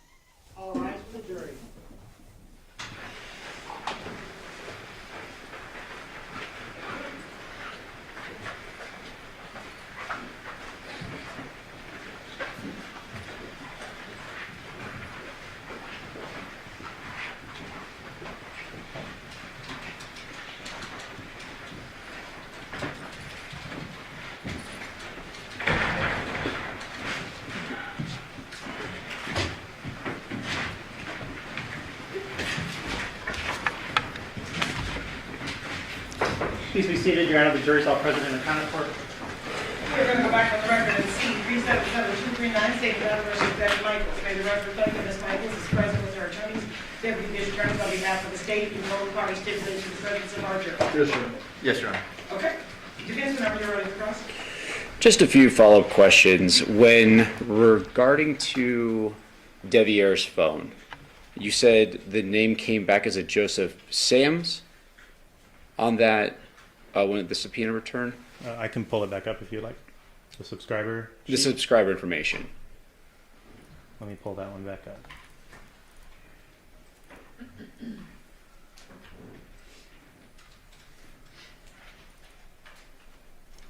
Correct. So for Deviere is the phone number that I was provided of 707-628-1336 for Deviere. The subscriber name is showing Joseph Sams. And like you stated on previous, on direct, you're basically just given a file and you say, track these phones. Correct. And it's tracking the phones, not a person's movement. Correct. Only the device itself. So if a device is left at home, we're not going to catch that person because the device is at home. Correct. You said a couple times, I think a few times on direct, and I kind of just touched on it, that you don't like to know too much about the case or as little as possible. Correct. And basically you're given instructions by a detective superior to say, these are these numbers, I need to track them, trace them, and then you do that through your software. Yes. Did you have any more involvement on this case in collecting evidence, though? Yes. You canvassed around the area of Porcupine Rim, correct? Correct. You visited, I want to say it's about 17 locations. Yes, that sounds about right. Surveillance cameras. Yeah, so I was tasked with trying to canvass for surveillance video for all the businesses on the nearby street corner.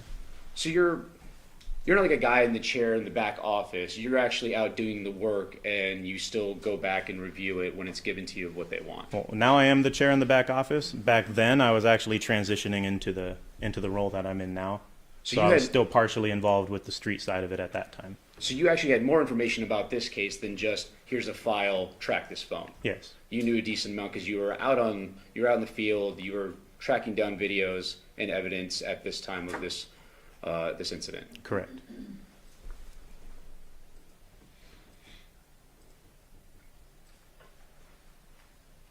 And you're given the phone numbers by the detective to track. You're not actually collecting all the devices. Let me clear that up. You're given a phone and they say track this through your software, correct? Oh, I was just provided the phone number and the records that they had already obtained. And those are provided to you by the detective? Yes. And if there's other phones that are collected during the investigation, you would know about that. You're just given the phones by the detective. Correct. So if there's phones that were left out or other devices, you don't know about them. You just were given what the detective wanted. Correct. Court's indulgence? No further questions, Your Honor. All right. See? No, thank you. Did the ladies and gentlemen of the jury have any questions for this witness? Okay, seeing no response, or excuse, thank you very much for your testimony here today. Thank you, Your Honor. Do we need to unhook all of his stuff? Yeah, I got to unpack a little bit. Okay, would you go ahead and do that? All right, thank you. Yep. Yeah, that one's my wire.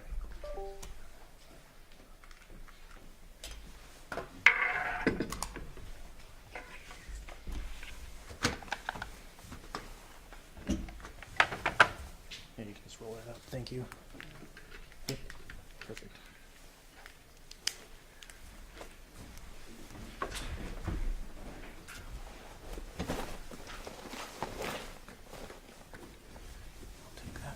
Thank you, sir.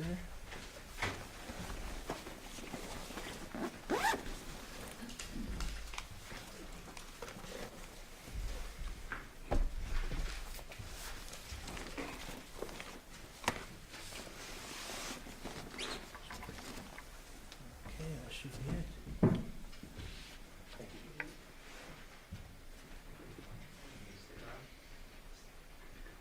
Steve, you may call your next witness. State's next witness is Detective Karl Lippisch. Thank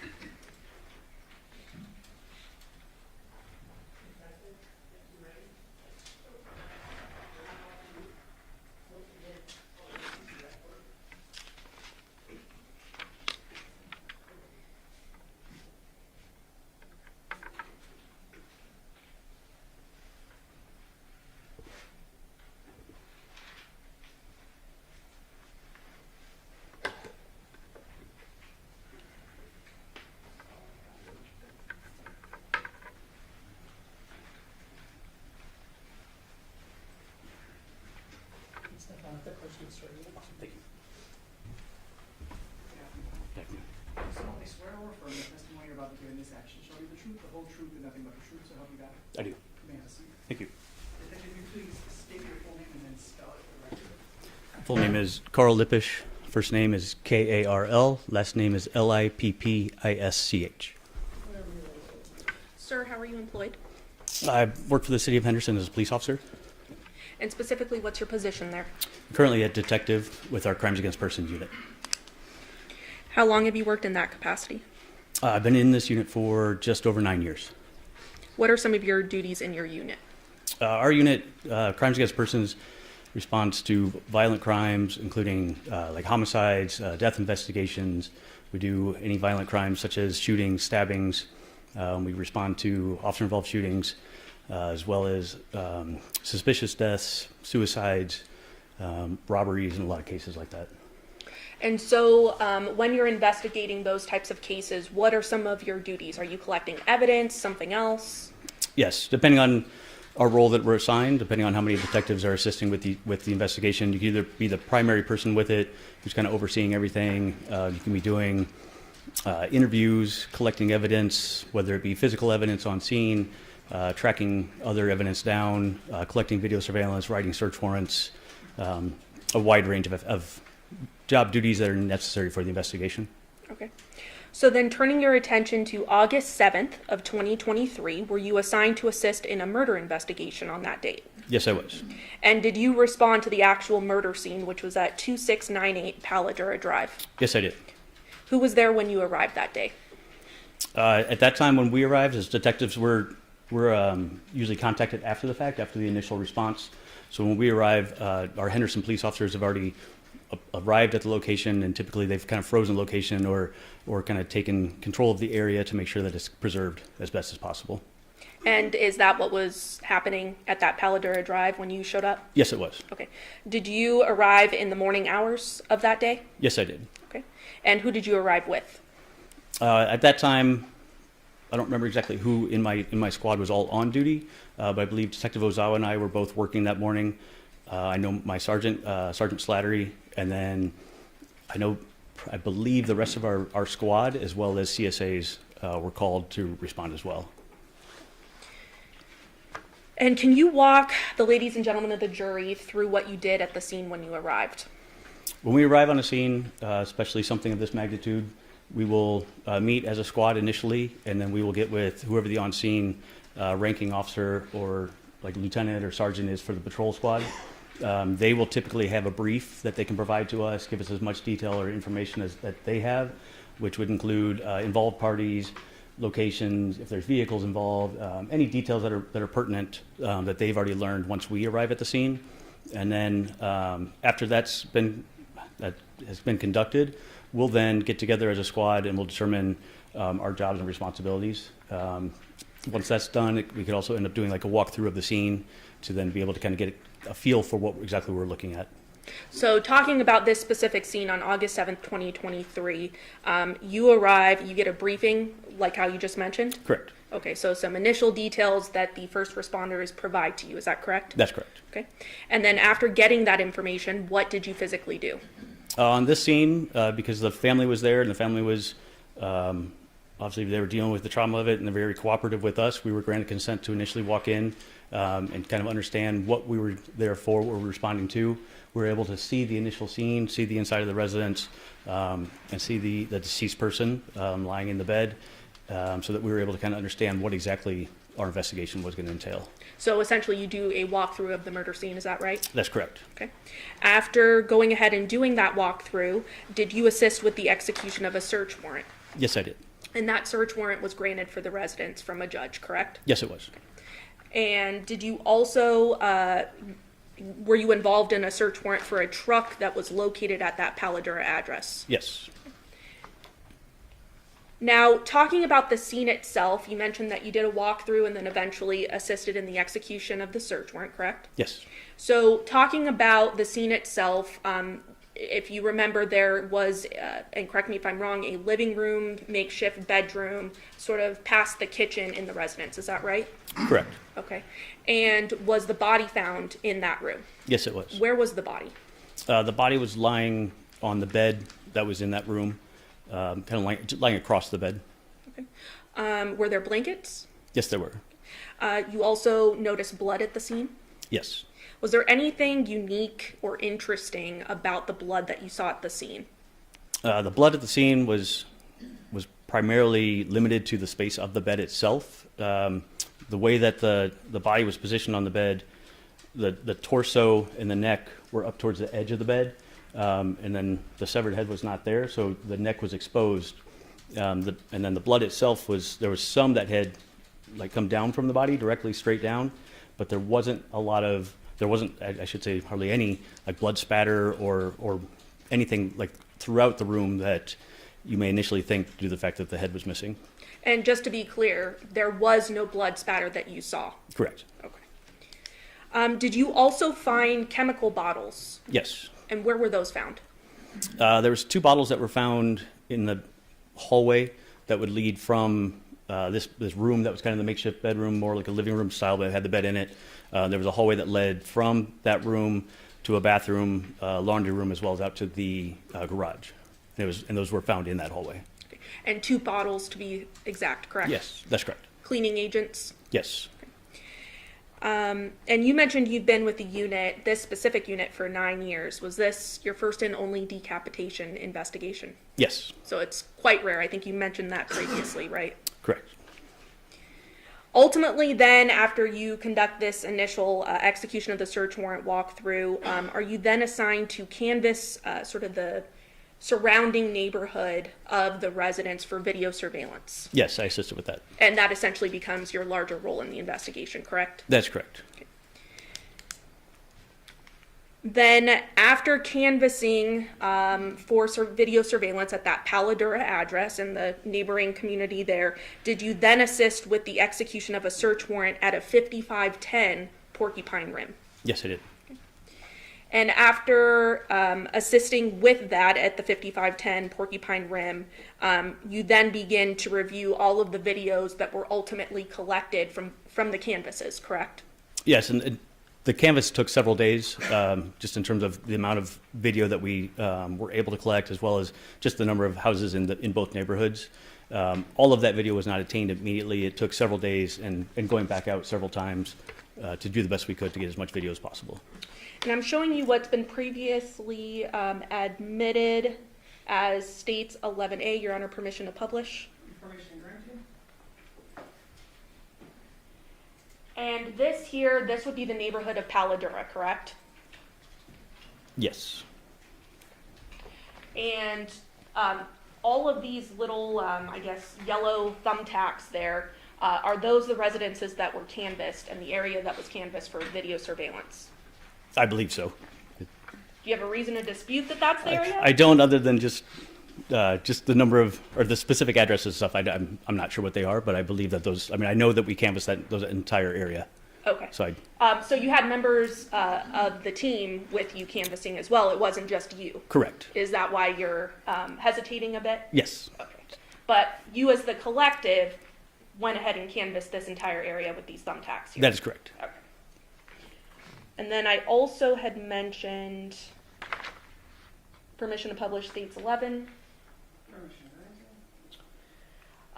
We have here another map showing the 5510 Porcupine Rim address. There was some canvassing, as we mentioned, in that location as well, correct? That's correct.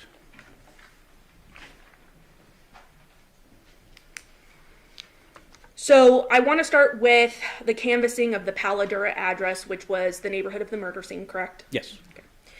The actual neighborhood itself was searched as well as nearby businesses, correct? That's correct.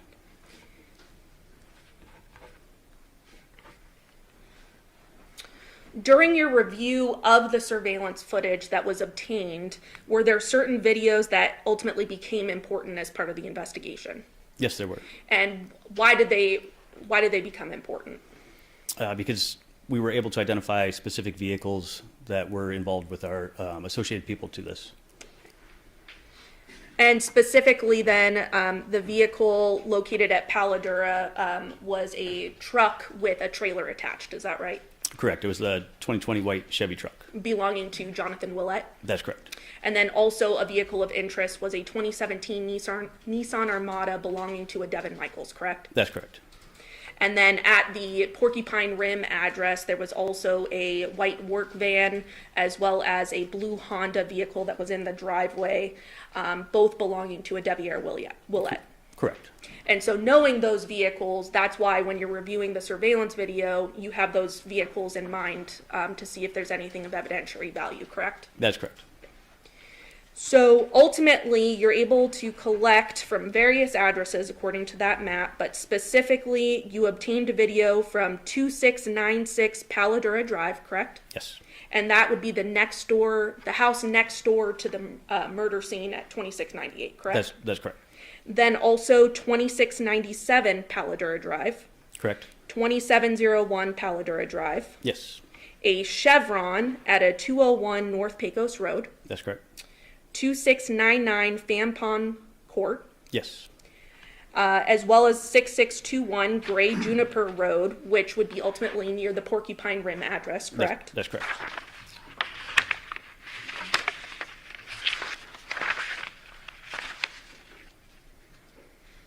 You also collected video from a 6505 Taylor Creek Avenue, which also would be near the Porcupine Rim address, correct? That was correct. Correct.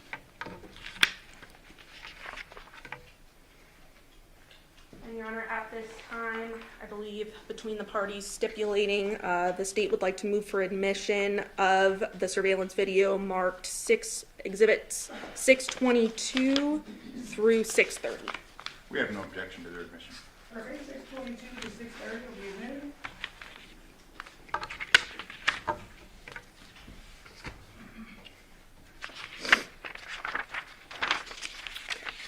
So I want to start with the house next door to the murder scene. That would be at 2696 Paladura Drive. Is that right? Yes. And there was a video that you had determined had some evidence or some information that was helpful to the case, correct? Yes.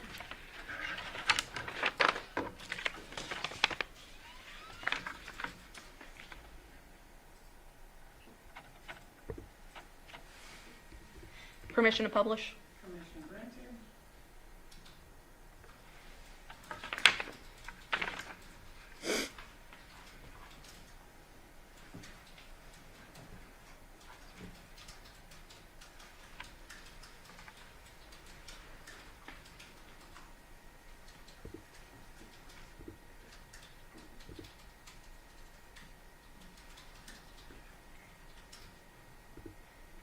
Are you able to see that on the monitor in front of you, sir? Yes. Okay.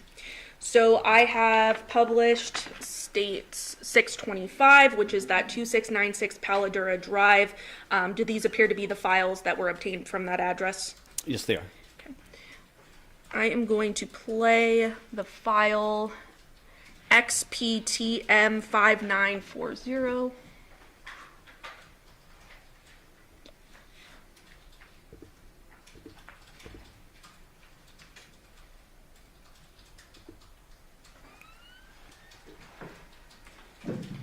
And I'm going to pause it here. Before I start playing this, I just want to talk a little bit about this video.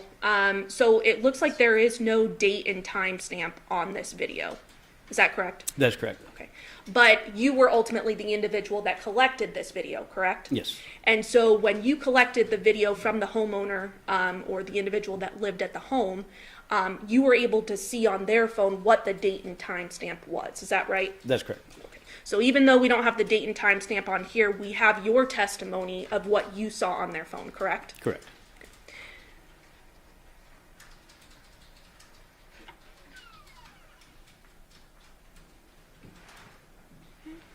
And in this video, in the top right-hand corner, do we see a vehicle there? Yes, we do. And what type of vehicle is that? That's a Nissan Armada.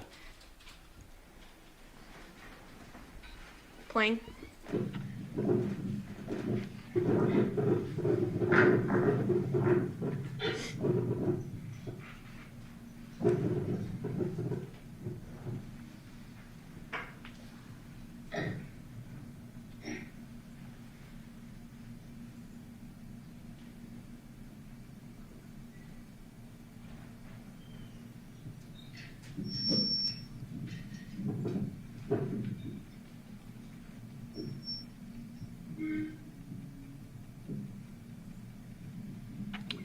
I'm going to stop it at 35 or 36 seconds.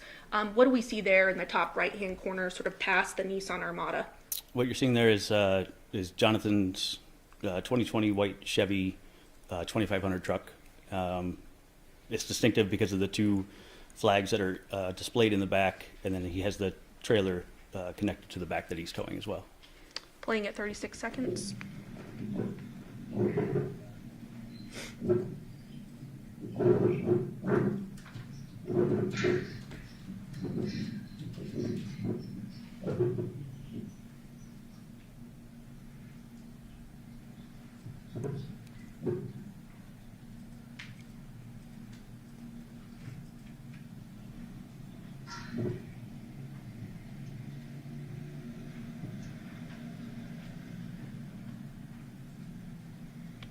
And ultimately in this video, we see that vehicle doing essentially a U-turn and now going past that 2698 Paladura Drive address, correct? That's correct.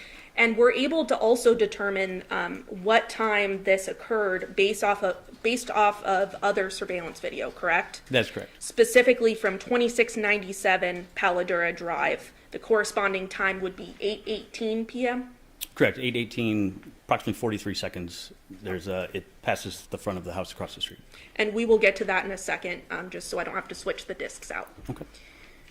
There is another file of note, UNDM 8045. I'm going to go ahead and play that.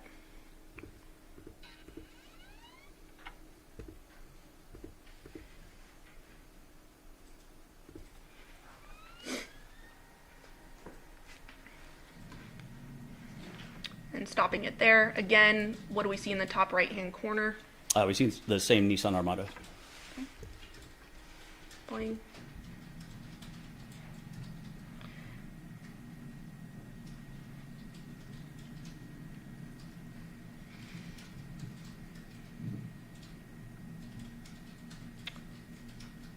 And ultimately in that video, what is of evidentiary note? In that video that you're able to see outside of the screen, what apparently is probably a vehicle pulling up, because you're able to see the headlights of that vehicle that comes to a stop and is illuminating the Nissan Armada based on where it's parked. And from viewing that, it appears that that vehicle would have parked directly in front of 2698 Paladura. Because this camera is next door 2696, correct? Correct.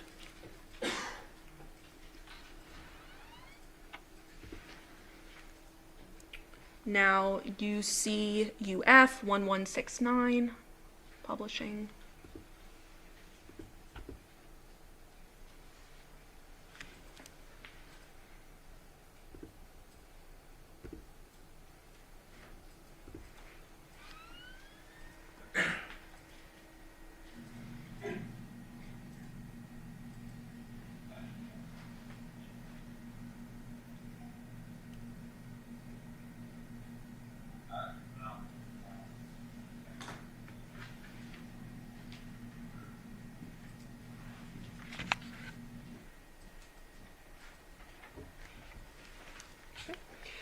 What did we see in that video?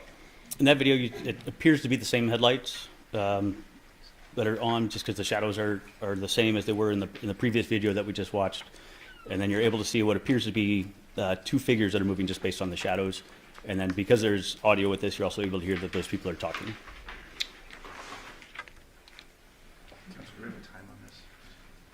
Were you able to determine the time frame of this video? The determination on this time frame was based off of another camera when the truck returned to the neighborhood. So this would be at approximately 22:12. And that would be PM? Correct.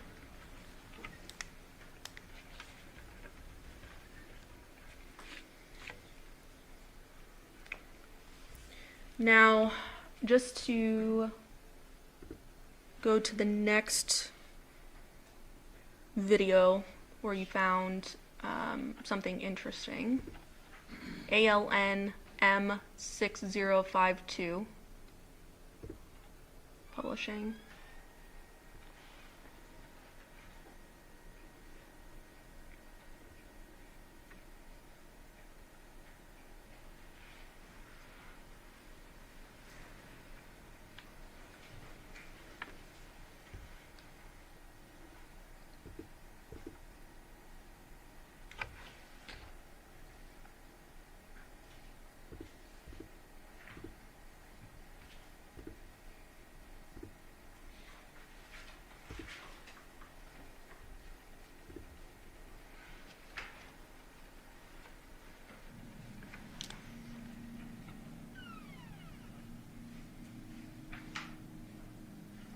And I want to pause it there at 7 seconds.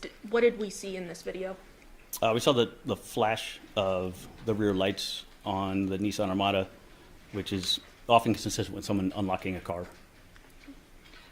Playing again.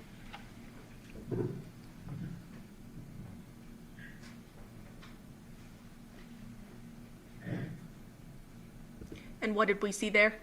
The driver's side door of the vehicle was opened. Playing at 18. And there? Another flash of the lights. Did we also hear something? And we did hear something. What did it appear to be? Possibly a locking or unlocking of the doors.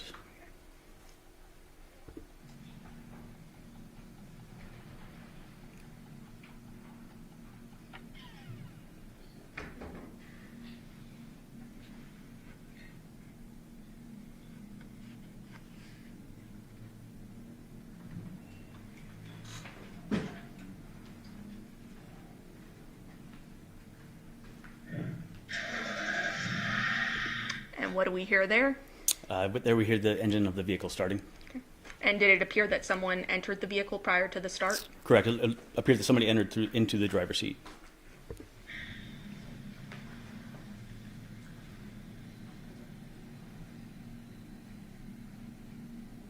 And what did we see there?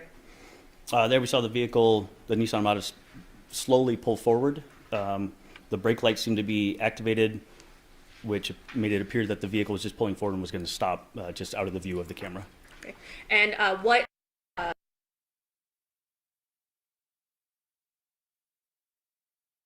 would be directly, and it would be nose to nose with the 2020 Chevy truck that had already parked along the very front of the house. And that was the home of the murder, correct? That is correct. And the time frame for that, through your investigation, you were able to look at different information, in this case, to determine time frames, correct? Correct. And we know that the Nissan had been activated prior to 11 p.m. Is that right? The video we just watched. Yes. The timestamp on that one was actually 23:05:46 seconds, and that was from the resident who actually had the video. That was from her cellular device. So that would be see the timestamp on it.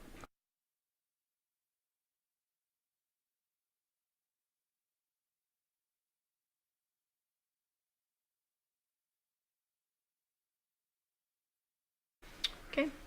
Now going to FE4489FC file, publishing.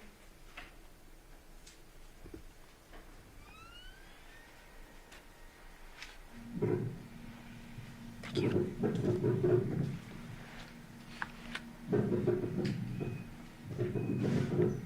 gonna pause it there. What did we see there? There we saw lights flashing from when you're looking at the screen from the right out of the screen, but it illuminated the screen, and they're consistent with what we had seen earlier with somebody activating the car, like unlocking or locking a car. Playing.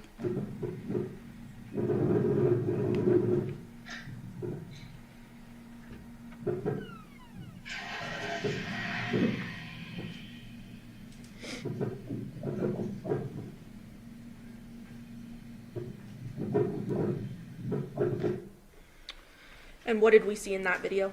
In that video, you see, after hearing the engine start of a vehicle, you then see a vehicle back into view, and it appears to be the same Nissan Armada that we'd seen earlier. Okay. And based on you looking at the resident's cellular phone, did that appear to have occurred at 2:04 in the morning? Correct.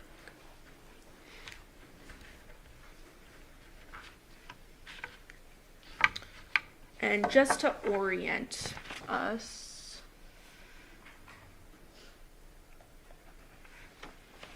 publishing states 9. Are you able to use that mouse and hover over the address of that surveillance video we just watched? Yes. So the pointer of the mouse is over 2696, which is where that surveillance was from. Okay, so it would be right next door to the flag or the pin there, which would be the murder, the house of the murder, correct? Correct.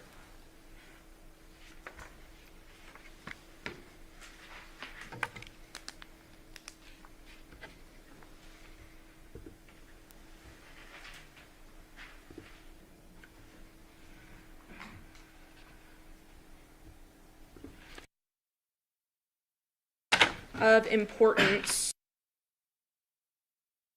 7. Correct.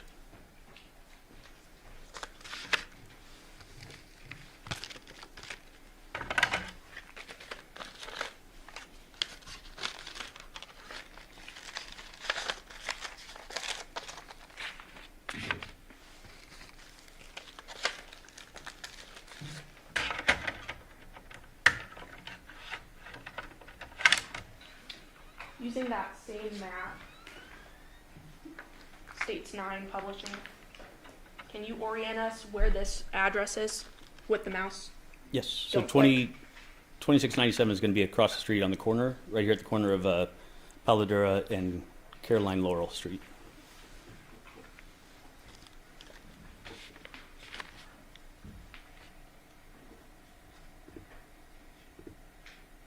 Publishing states 626, excuse me.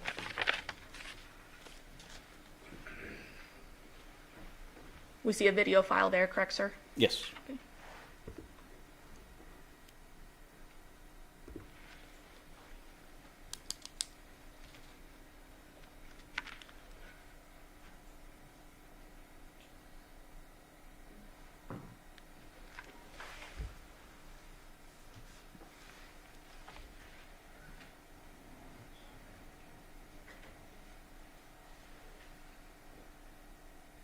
And here we're focusing sort of at the top center of the screen, right? That's correct. And ultimately what we see in this video is a vehicle do a U-turn at the intersection of Paladura Drive and Carolina Laurel Street, correct? That's correct. And we have a date listed there as August 6, 2023? Yes. And what time? 0819, and it had gone up to 17, but started at 081838.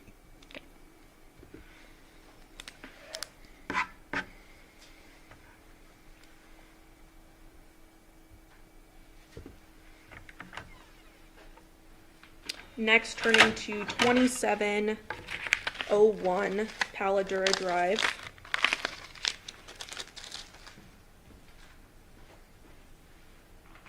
Can you please orient us at States 9? I believe it's going to be this house right here. So it's 2701 is going to be across the street and just like one house to the west. So not directly across the street from the residence, from our residence of where the homicide occurred. Sort of catty corner. Correct. Publishing 2701.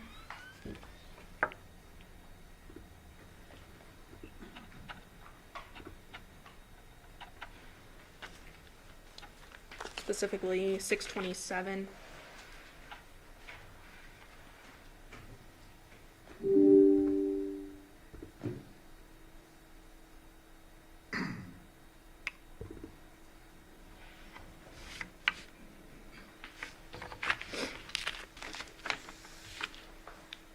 Now, was there something unique about this particular camera? Was it motion activated? Was it always on? Something else? No, this camera was motion activated. It was motion activated by what appeared to be by the residents themselves moving around in their driveway or in front of their residence.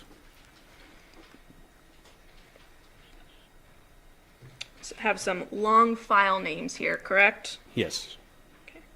So I'm not going to play every single video, but the members of the jury will have time to review those if they'd like to, but there were particular videos that showed interesting things. Is that right? Yes.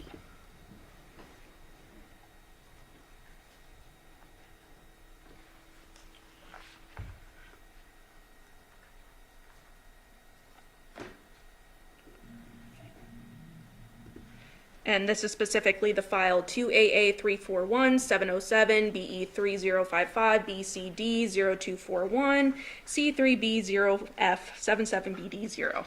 Lots of letters and numbers, correct? Yes.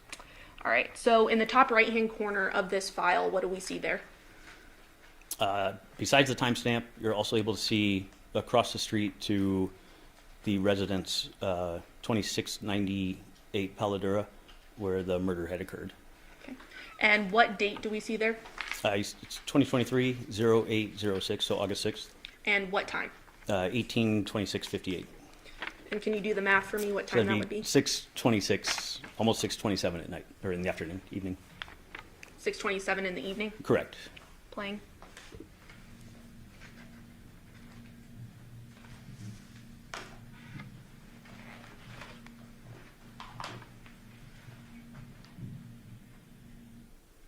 And specifically with the 2698 address, what did we see the individual doing that was in the screen? It appeared that there was a male that was loading items or arranging items in the trailer that was parked in the driveway.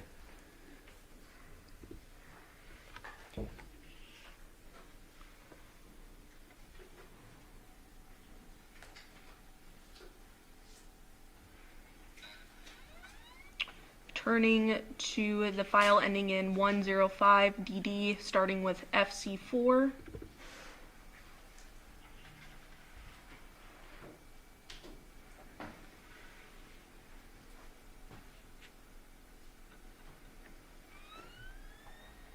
I'm going to pause it there. Do we see a date and time stamp? And can you please read it? Yes, we do. It's 2023-0806. And then the timestamp is 21/11/47, which would be 9/11/47 p.m. And which exhibit? I'm so sorry to interrupt you, but which exhibit is this one? This is the same exhibit, 627. File starts with FC4, ends with 105DD. 105DD? Correct. Thank you very much. No problem. So I'm gonna go ahead and play this video. And we're specifically looking of evidentiary value at the top right-hand corner, correct? That's correct. And why is that? That's the home of where the murder took place, correct? It is the home of where the murder occurred. The garage door is closed, and the truck that had been backed up with the trailer in the driveway is no longer there. Okay. Now turning to file starting with FDD, ending in 79B5.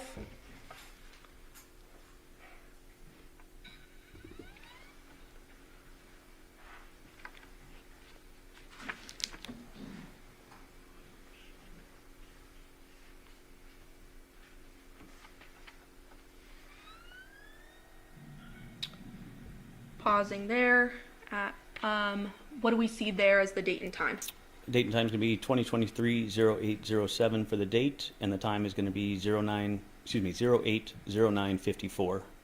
So 8:09 in the morning. Thank you. That one's a little bit easier. What do we see in the top right-hand corner? So we're able to see in the top right-hand corner is Jonathan's truck is now parked on the roadway in front of the residence with the trailer still attached, and it's parked facing essentially the opposite direction of traffic.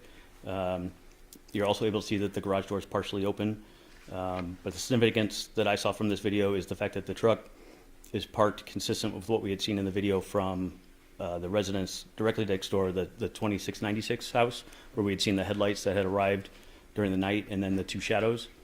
So that would kind of corroborate the fact that he had parked his truck in that manner that night when they had arrived, and that's how we also found it when we arrived. So essentially the Nissan Armada and that truck would have been nose to nose at that previous video that we saw. Correct. During the night. Correct. And it's still in that same position in the morning. Yes.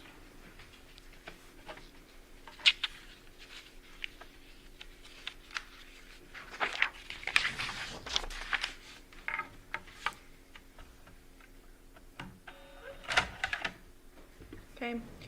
Did you also canvass for video at a Chevron? Yes. And you obtained video from that location at 201 North Pecos Road, is that right? Yes. Why was that important? It was learned that they had stopped at that Chevron after, actually I should say, as they were returning from 5510 Porcupine Rim, they had stopped at that Chevron prior to getting back to the Paladura house.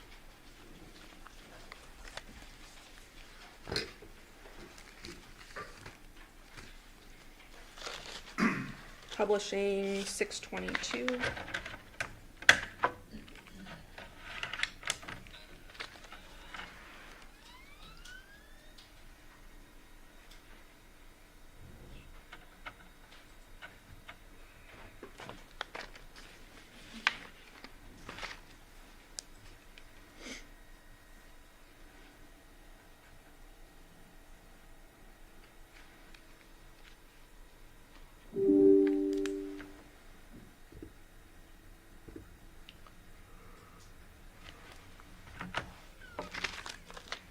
There were two gas stations that we obtained surveillance video from, correct? The gas station that I was aware of that we collect video was the 201 North Pecos Road, and that was the Chevron Terrible Hearse. Publishing 623.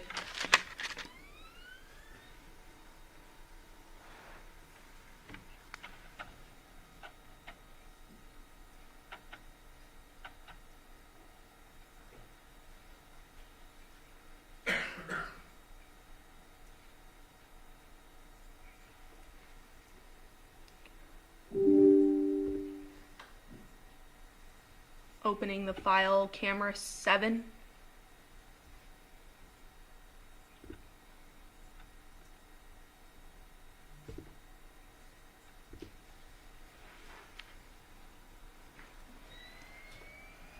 And I'm just going to pause immediately.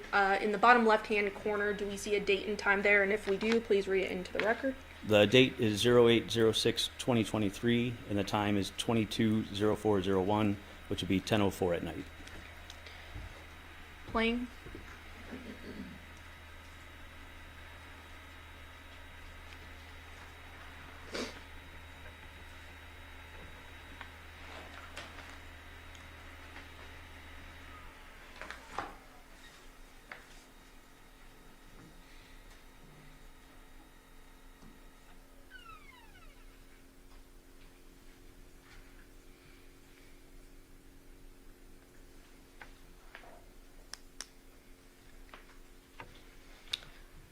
And pausing it there at 22:04, what did we see come into the screen?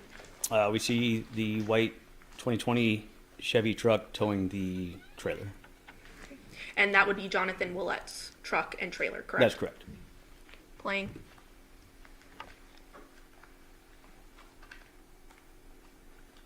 And do we see anything else of evidentiary value in this camera angle? No. Now you obtained another camera angle, correct? Correct. Publishing camera 9.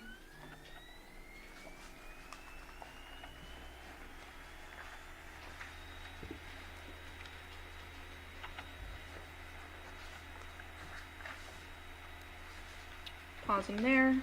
Can you please read the date and time stamp into the record there? Date is 08/06/2023, and the time on it is 22/04/02, 10:04 at night. And can you describe the angle of this camera? This camera is looking what would be east, so it's looking into the parking lot area and the gas pump area of the Chevron Terrible's gas station. It's on the south side of the building. Playing.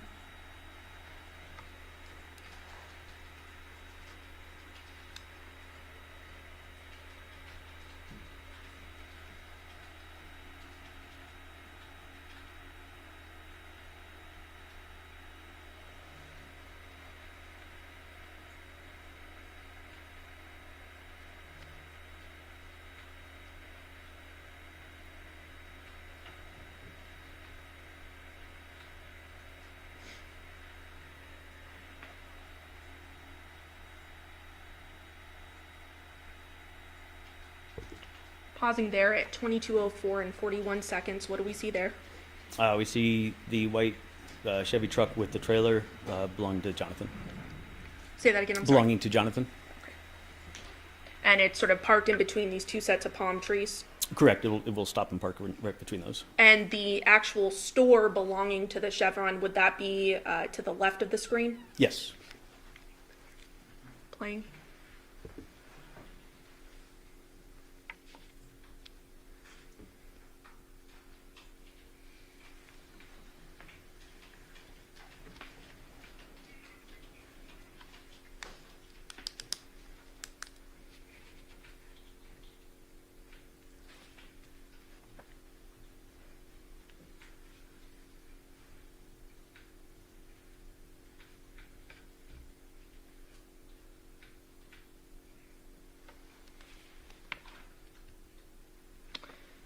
And we see someone getting out of the passenger side of the vehicle, correct? That's correct. As well as the driver's side? Yes. Passenger appears to be female. Correct. Driver appears to be male. That's correct. And now they are walking towards the actual Chevron store, is that right? Yes.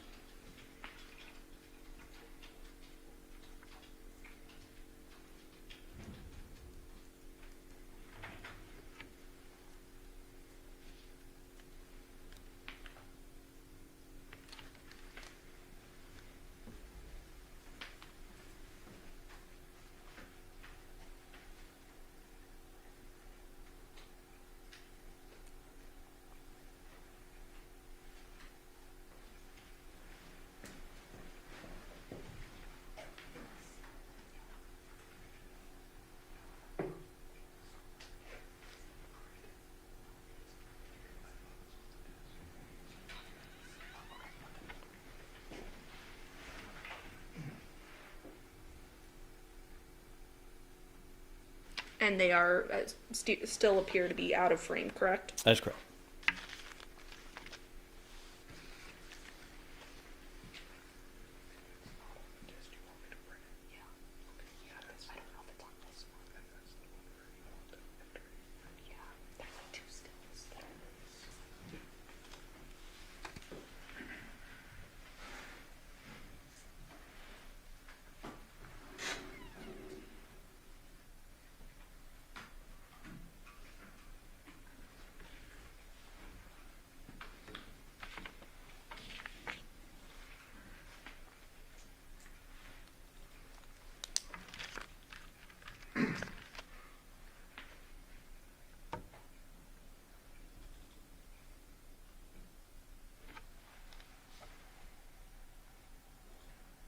I'm going to scrub a bit into the video.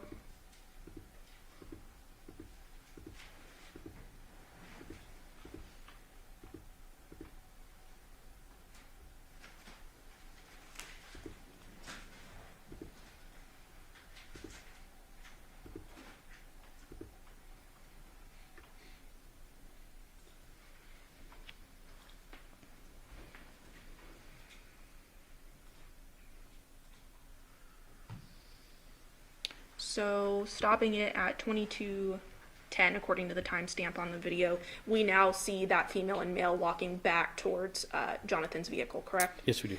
And that's about 5-ish minutes since they left to outside of the screen, correct? Approximately, yes.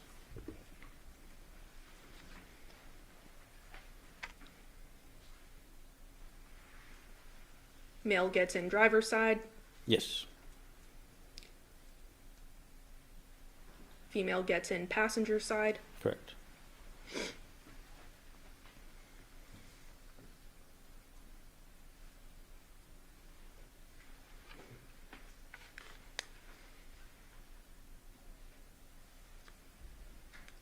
Lights on the vehicle activated, correct? Yes.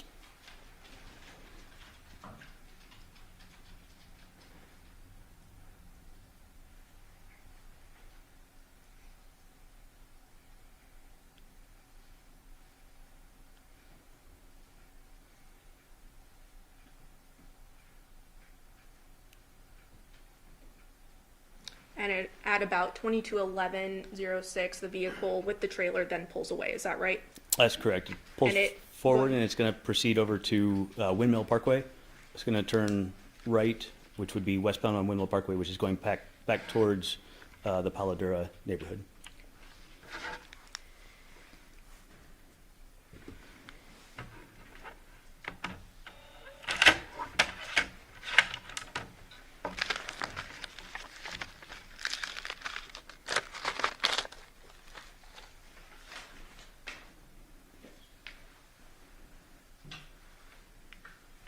Turning your attention now to 2699 at Pham Palm Court. That was near the Paladura address. Is that right? Correct. It's a house just to the south. Or excuse me, not a house, a street to the south of Paladura. Are It's you on a able to cul-de-sac use street. that mouse and orient us, please? Yes. So this cul-de-sac street right here is Fan Palm Court, and 2699 is the house at the end of the cul-de-sac right there. So it would essentially be the street on the parallel the street beneath the Paladura address, right? That's correct. And you received a video surveillance from that, correct? Yes.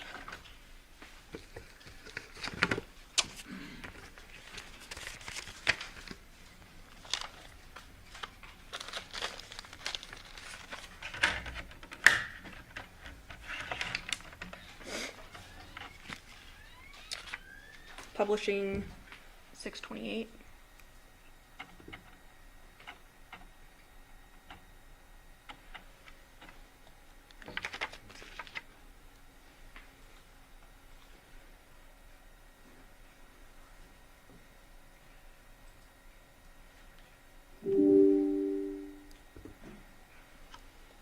I'm going to play file ending in 324.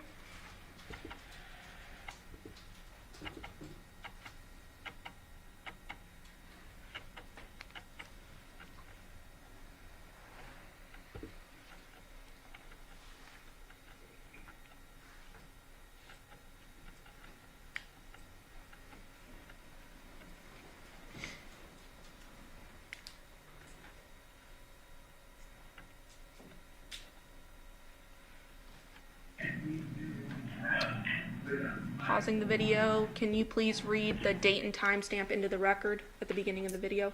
Yes. Date is 08/06/2023, and the timestamp is 20:13:21 or 8:13 at night. And can you orient us on this video, which street is which?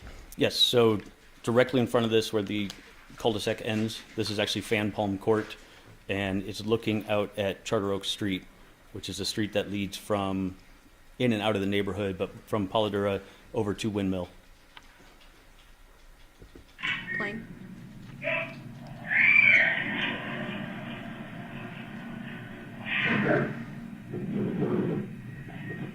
I'm gonna scrub.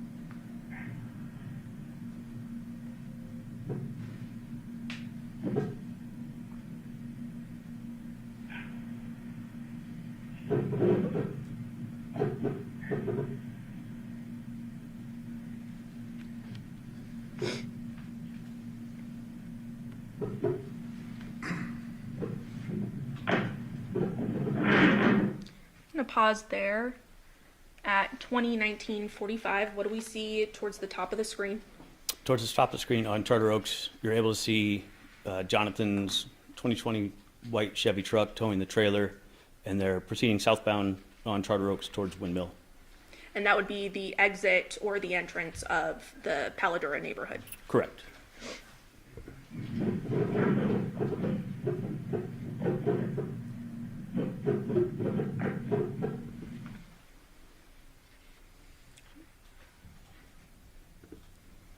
Publishing the next file ending in 441.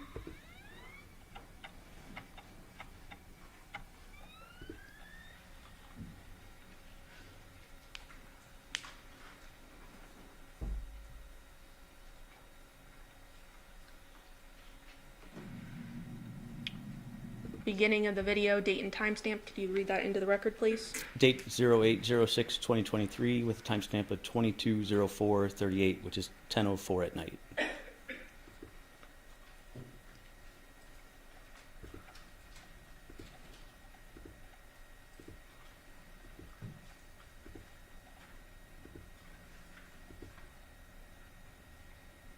And play the video starting at 22:11 and 16 seconds.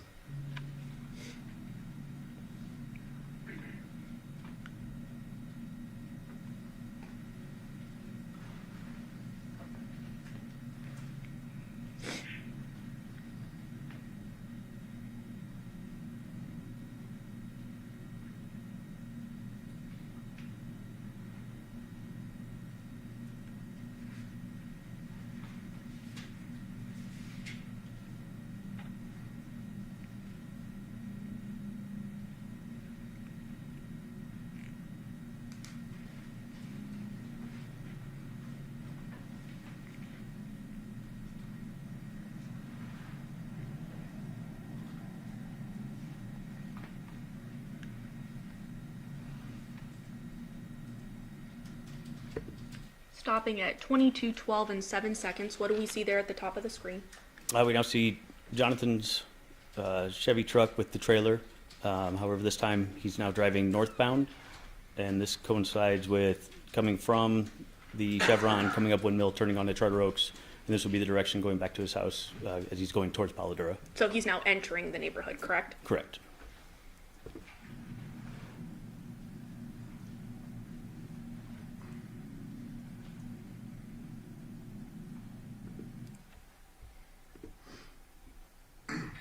Publishing file ending in 128.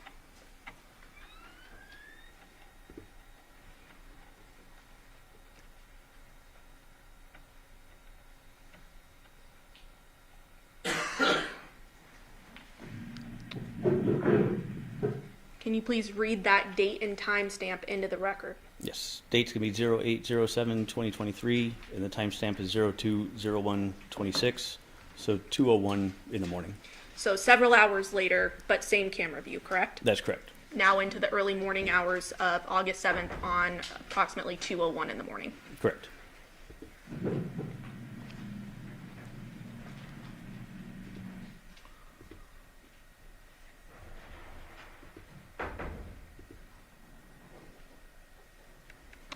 Playing at 2:04, 3 seconds.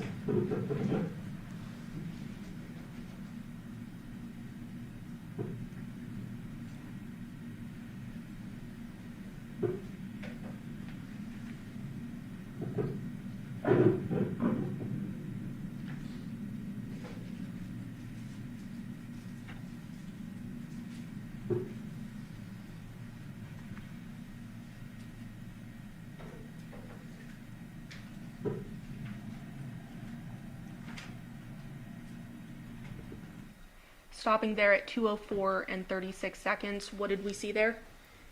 You see a vehicle that's on Charter Oaks, appears to be the Nissan Armada, and it's traveling southbound, which will be coming from the Paladura street and address and going towards Windmill. Towards the exit of the community, correct? Correct. Did you say correct? Yes. Okay, thank you.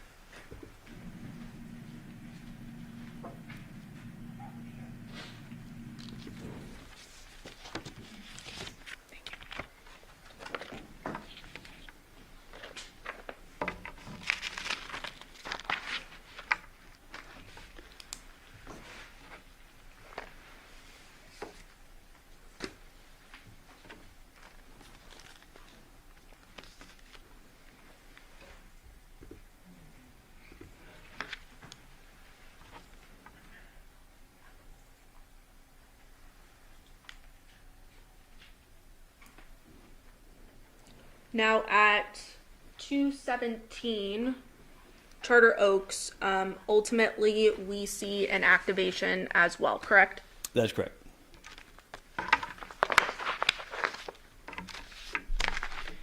And what does that activation show us at 2:04 in the morning? It shows a vehicle that's passing by, turning from Paladura onto Charter Oaks. The house right here is able to, it gets an activation, and it appears to be the Nissan Armada as it's leaving Paladura and turning onto Charter Oaks.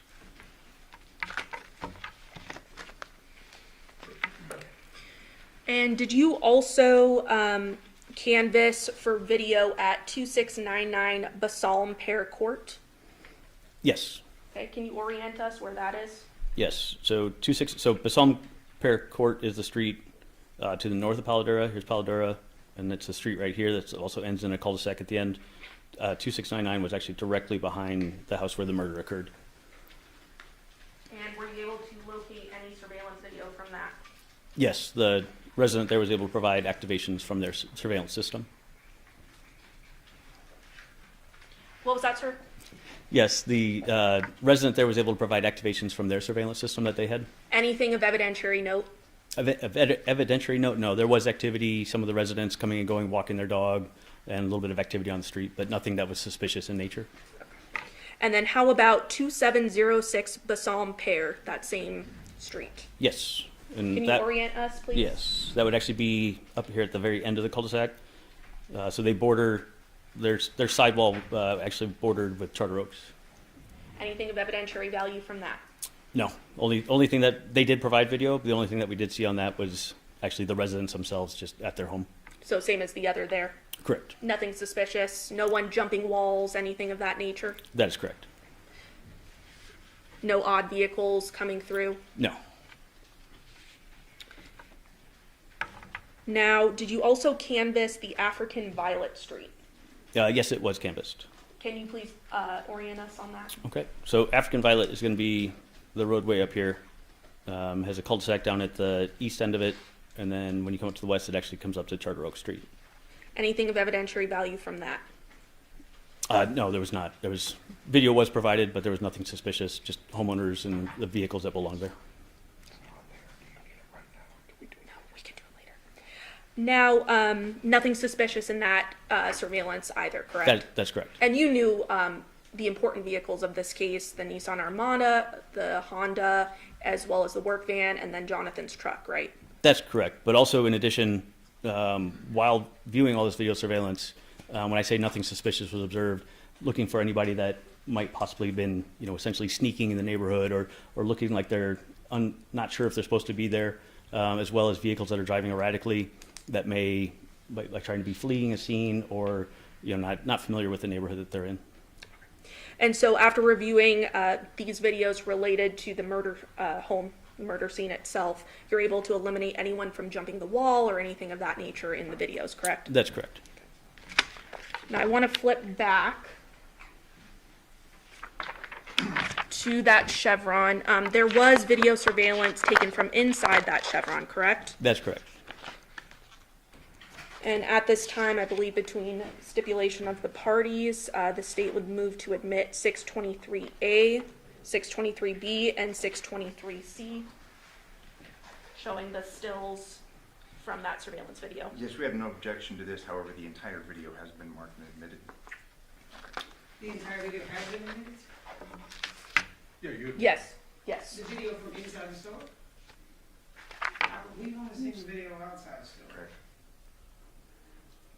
Court's indulgence.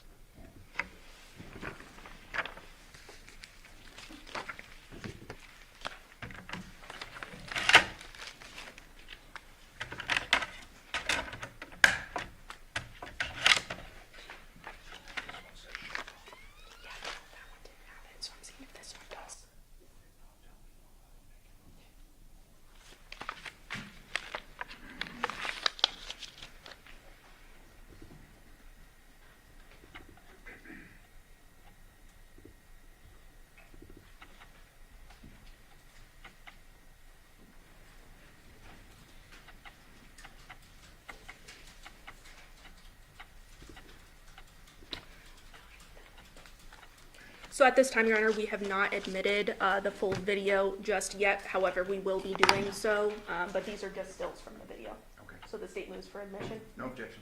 All right, so no objection to the stills, which are the numbers again? Specifically 623A, 623B, and 623C, Your Honor. Those are being read. Permission to publish. Permission granted. Showing you 623A. Does this appear to be a still from the surveillance video obtained from the Chevron? Yes. And what do we see in this video? This video is showing the doorway, the entrance to the actual convenience store itself. And here you're able to see Devyn and Johnathan entering the store. And is there, what is Devyn wearing in this photo? In this, she has a white tank top, blue shorts, and then dark, appears to be Nike athletic shoes. And is there something on her shoulder? Yes. What is that? Like a backpack style purse bag. So then showing you 623B, is that a close-up of that backpack style purse? Yes, it is. And again, the blue shorts and white tank top, correct? That's correct. 623C, just another angle of them leaving the store, correct? Yes.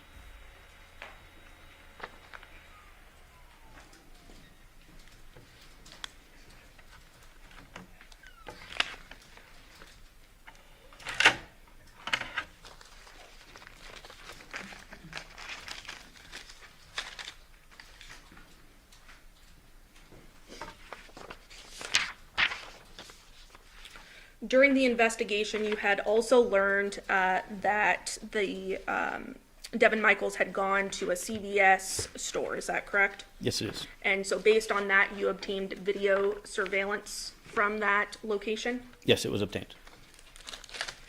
Publishing 624.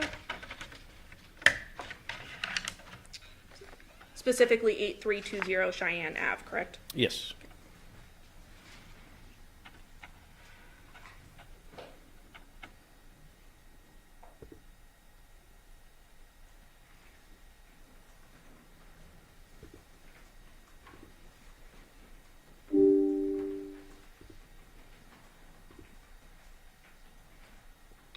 I'm going to play the file drive-through outside.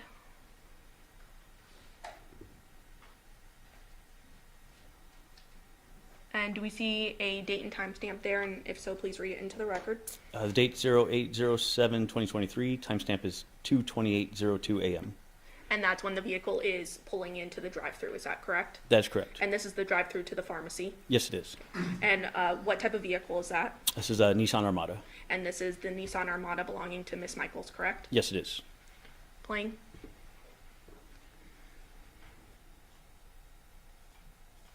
Do we see, what do we see inside the vehicle? You see female in a white tank top in the driver's seat, and she's the only subject or person that you can see inside the vehicle. So no other individual visible inside this vehicle, correct? That's correct.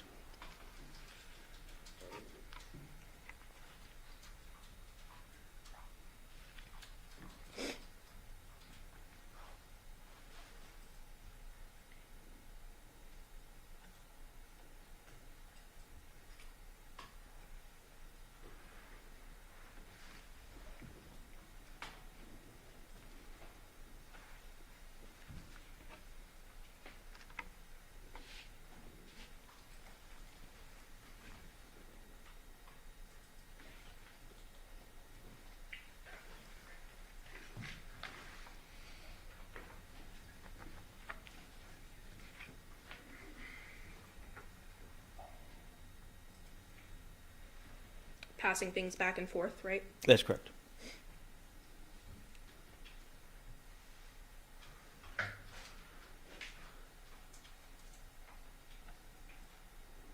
And the vehicle is now leaving that drive-through at approximately 2:30 in the morning on August 7th, correct? Yes. Now, you had mentioned that you also canvassed for video at and around the 5510 Porcupine Rim address, correct? Yes, it was canvassed.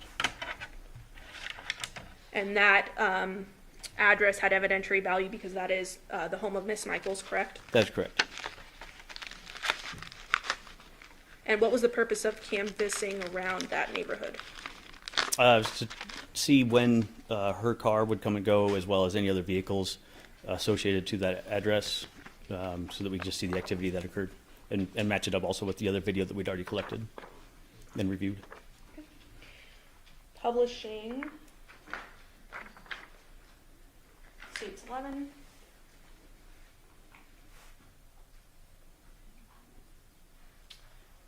Do you recognize this map?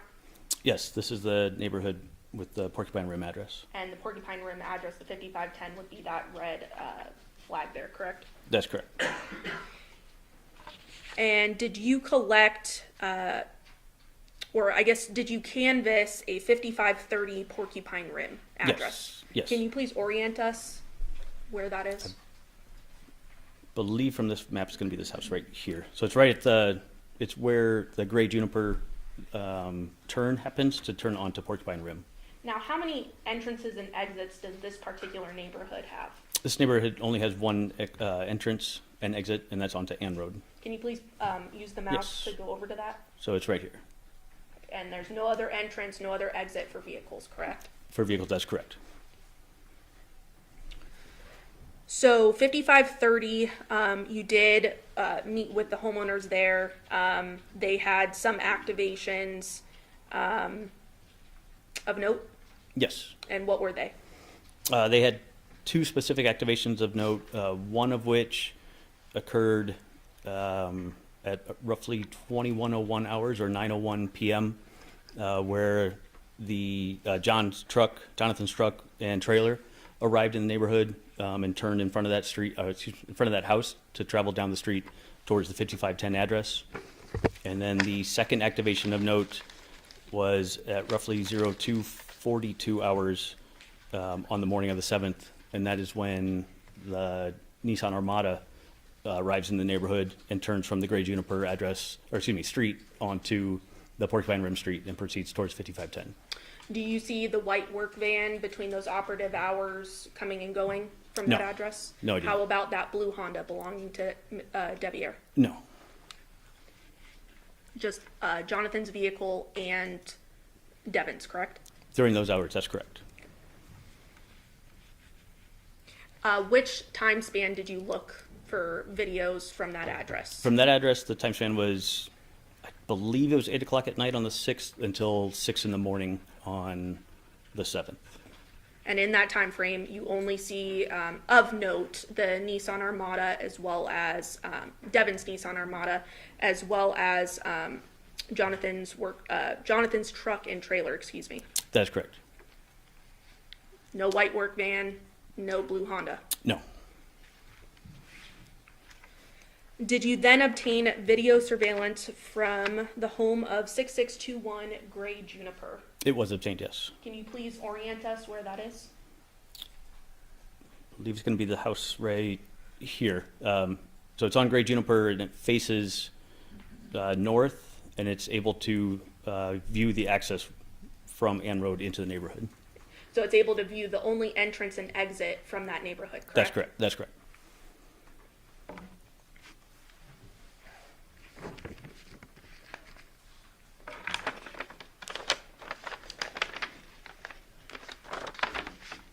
And just moving back to 5530 Porcupine Rim for the record.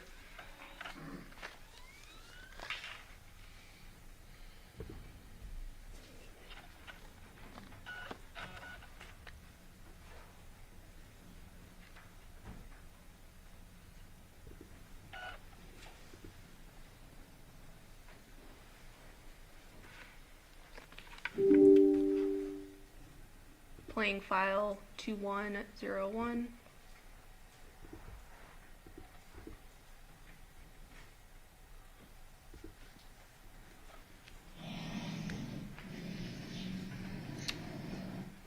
And I believe bottom right hand corner, we have a date and time stamp there, is that right? Yes. And what does that read?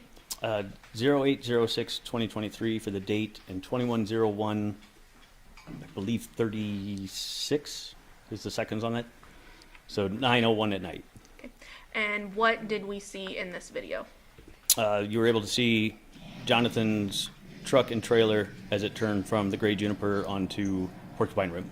So essentially coming from the entrance exit street essentially. Yes. And turning the corner onto Porcupine Rim. That's correct.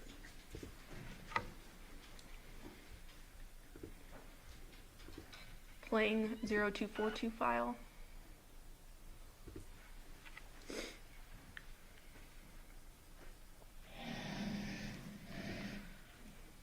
Can you tell us the date and timestamp there? Date's going to be 08/07/2023 with a time of 02/42/50, so 2:42 in the morning. And playing from the beginning, what do we see there? And there you see the Nissan Armada is traveling from the entrance of down Great Juniper and then turning onto Porcupine Rim and going towards the 5510 address. And that would be Devyn's Nissan Armada, correct? That's correct.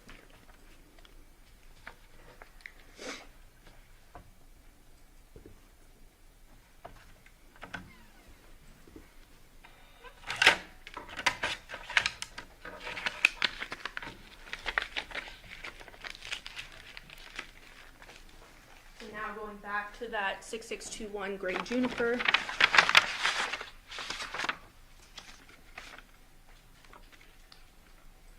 Publishing for the record 629.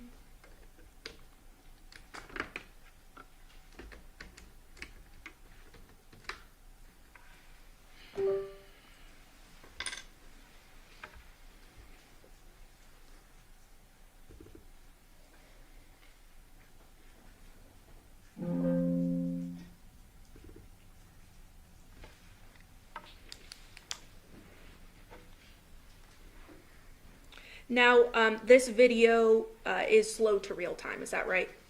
That's correct. How many, is it about 3 minutes slow? It's 3 minutes slow. So the timestamp on the video itself is 3 minutes behind actual time. Okay, playing the first file, 512.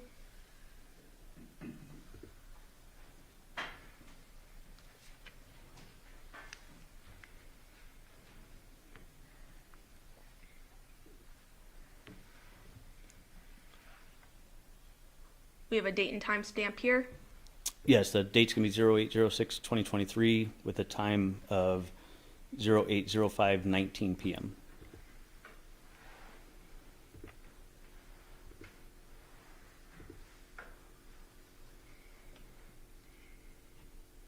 Do we see Jonathan's truck enter the neighborhood here? So far on this, he entered the neighborhood at roughly 9 o'clock at night.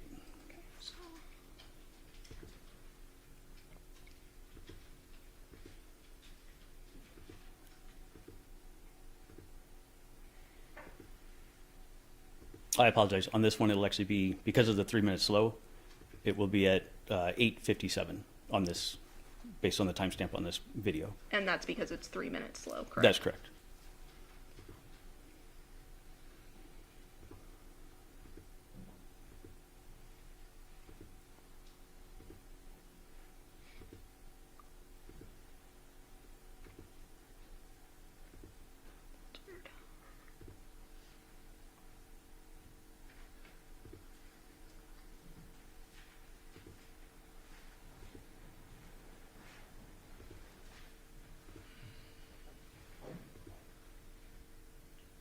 Playing at 8:56, 45 seconds.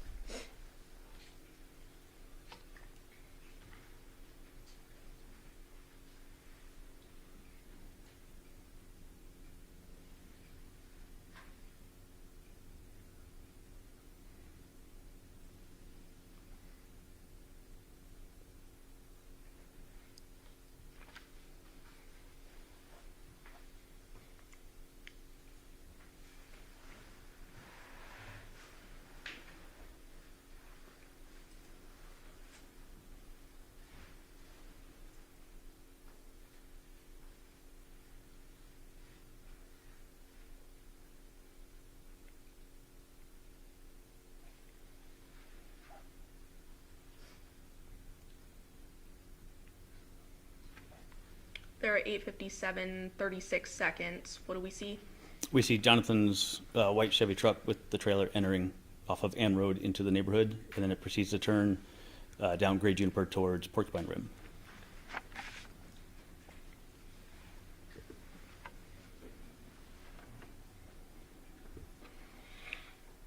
Playing 1002.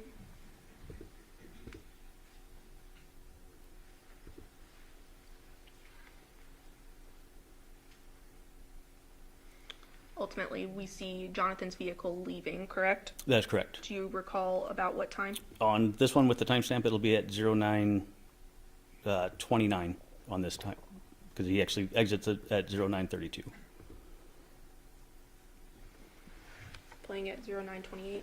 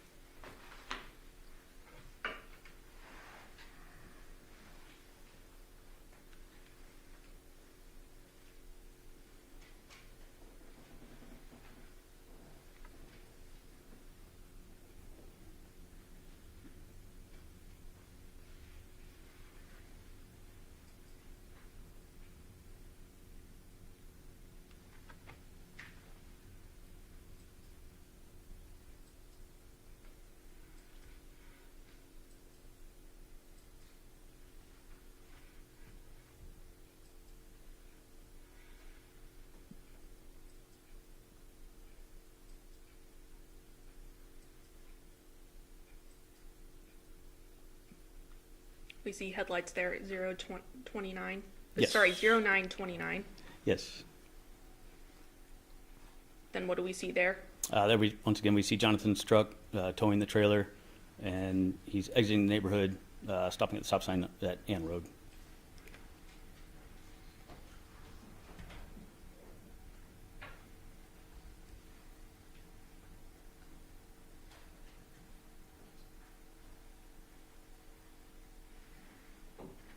And then after waiting for traffic, he does proceed turning left on N Road. And goes out of screen, correct? Correct.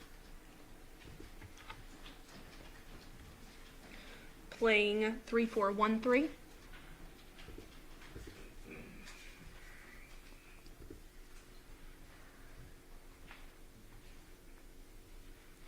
What's the date and time stamp for this? 08/07/2023 is the date, and 02/34/20 a.m. is the time.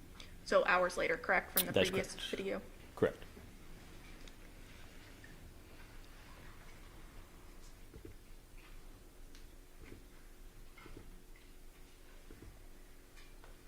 And in this video, we'll see the Nissan Armada, is that right? Yes, we will.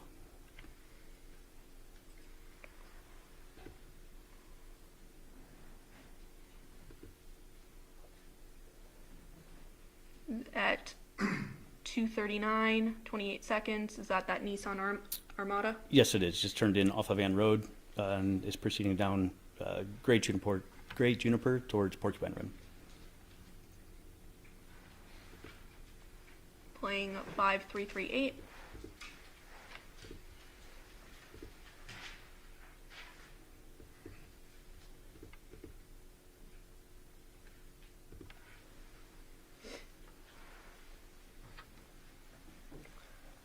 Date and time stamp on this one. Date is 08/07/2023 with a time of 06:53:48 seconds. And in this video, we see Deviere's white work van leaving the neighborhood, correct? Yes, we will.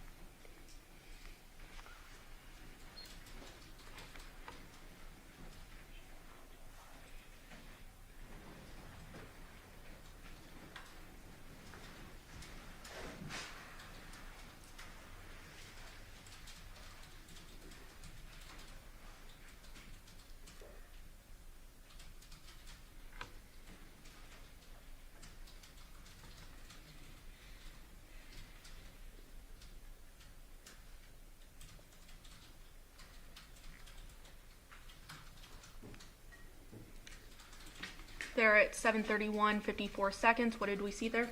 There we see the white work truck belonging to Deviere. What is it doing here? It's exiting the neighborhood. It's currently at the stop sign waiting to turn onto Ann Road.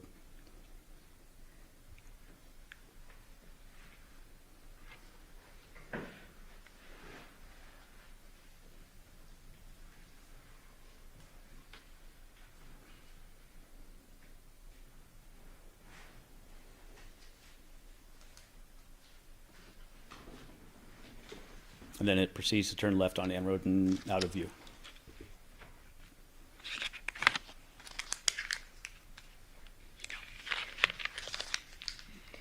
Okay. At 5829, playing that file.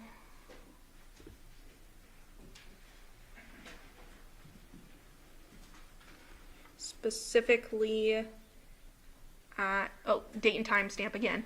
Date on this one, 08/07/2023, and time is 07:58, 40 hours, a.m. And in this, we will see the Devyn's Nissan Armada leaving at about 8 a.m., correct? Correct. And is that there? Yes. Her vehicle pulled up to the stop sign and turned left onto Ann Road. Then at 8:02:50, I believe we see her Nissan Armada return, correct? Yes, we do.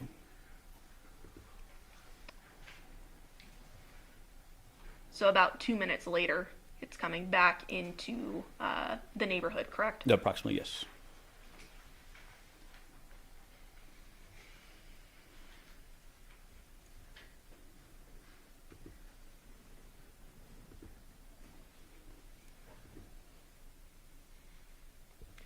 (8:02:48). Correct. You see it turn from Ann Road into the neighborhood, turns left on Gray Juniper and proceeding towards Porcupine Rim.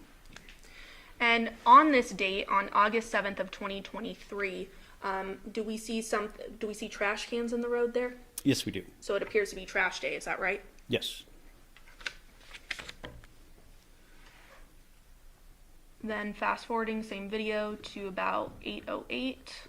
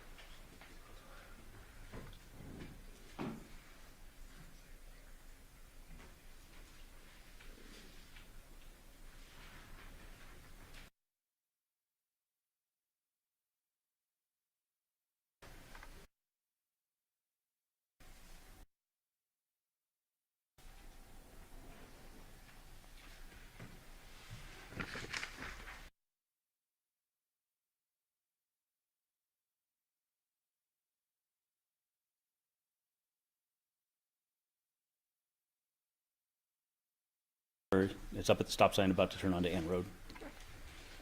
And so a few minutes after it had just come into the neighborhood, it's going back out, correct? Correct.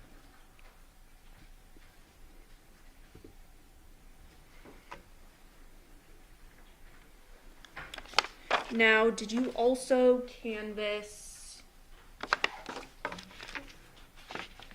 a 6505 Taylor Creek? Yes, that was also, video was obtained from there as well. And that would be related to Porcupine Rim, right? Correct. Okay. Can you orient us on there? Yes. So the house that you're talking about is this corner house right here. Again, where you can have a kind of a line of sight to 5510 Porcupine Rim. And I don't know that I moved to admit this, Your Honor. The state is now moving to admit State 660. No objection. Publishing.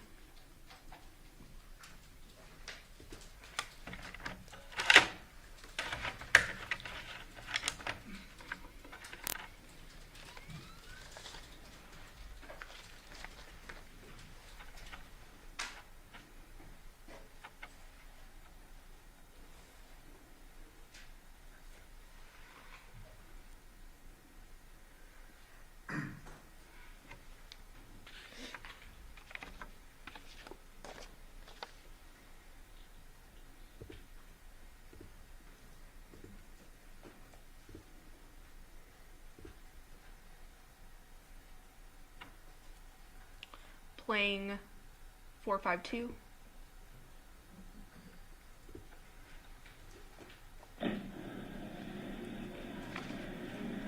Is there something, oh, sorry, date and time stamp at the bottom right? Could you read that into the record, please? Yes, the date's going to be 08/07/2023, and the timestamp is 06/2056 in the morning.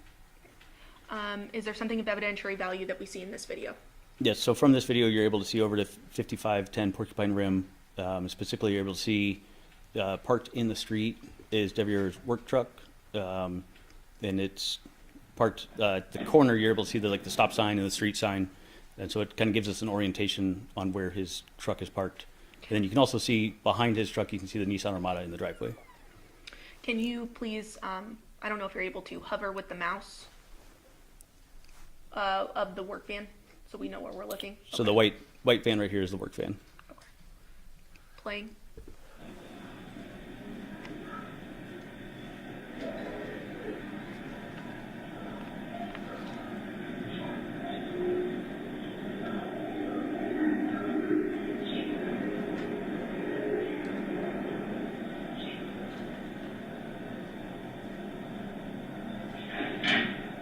Again, trash day. Yes. Okay.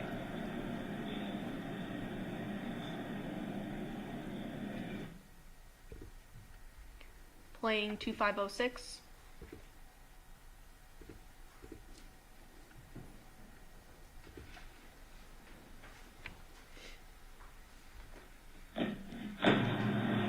Date and timestamp. Dated 08/07/2023. Timestamp is 06/21/27 in the morning. Is this the same? It's essentially immediately after. Okay. It's just a continuation of the one we watched before, essentially.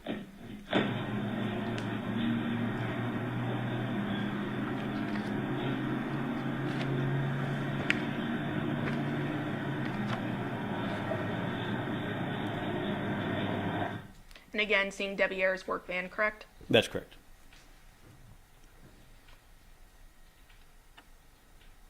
.0738, is this a video as well? Yes, it is.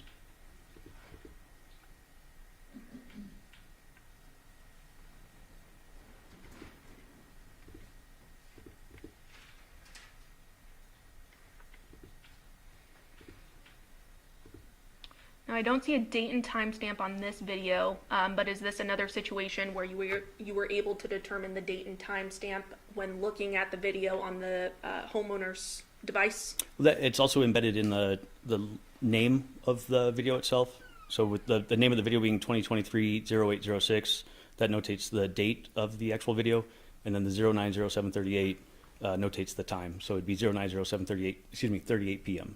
Okay, and what you're referring to is sort of in that top left-hand corner? That's correct. Okay, so 9:07 p.m. On August 6, 2023. Correct. Playing. Oh, sort of quick there. Yes, it is.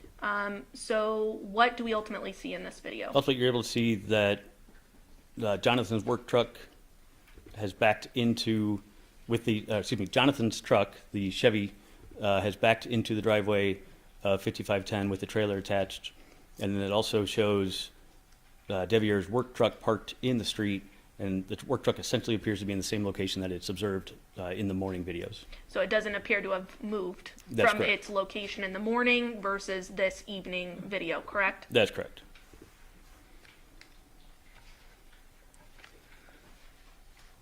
Now, as part of the overall investigation in this case, showing states 11, there's a Rebecca Road here, which would be on the back side of that 5510 Porcupine Rim residence, correct? Correct. And that street was canvassed for video, correct? Yes, it was. And no videos were obtained, nothing of evidentiary value, nothing suspicious, anything like that, correct? That's correct. I was informed that there were no cameras that were observed on those houses. Those houses are also more, essentially, if you want to call them custom lots, so they're larger lots, so there's less homes as well, so less opportunity for there to be cameras.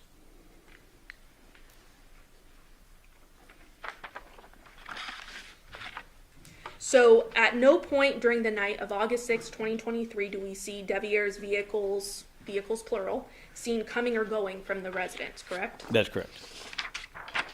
And we only see his work van ultimately leave at 7:30 in the morning, correct? That's correct. It's at 7:34 in the morning. Thank you for correcting me.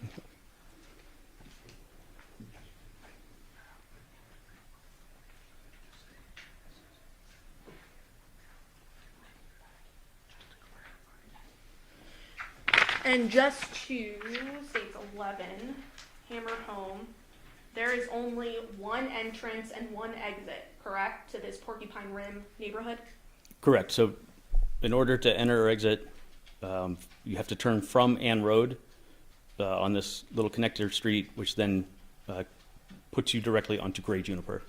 And then ultimately Porcupine Rim, correct? Correct. And then if you drive eastbound on Gray Juniper, this curve right here, the road turns into Porcupine Rim.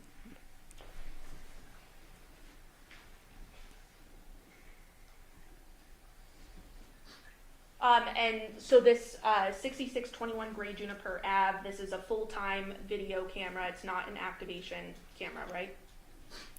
Correct. Pass the witness, Your Honor.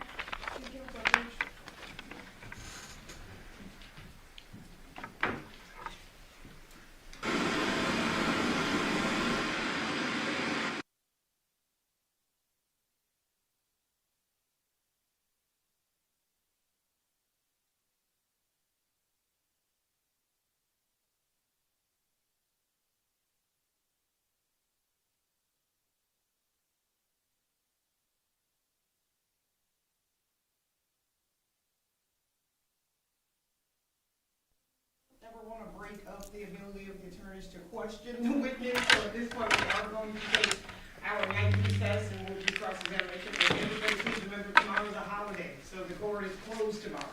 So we will not be in session tomorrow and we'll be back on Wednesday. During this recess, you must not discuss or communicate with anyone, including fellow jurors, in any way regarding this case or its merit, either by voice, phone, email, text, internet, or the means of communication, social media. You must not read, write, listen to news or media accounts or company about the case. You must not do any research, such as consulting dictionaries, using the internet, or using reference checks. You must not make any investigation, test the theory of the case, recreate any aspect of the case, or in any other way investigate or learn about the case on your own. You must not form or express any opinion regarding the case or the prosecutor to you. We will be in recess until Wednesday at 11 a.m. All rise for the jury.